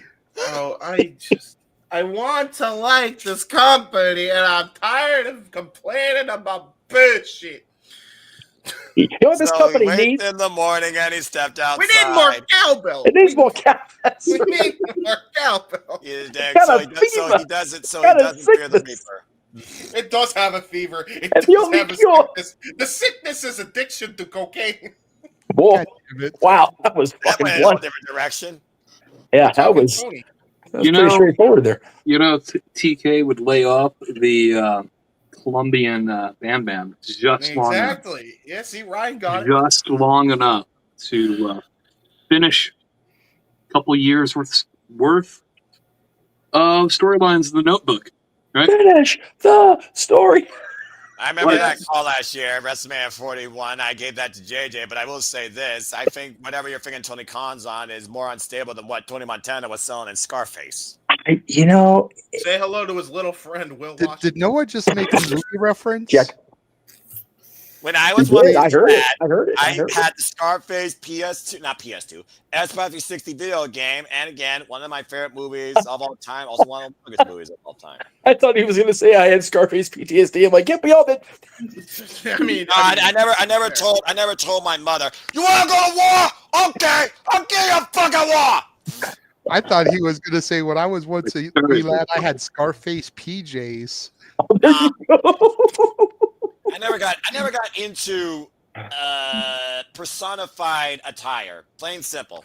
That's okay, JJ. He can have the PJs and the PTSD as long as he had the Scarface Peruvian blow. That's the important thing. I was about to say, I'm surprised that no one knows Scarface and played the video game because that shit's awesome. That game is Hey, awesome. you know what? Scarface reference made for one of the best Eddie Guerrero t-shirts of all time. I will die in that hill with a pound of blow in my nose. I still own that shirt. You dick, and you're a dick for that, by the way. I'm just saying. All right. I think I don't have a violent side, and I don't, as far as you know. It's not like I have a knife in this blazer, but, you know, there's always been violent thoughts within me at times, more towards other people versus myself, but that's a whole different conversation. Oh, fuck. Goddamn. Right? Noah making and alluding to the fact that he may be packing. Now what would give you that idea? You're gonna have to in these trying times nowadays. I mean, Right? you know, one point my father had a .45 caliber, so I mean, you know. Wise man, call 211. Anyway, What? Huh? Huh? Yeah. Yeah. Okay. Okay. What the fuck is happening? I don't know. What? And with that, you can hear the train going off the fucking way. And once again, Ryan. Like it didn't already, Ryan? I want to say, and once again, Ryan, it doesn't matter. Here's the train coming. We have the train going off the rails. Where's Thomas and his friends? Sorry. The train was going off the rails when my daughter was cursing and giving her rant. I mean, Generation Z has a potty mouth as wide as. My favorite part of that was Uncle Mikey's uncomfortableness at her swearing. Right? That made my night. Not gonna lie. Oh man, uncomfortable. I've heard worse. Oh God. What I want to do now is I want to take you see the videos on like Instagram where they take a wrestling promo and they dub it into like Mickey and Goofy's voice. Yes. Oh, God. Yes. I want to do that now with them and have it be her as Minnie Mouse and then him as Goofy since he's Uncle Goofy. James? Don't. What do you mean? What do you mean? You know, you do the thing. Do the thing with the voices. Clip the shot and make it happen. Oh yeah. Paul, James do we have a problem here? Well, yeah, but like do it for real. Like, wait. Yeah. Not right now. Get some AI. Turn my daughter's voice into Minnie Mouse and turn Stat Boy's voice into Goofy while she's going off on her rant. So who's Mickey in this equation? Probably I could be Mickey just for shits and giggles. Whatever. Okay. Yeah, Jeff could come in later and say we got a problem. Oh God. Oh, we always have a problem when the mouse is made fun of. Trust me. But anyway. That was a Cartoon Network kid and a Nickelodeon kid. Very little bit of a Disney kid. That's a whole different conversation. But anyway. Anyway. That is going to just about wrap up the AEW conversation. All I right. think she had her hand up. Oh, go ahead. Like going back to like the Cartoon Network thing. Growing up here in Canada, we didn't have Nickelodeon and Cartoon Network as their own cable networks. So all the Cartoon Network and Nickelodeon shows were split between these two Canadian TV shows called YTV and Teletoon. Oh Jesus, I remember those. Oh God. Yeah. Teletoon. There's a name I haven't heard in a long time. But I mean, hey, you know what? It probably still is better than most television today. So I mean, I feel uncomfortable. You want to talk about Canadian television that I haven't heard of in a long time? You can't do that on television. Oh, sweet God. I wonder how the That Canadian show was warped. I wonder how the Canadian Family Feud's holding up. That host seems a lot more disenthusiastic than Steve Harvey. Yeah. I don't watch Canadian Family Feud. To be fair, Steve the fuck does. Steve Harvey set a high bar. Well, he did. Yeah, he's the man. Yeah, Like, longest running host, I think, in family history since Richard Dawson. I don't know if he surpassed him, though, but yeah, he's literally revived the entire Family Feud landscape. Amen. he's the best host of that show ever. I love Richard Dawson, but Steve Harvey's the best show that show ever had. Best host that show's ever had. If he was the general manager of AEW, you'd see the Death Riders are going to hell. And so is this show. If we don't get to heaven by making everybody go GTS, by Jada's trying to get the shills going. Problem is, we're trying to get the show to go home, but yeah, it's on YouTube. Anyway, carry on. Yeah, it's going to be on YouTube. All right. So before we get into the shills, I'm going to take another opportunity to shill our watch-alongs. Oh, jeez. Especially with Senior Hef here now. Hey! And I'm going to run one more time the WrestleMania Road trailer. Just because it means we get to hear that song again. That's fair. And we will come back with the shills. And now for a taste of things to come.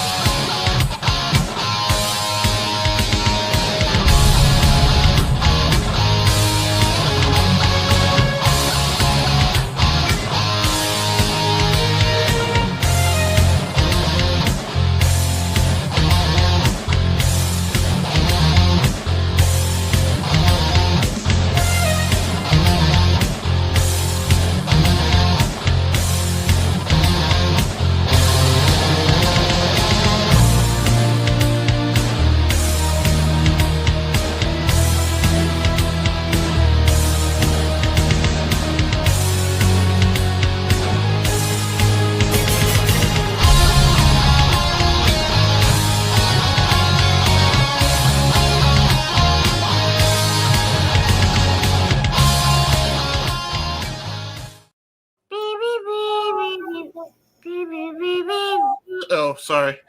Yeah, James' brain got stuck on a freaking repeat, apparently like looping an audio clip in a PowerPoint presentation. I should know. I do that for a living. Anyway, again, folks, truly we encompass everything, especially when it comes to the week of everything. All the wrestling. And I'm sure more is to follow. Who knows what else might come across the landscape during the freaking most busy week of the year professional wrestling landscape in Las Vegas. Right, especially April. That is scary. That's only 3 weeks for a commercial. There's 21 days included in that commercial. That's batshit. Yeah.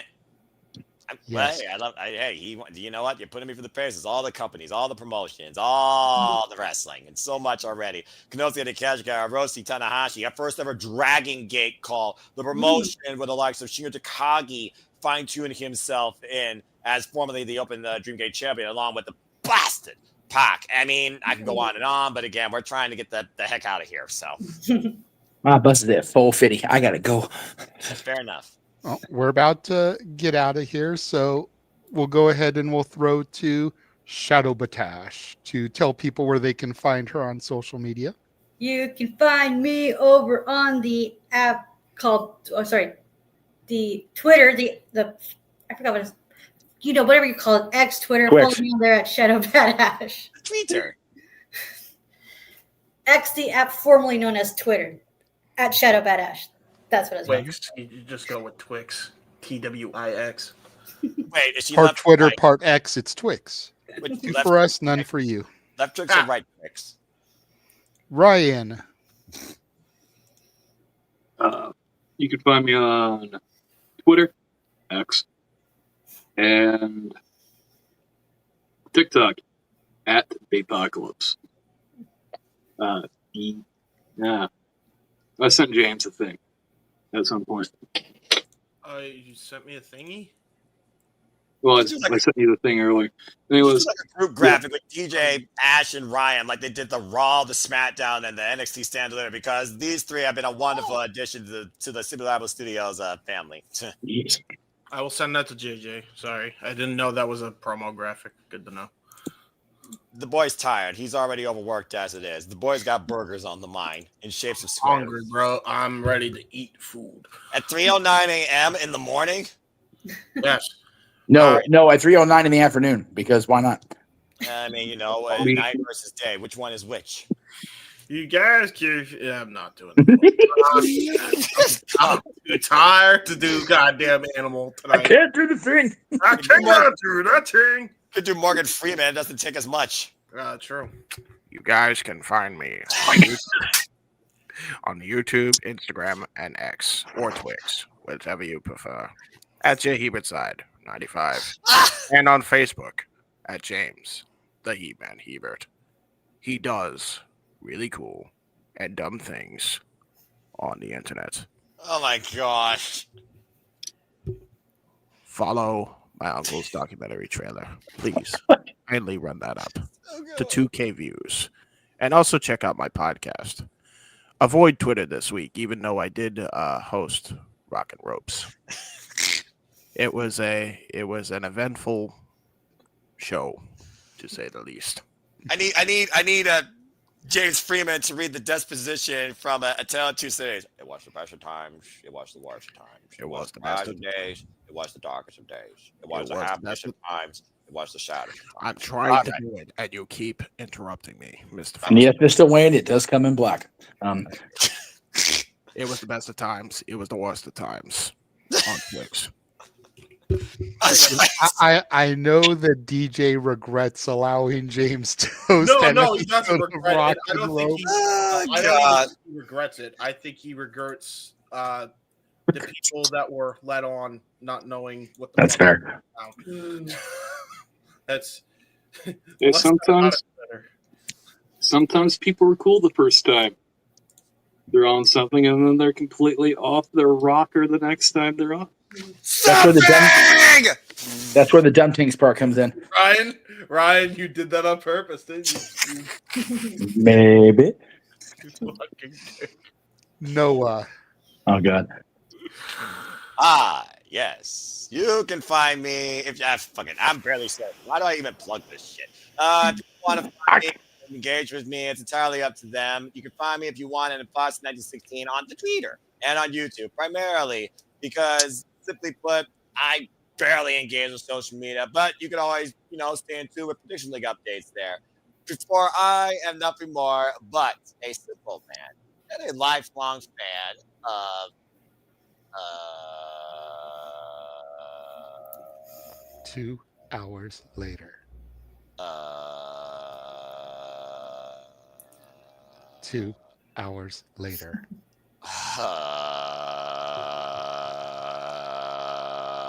2 hours later.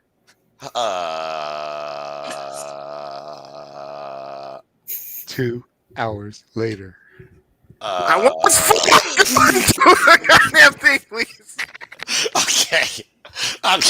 I'm gonna one day just keep that going, and we're just gonna stick the thing with 2 hours later. Even Safet just did the 2 hours later. If the chat keeps doing it, I'm gonna keep doing it from now on. But tonight I'll give James a reprieve. But yeah, I'm simply put a fan of professional wrestling. Damn it! I only wish to remind you and encourage you there are no winners, no losers, no betters, just fans with opinions for this passion we all share. At the end of the day, support and I respect each other, protect your mentality too. Treasure your families, even if you like annoying them. And Ash, next time you gotta do the graphic. I told JJ to get the one graphic. You gotta do the one graphic you did like the enunciation. And just try life and enjoy the rest as simple as that. About the narrator. Graphic? Wait, hold on. A graphic for So I was looking on YouTube and literally there's a compilation video of those time card graphics, including the one that you did, where you're like, so much later, I think the old narrator got so tired. long that the old narrator got tired of waiting that they had to hire a new one. And next time we're gonna add that in, and we're gonna go even longer than 2 hours later. I guarantee you that. So that means I'm gonna have to do it because I'm the only one with a Morgan Freeman voice. And was it Morgan Freeman or some French diver underwater? It was a French person. It was a French guy.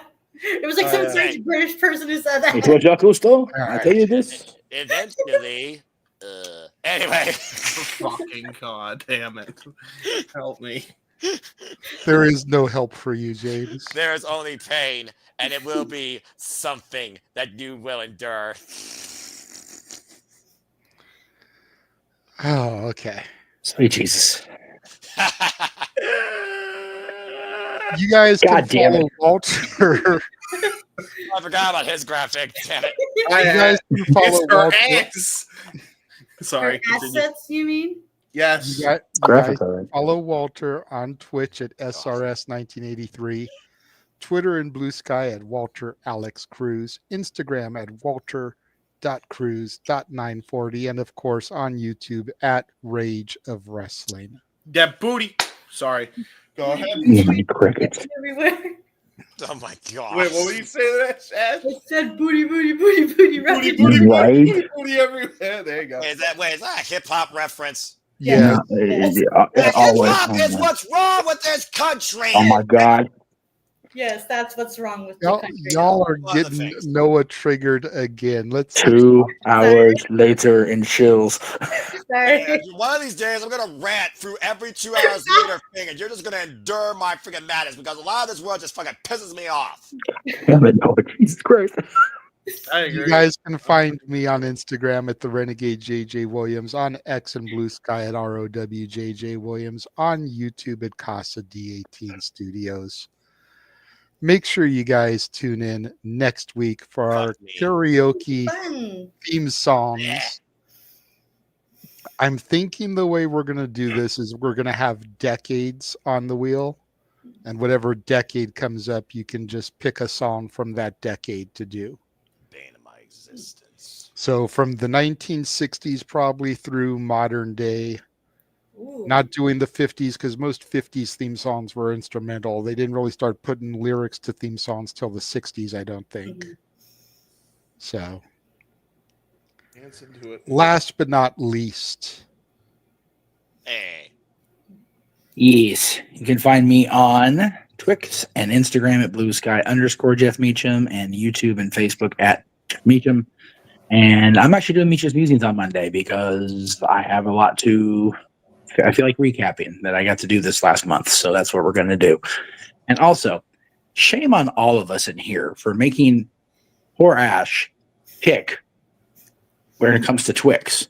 She said very clearly she swings on the pendulum. She can have the right and the left Twix. She just eats Whatever both I'm in the mood for. Whatever I'm in the mood for. She just eats both at once, like a. That's a Noah, Yes. We're going down a rabbit hole. Yeah. We're going down a rabbit hole. Yes, Noah, she eats both at once. You shut it. Not like that rabbit hole. I'm talking about an actual rabbit hole. Let's not go down that road. Oh, I want to go down the rabbit holes, but we don't have time. Well, I mean, there's a certain rabbit hole we know Nova would like to go down. Am I right? Oh my god. God damn. That's it. Good night, everybody. At least it wasn't me who said it. JJ, hit the button. JJ, hit the button quickly. Ash!